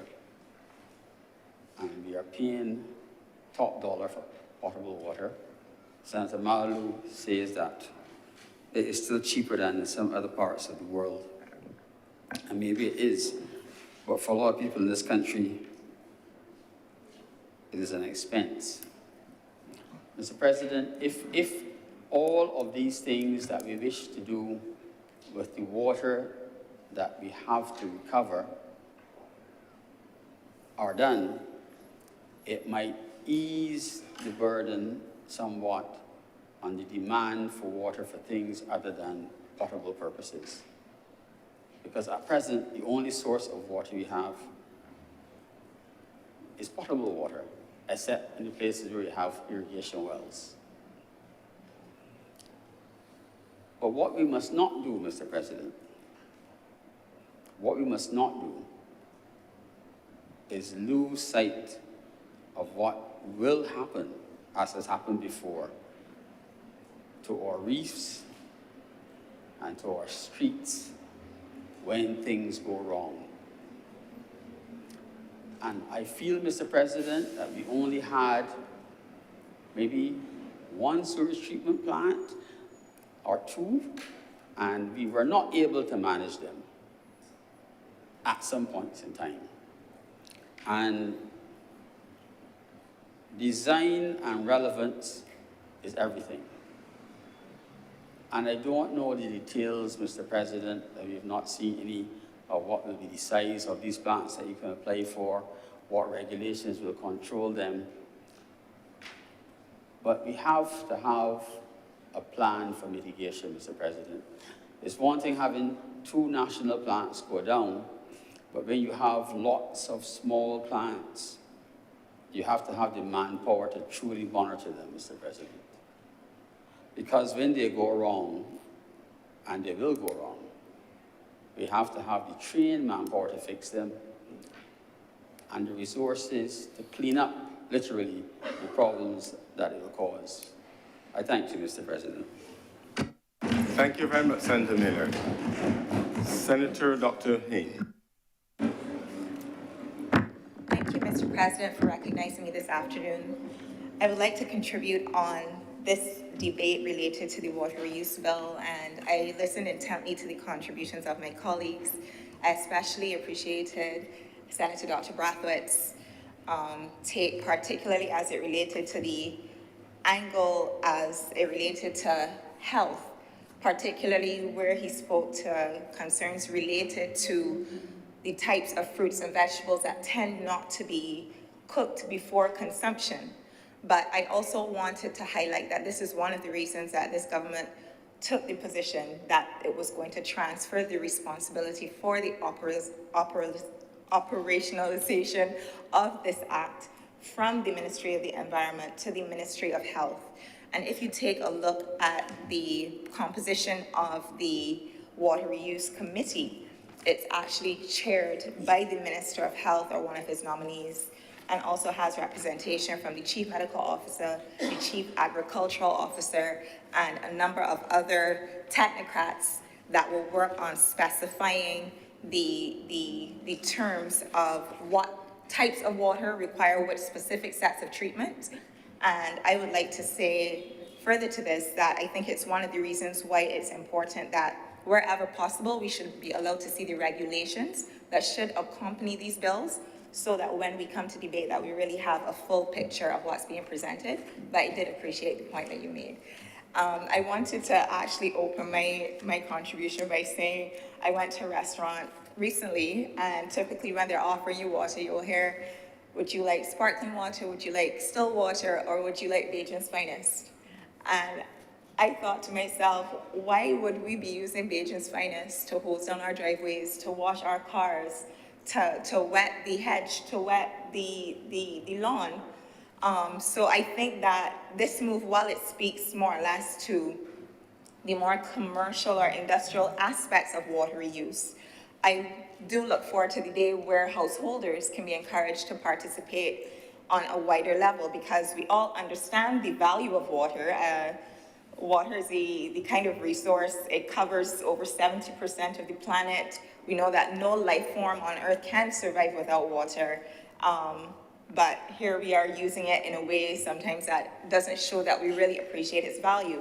And in the context of a water scarce country, as it's been established that Barbados in fact is, being the 15th most water scarce country on the planet, we have a responsibility to be better stewards of this rare but valuable resource. And I want to commend everyone who had a role in bringing this bill before us, and I look forward to its operationalization. Why am I struggling with this word today? In my research, I found that there were actually 16 different wastewater treatment plants, or regardless of whether large or smaller scale, already in existence. And of those, 18 are already practicing water reuse. I believe that the Environmental Protection Department had a role in terms of the monitoring, but this kind of formalizes it a bit more. And I think that the bill really tried to cover, but once again, I look forward to seeing the regulations that will follow. It's expected to add an additional 5 million gallons to our water supply, and this is something that's critical. Right now, we are living in drought conditions. We all know that a prohibition was set out from April 24th to extend to the 30th of June of this year, based on recommendations from the Caribbean Association for Meteorology and Hydrology. They said that we're basically going back through an El Nino phenomenon. The World Meteorological Organization also recently concluded a meeting where they released a press document that indicated that for the first time within the next 5 years, the planet is expected to get to temperatures that surpass the 1.5 degrees Celsius. For the first time, there's a 66% chance that the global temperatures will surpass 1.5 for the first time compared to pre-industrial levels. And that's the level that we said was the point of no return. So here we have a situation where we're experiencing drought conditions. Our aquifers aren't having the opportunity to recharge. That's compounded by our climate reality, where the oceans are getting hotter, and we are seeing less rainfall. We have a critical situation, and I think that what we're doing here is going to better put Barbados in a position where we can manage resource in order to support not only livelihoods, but support the industries that we want to see transform in the next few years. I had a chance to take a look at the estimates related to agriculture. I noted that the Ministry of Agriculture has made a significant investment in water harvesting. Their ministry specifically has established water harvesting facilities at River that has a 6 million gallon capacity, at Layers with a 21 million gallon capacity, Haggett's with a 4 million gallon capacity, Bawden's with 2 different 3 and 4 million capacity water harvesting plants. And I just wanted to say that we are dealing with our water scarce situation in a multiplicity of ways. We are not only dealing with water use, we're dealing with water harvesting. In addition, we understand that the Green Climate Fund has invested an $80 million grant that will be put towards upgrading our mains in terms of upgrading our reservoir systems. We know that there have been chronic issues plaguing the north of the island. Typically, this has been related to the aged infrastructure. The mains in some parts of the country are over 160 years old. You are sure to see a burst main most days of any week, but overall, we know that this is a very, very costly venture. It's going to be something that we will have to tackle over the longer term. It will take time, but we've already seen significant investment made. We no longer see people on the east of the island complaining. The Vineyard Water Augmentation Project has done significant benefit to the people on the East Coast. I actually have a member of staff who lives in St. John, and I remember her complaining about the road being dug up. So I said, is it a roadwork situation? It turns out it was actually that they were doing mains replacement in order to run water to supply her area. So I had to ask her, circle back and ask her, when last have you had issues related to your water supply? And not at all recently. So with the recognition that we are facing a challenge that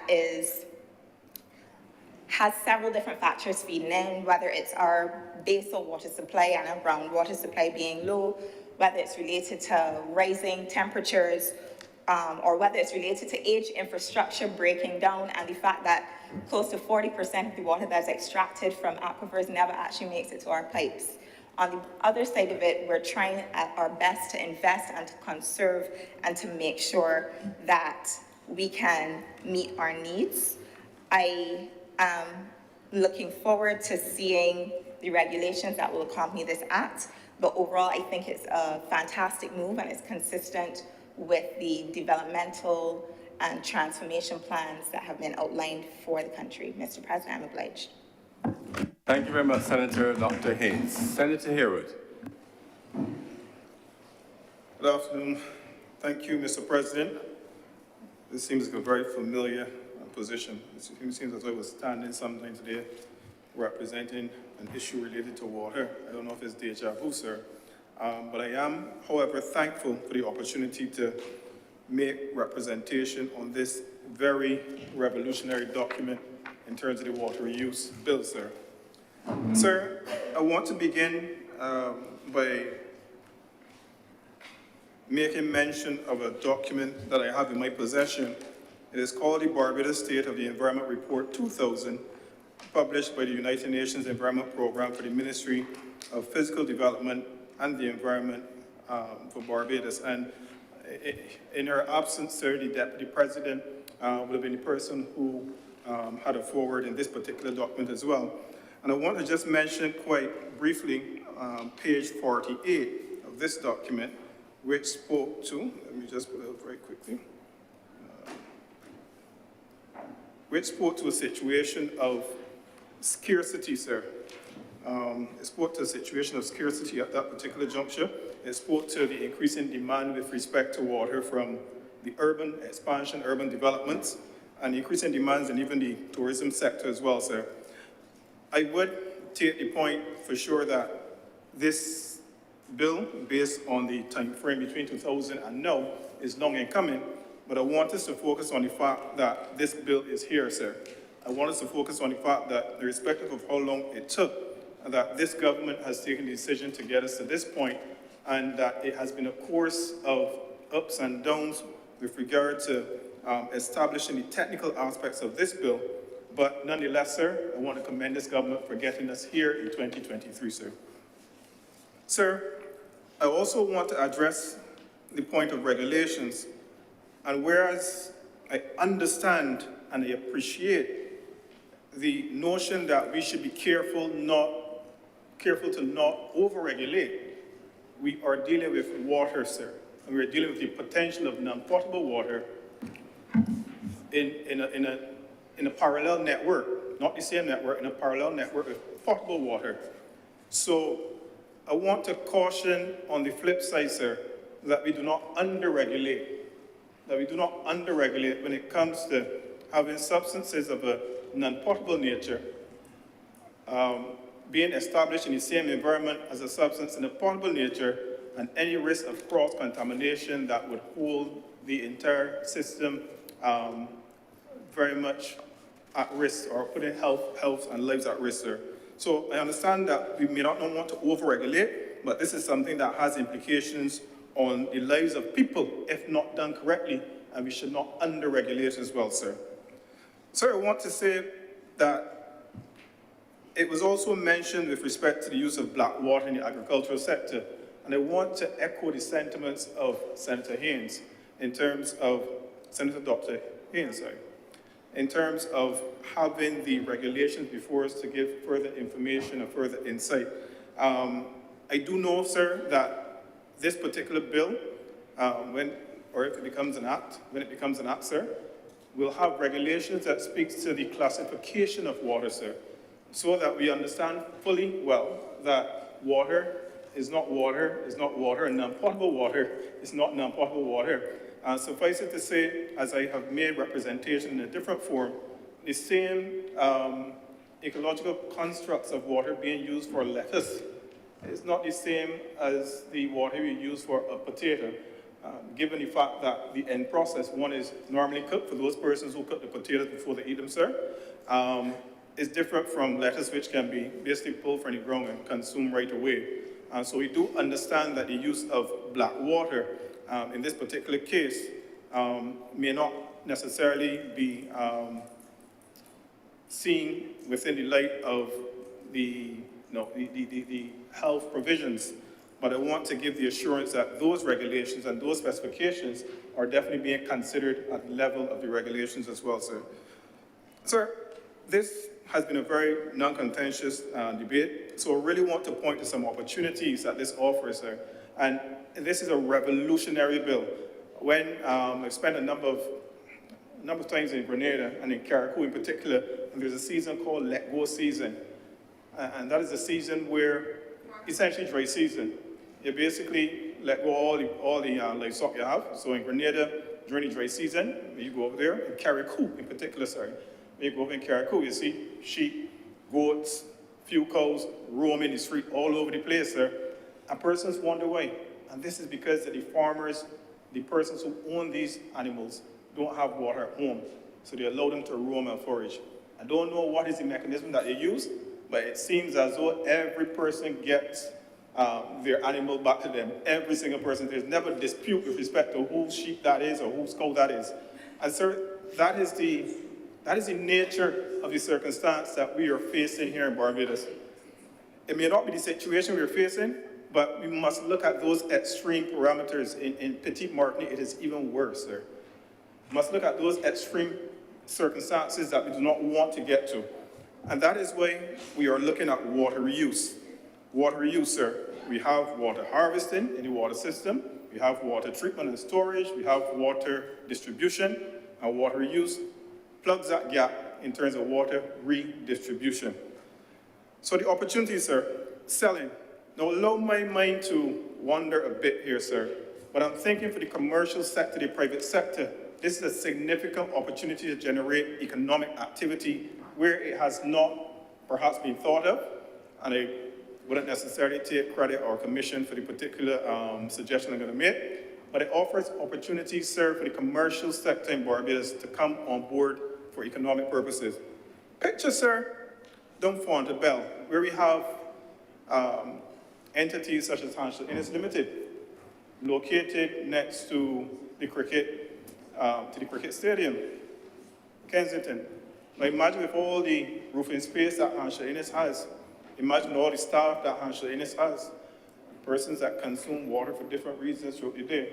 And imagine, sir, if we had to install a treatment plant that met the specifications in alignment to this particular bill, and Hansel Innes decided that we have enough to run our plant to do what we do for non-potable purposes, non-potable water purposes, but we also have excess.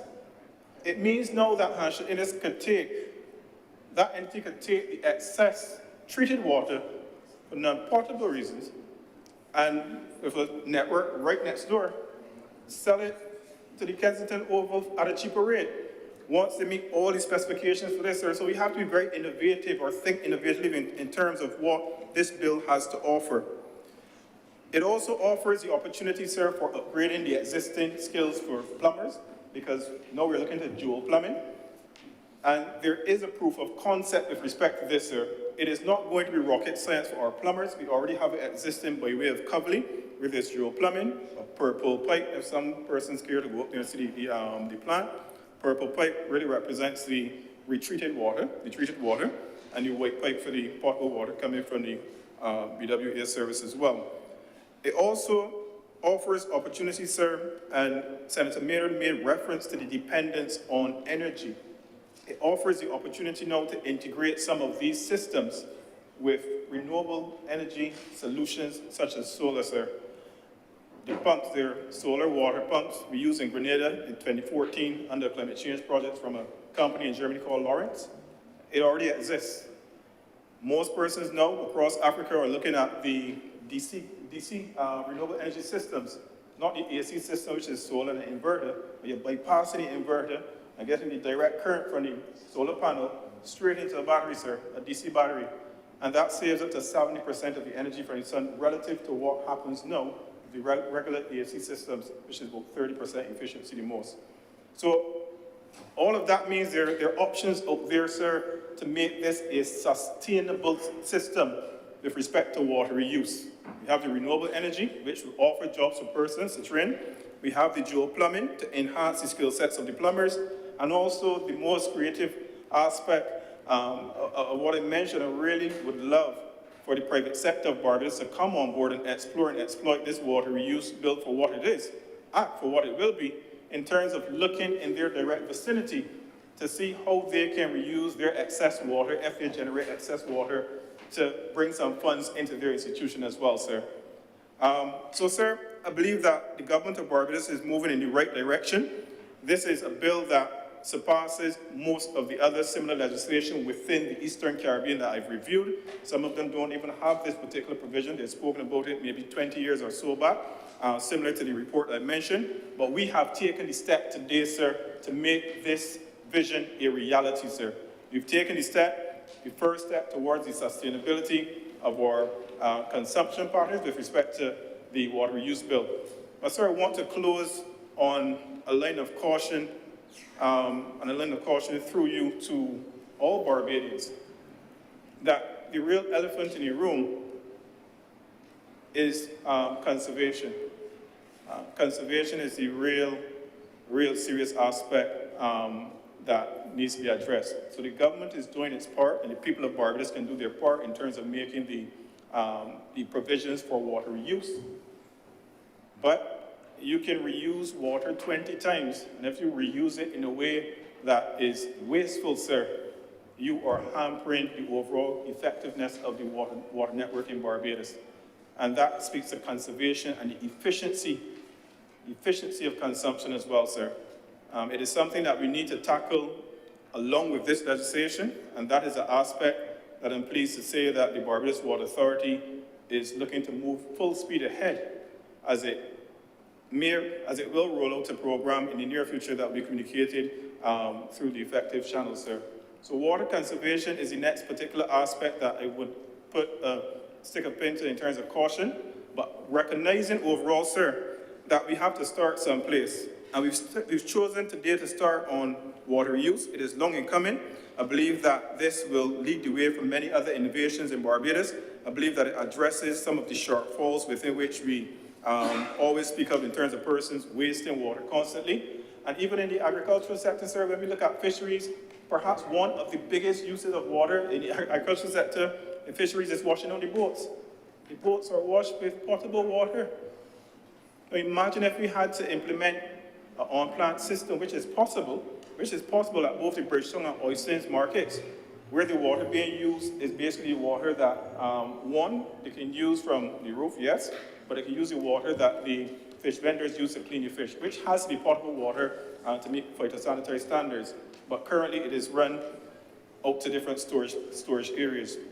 So, sir, I want to end by saying that this water use bill, yes, it speaks to the treatment of wastewater, but it offers significant economic opportunity and innovation throughout Barbados once implemented correctly, which we will do as a government, sir. So with those few words, sir, I would like to commend this bill and would like to offer my full support on behalf of all other senators on this side.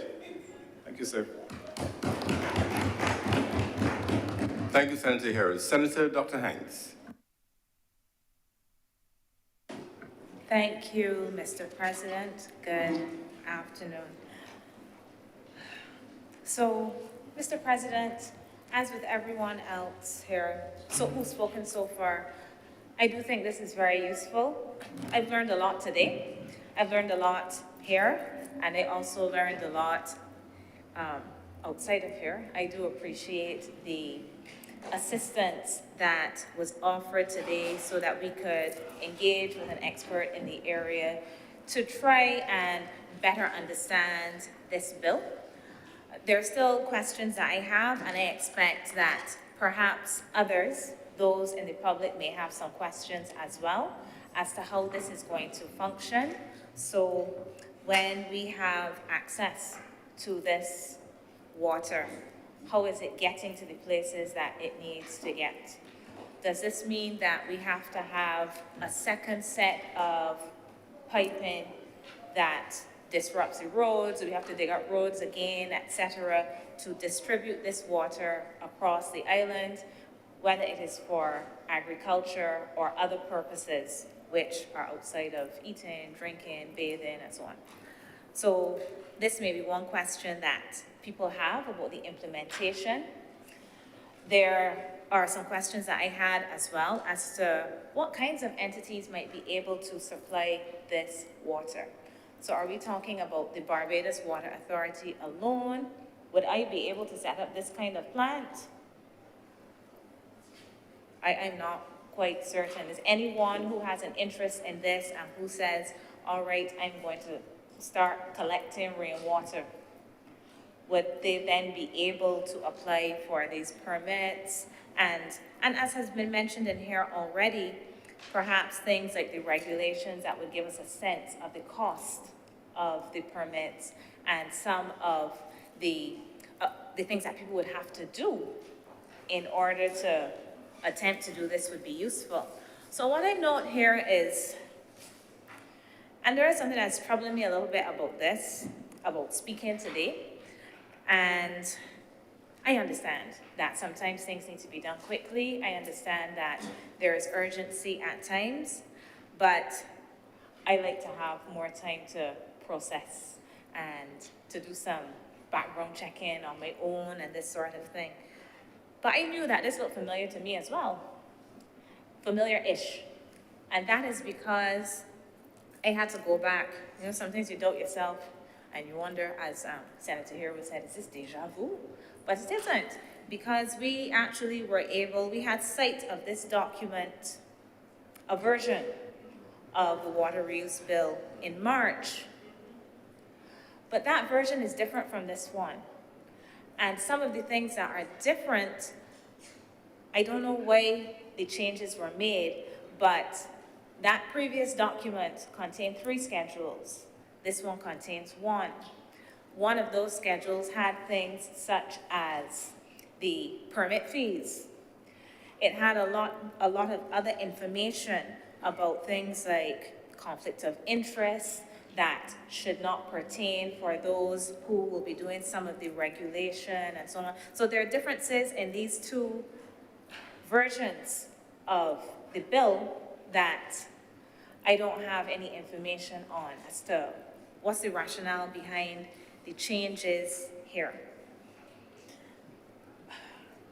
So what I'm trying to say here is that although this is useful, there are still some questions that I would love to have answered, and not just for my personal curiosity, because I am personally curious about it, but also for that of the public, so that, you know, when we see things happening, people complain, they're always digging up the roads,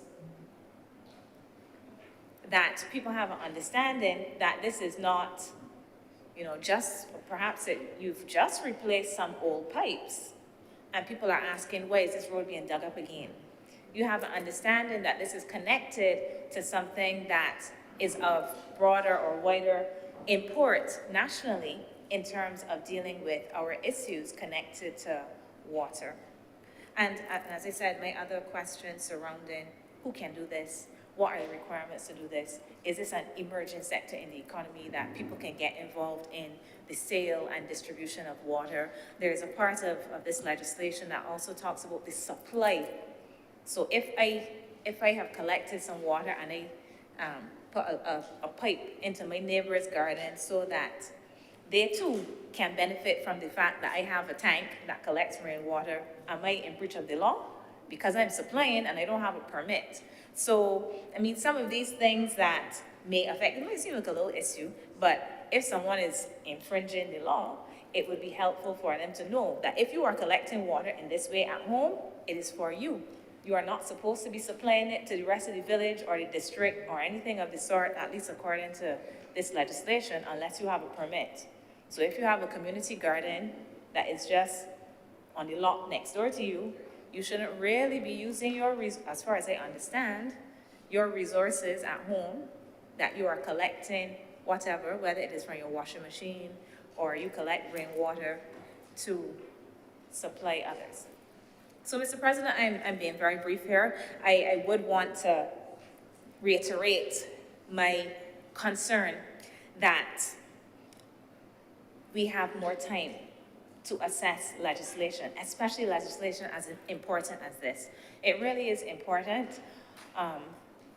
We've heard here already how critical water is to all of our lives, how important this matter is to Barbados because of the scarcity. I have some little concerns about the health and safety elements that Senator Dr. Brathwaite raised, as well as Senator Dr. Haynes. We wouldn't want to be, even in our own activities at home, doing things that then cause illness unintentionally because we think that we are helping to conserve water. We are doing something that is good. So these are things that I think need a fuller treatment and more time for those of us who are privileged to be in this place to ruminate on, as well as, I would say, those, when this bill, one assumes, is enacted and becomes legislation, for the public to have an understanding of as well. In particular, those people who are going to see this as an opportunity to do some things at home. We would want to, if people are paying attention in this way, but we would want to ensure that they are doing so safely. Mr. President, those are my few words, and I thank you. Thank you very much, Senator Dr. Hines. No more speakers. Senator Cummins. Senator Dr. Morrow-Knight. Thank you, Mr. President. Mr. President, let me first start by thanking all of the members in this honorable chamber for their contributions. I believe that we've had a thoughtful discussion around this bill, and I take note of the sentiments in respect of the fact that the honorable chamber did have a short period of time for this amended version of the bill. And I do want to thank everyone again for rising to the occasion and for the contributions that were made. I do as well want to recognize all of the various government departments, entities, and ministers that would have worked assiduously in putting together the water reuse bill. This is no mean feat. As I would have said, Mr. President, this has been on the order paper for some time. There have been various iterations of it, and one of the reasons why it was not brought previously was, again, the need to make sure that there was careful consideration of the elements. And in particular, Mr. President, I want to identify the Deputy Prime Minister, the Honourable Santia Bradshaw, and all of her officials that would have been working assiduously for the Barbados Water Authority in terms of making the critical input. I want to as well recognize the Ministry of Environment, particularly EPD as well, which would have led the initial framework for the water reuse bill. And then, of course, the Ministry of Health, Senator Dr. Jerome Walker, who isn't here with us as he's on travel duty as well, also making critical inputs. So as I said, Mr. President, this has been a work in progress that we're working on cross-sectorally, and of course as well the AG's chambers, and very critical in terms of, again, working through all of the various ministries, different iterations to make sure that we had a bill that we could now reach to this particular point before us, Mr. President.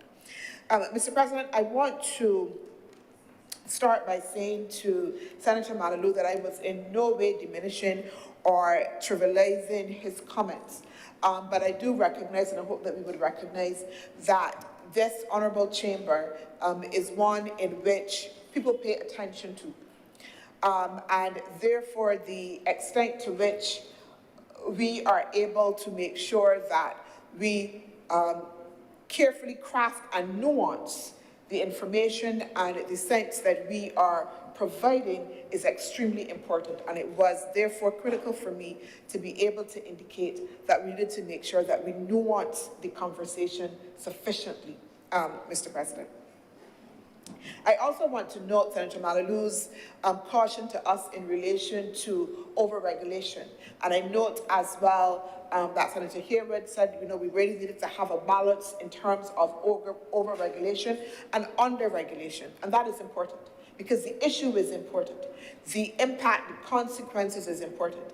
And how we are able then to have a process that is sufficiently nimble, flexible, and responsive, but also as well pay attention to the critical issues of health, as we would have heard again from Senator Dr. Charleston Brathwaite, and those implications is something that we have to be able to balance.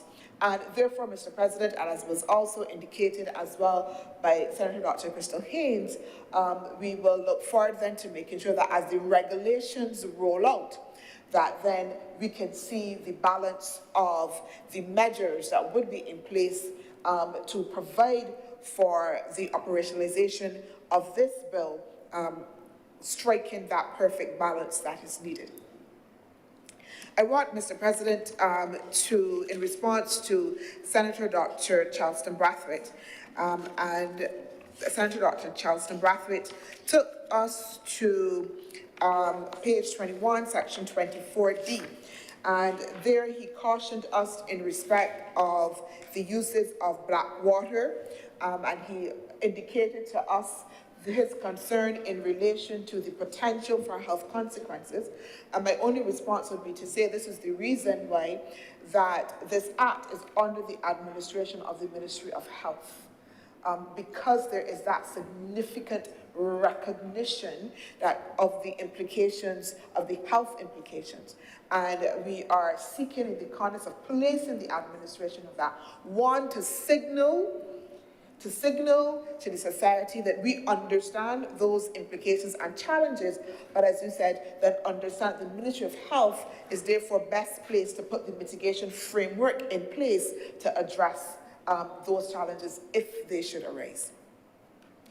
I also want, Mr. President, to respond to page 22, at page 2226.1. Again, Senator Dr. Charleston Brathwaite pointed us to at section 26D, and he was asking in relation to what is the difference between a contravention and an offense, because at page 24 you had an offense, at page 26, sorry, at section 26, we're now talking about administrative penalties for a contravention. And Mr. President, you can think of it in the context of minor and major incidences. If you look at 24, again, where we are talking about offense, 24, if you would recall, Senator Dr. Charleston Brathwaite through you, Mr. President, is really when we are talking about people using the permit in ways that will have direct public health consequences, right? So, for instance, if you are using a person who without a wastewater treatment permit sells or otherwise supplies reclaimed water, so that if it is you don't have a permit, it means that you are not being inspected, etc. That has grave implications, right? So that's a major offense, and that is why it is noted there. On the other hand, at 24, when we're talking about administrative now, that again is what you would call a minor offense, and that is where we're talking now, not necessarily in terms of an offense per se, but really in terms of a contravention, Mr. President. And I want as well to respond to Senator Dr. Charleston Brathwaite in his indication there was a concern that in the payment of the penalty applied under section 21, under 21D again, that it says that it will be paid, I'm sorry? 26, sorry, I apologize, Mr. President, 26. A person who is in receipt of an administrative penalty notice shall pay the amount of the penalty to the minister. Mr. President, the term minister here, as in other legislation, refers to the office and not to the person. We will note, Mr. President, that at section 4, it indicates that the administration of the act, that the minister is responsible for the administration of this act. So the minister and the office of the minister, and if you look at other legislation, whether it is the Postmaster General, whether it is the Controller of Customs, if they are the person who has the responsibility for administering the act, the penalties and fees are paid to the office of that person. And so in this regard, it speaks to the office of the minister, who under the Act at 4 is responsible for the administration of this act. And again, the regulations will speak to a number of the questions that Senator Dr. Charleston Brathwaite raised in respect of understanding how receipts and redress, etc., will be handled within the context of the payment of this penalty, Mr. President. Mr. President, I wanted to as well speak to the concerns of Senator Dr. Christopher Maynard, and he was talking about the notion of energy in particular, and how we integrate energy and energy efficiency within the context of this notion of water reuse. And this, Mr. President, I want to say is something that we need to consider, and thank Senator Maynard for raising it because it is extremely critical. It allows us to think about the nuance, not just in terms of the water reuse, but also, again, like we were speaking about before, how do we kind of make sure that there is coherence in terms of our policy framework? So if we're talking about water reuse, then we also need to talk about the energy that is needed to be able to generate the process. And I do want to advise that there has been quite a bit of thinking about this as well. Already opportunities are being explored for the generation of the energy from the wastewater, specifically focused on anaerobic decomposition as one of the methods, or an integration of the solid components into incineration as well. We're also exploring, Mr. President, moving the power usage to a renewable energy base as well through the use of solar PV. And so that there has been some thinking, Mr. President, in respect of how we treat to the energy that needs to be able to go into the process, but also on the reverse side, that can also be harvested as well. I want to also as well thank Dr. Crystal Haynes for her contribution, and again, reinforcing the necessity for us to be able to make sure that we have a strong regulatory framework,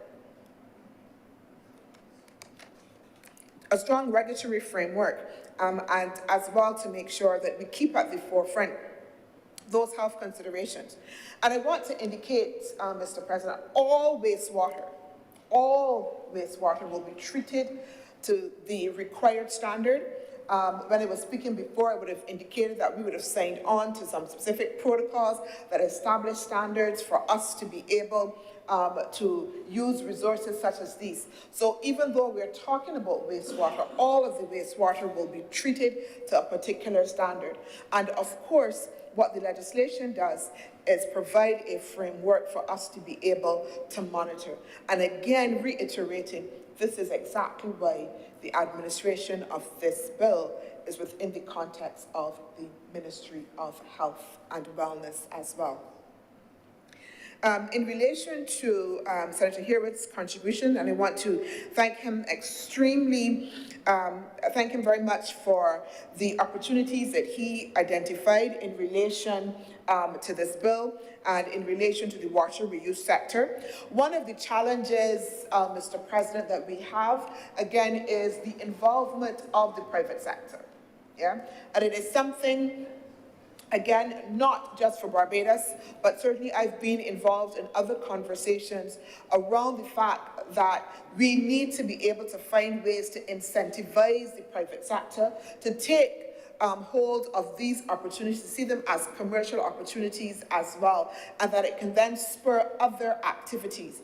Unfortunately for the private sector, again, particularly here in Barbados, because of the small market size, they don't necessarily see opportunities like these in the context of being able to have the wide profit margin that might be expected.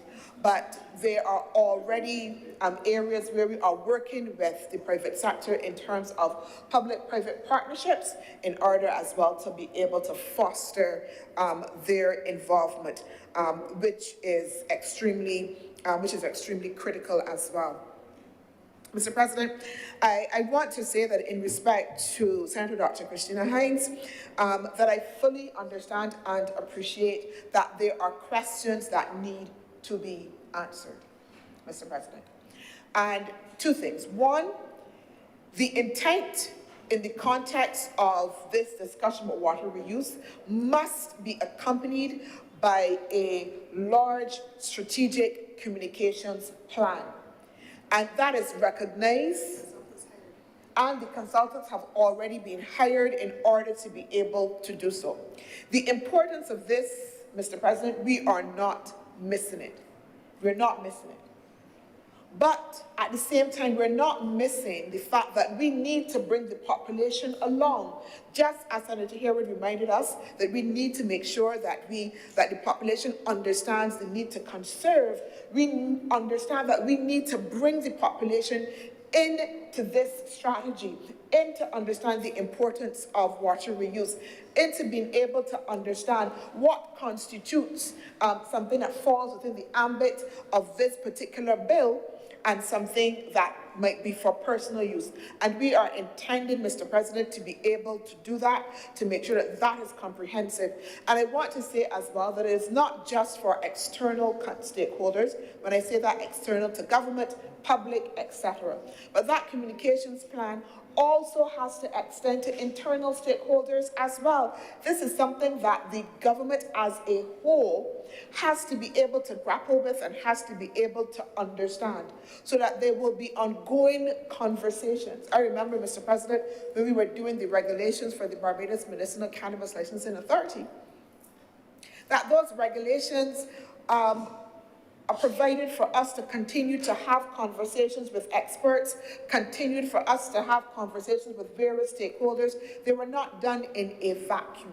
And we are making, as a government, Mr. President, a commitment to continuing to have that engagement in terms of the communications, but also as well as we roll out the regulations. Because again, as Senator Dr. Christina Hines identified, this has serious implications for health, etc., as we've all discussed. So this is not something that we can take lightly within that context as well.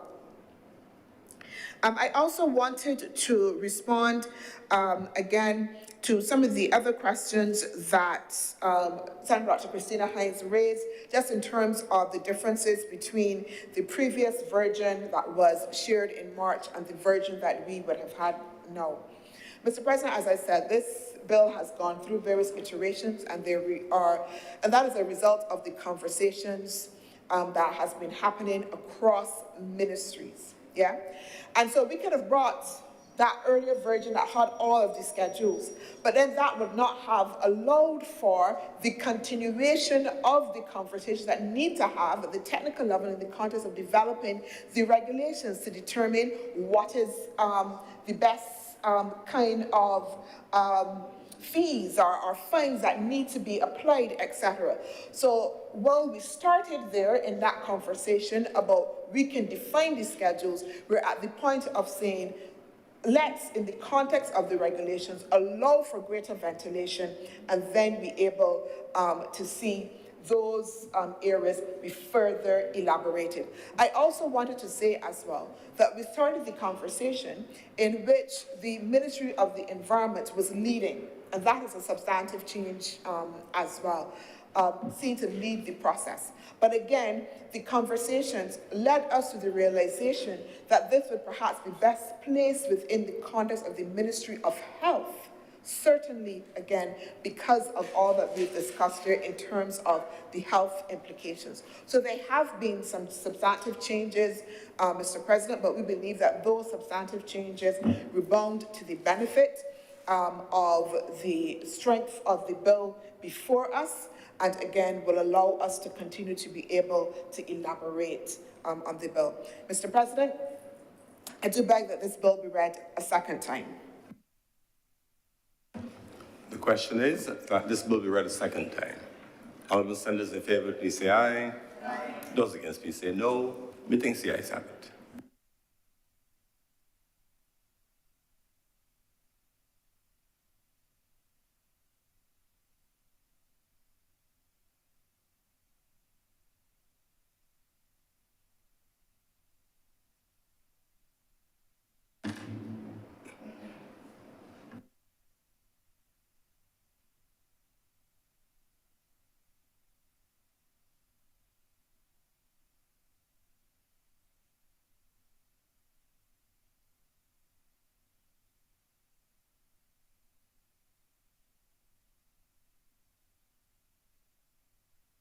Senator Cummings.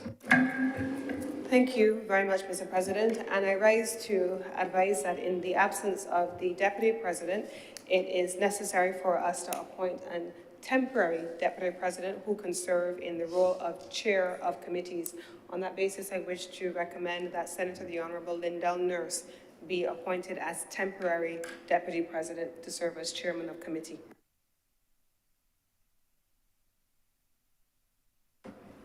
Are there any further nominations?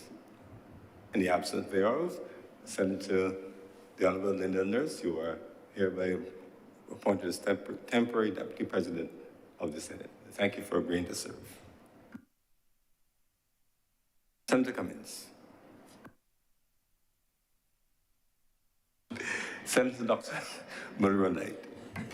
Mr. President, I beg to move that Your Honour do not leave the chair and the Senate resolve itself into committee for further consideration of this bill. The question is that I do not leave the chair and the Honourable Senate resolve itself to committee for further consideration of this bill. Honourable senators in favour, please say aye. Aye. Those against, please say no. I think the ayes have it.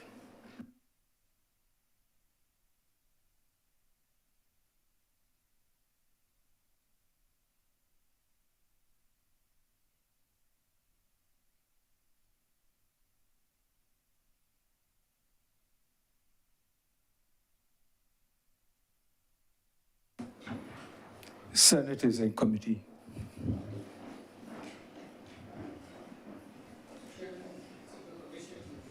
Take the bill in parts. Permission granted.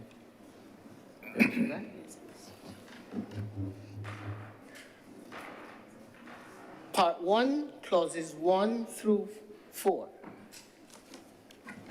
Mr. Chair, I beg to move that Part 1, clauses 1 to 4 do now stand part. The question is that Part 1, clauses 1 to 4 stand part. Those honourable senators in favour, please say aye. Aye. Those against, please say no. Methinks the ayes have it. Part 2, clauses 5 to 7. Mr. Chair, I beg to move that Part 2, clauses 5 to 7 do now stand part. The question is that Part 2, clauses 5 to 7 do stand part. Those honourable senators in favour, please say aye. Aye. Those against, please say no. Methinks the ayes have it. Part 3, clauses 8 to 12. Mr. Chair, I beg that Part 3, clauses 8 to 12 do now stand part. The question is that Part 3, clauses 8 to 12 stand part. Those honourable senators in favour, please say aye. Aye. Those against, please say no. Methinks the ayes have it. Part 4, clauses 13 to 15.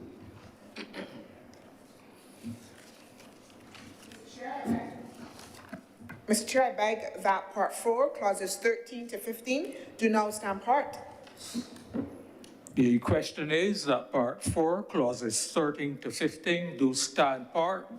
Those honourable senators in favour, please say aye. Aye. Those against, please say no. Methinks the ayes have it. Clauses 16 to 21.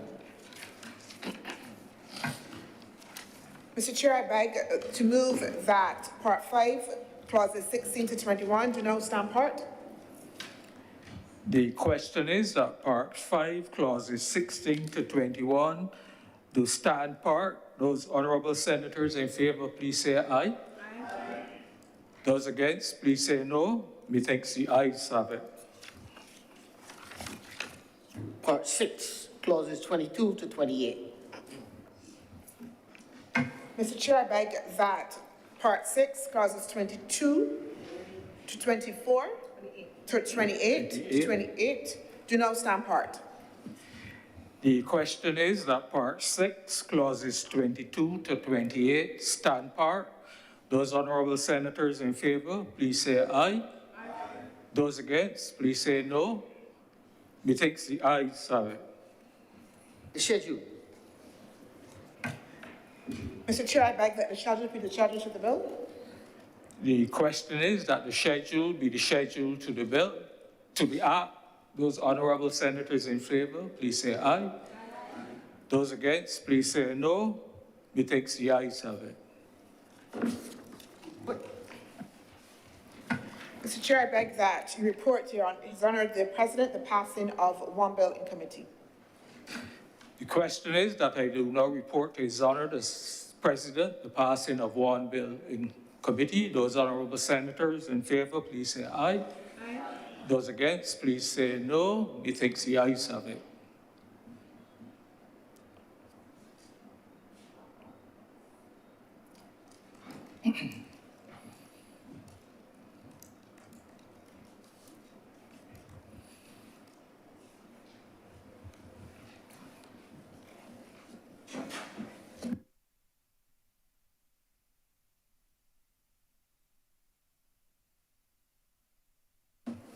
The chairman has reported to me the passing of one bill in committee.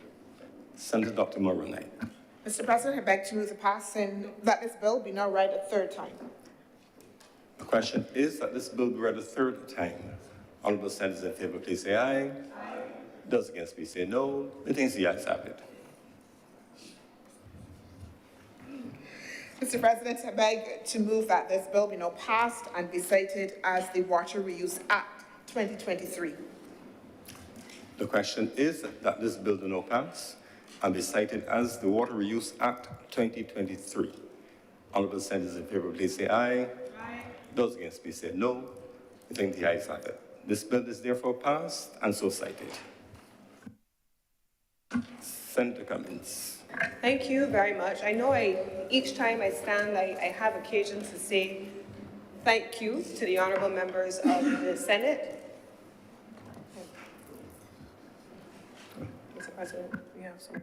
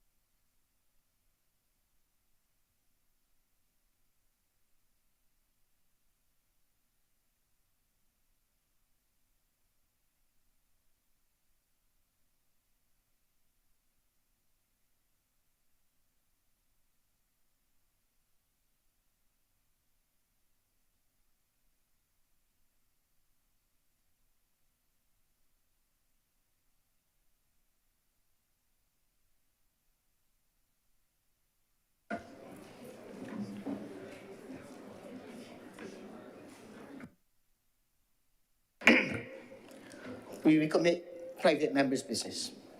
Private members' business. Senator Dr. Hines. Thank you, Mr. President. I would like to move to give notice of a resolution, private members' resolution.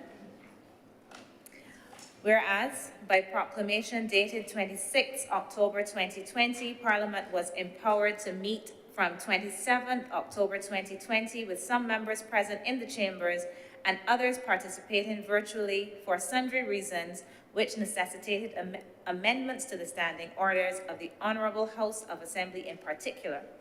And whereas, at the commencement of the 2022 to 2027 session of Parliament, the House of Assembly adopted the standing orders of the previous session.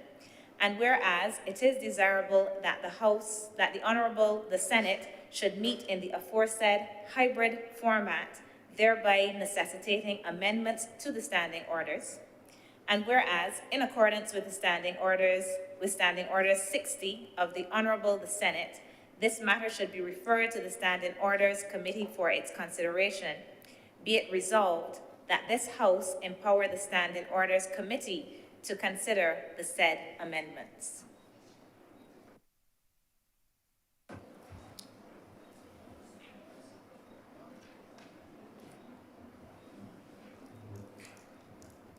Closure of public business.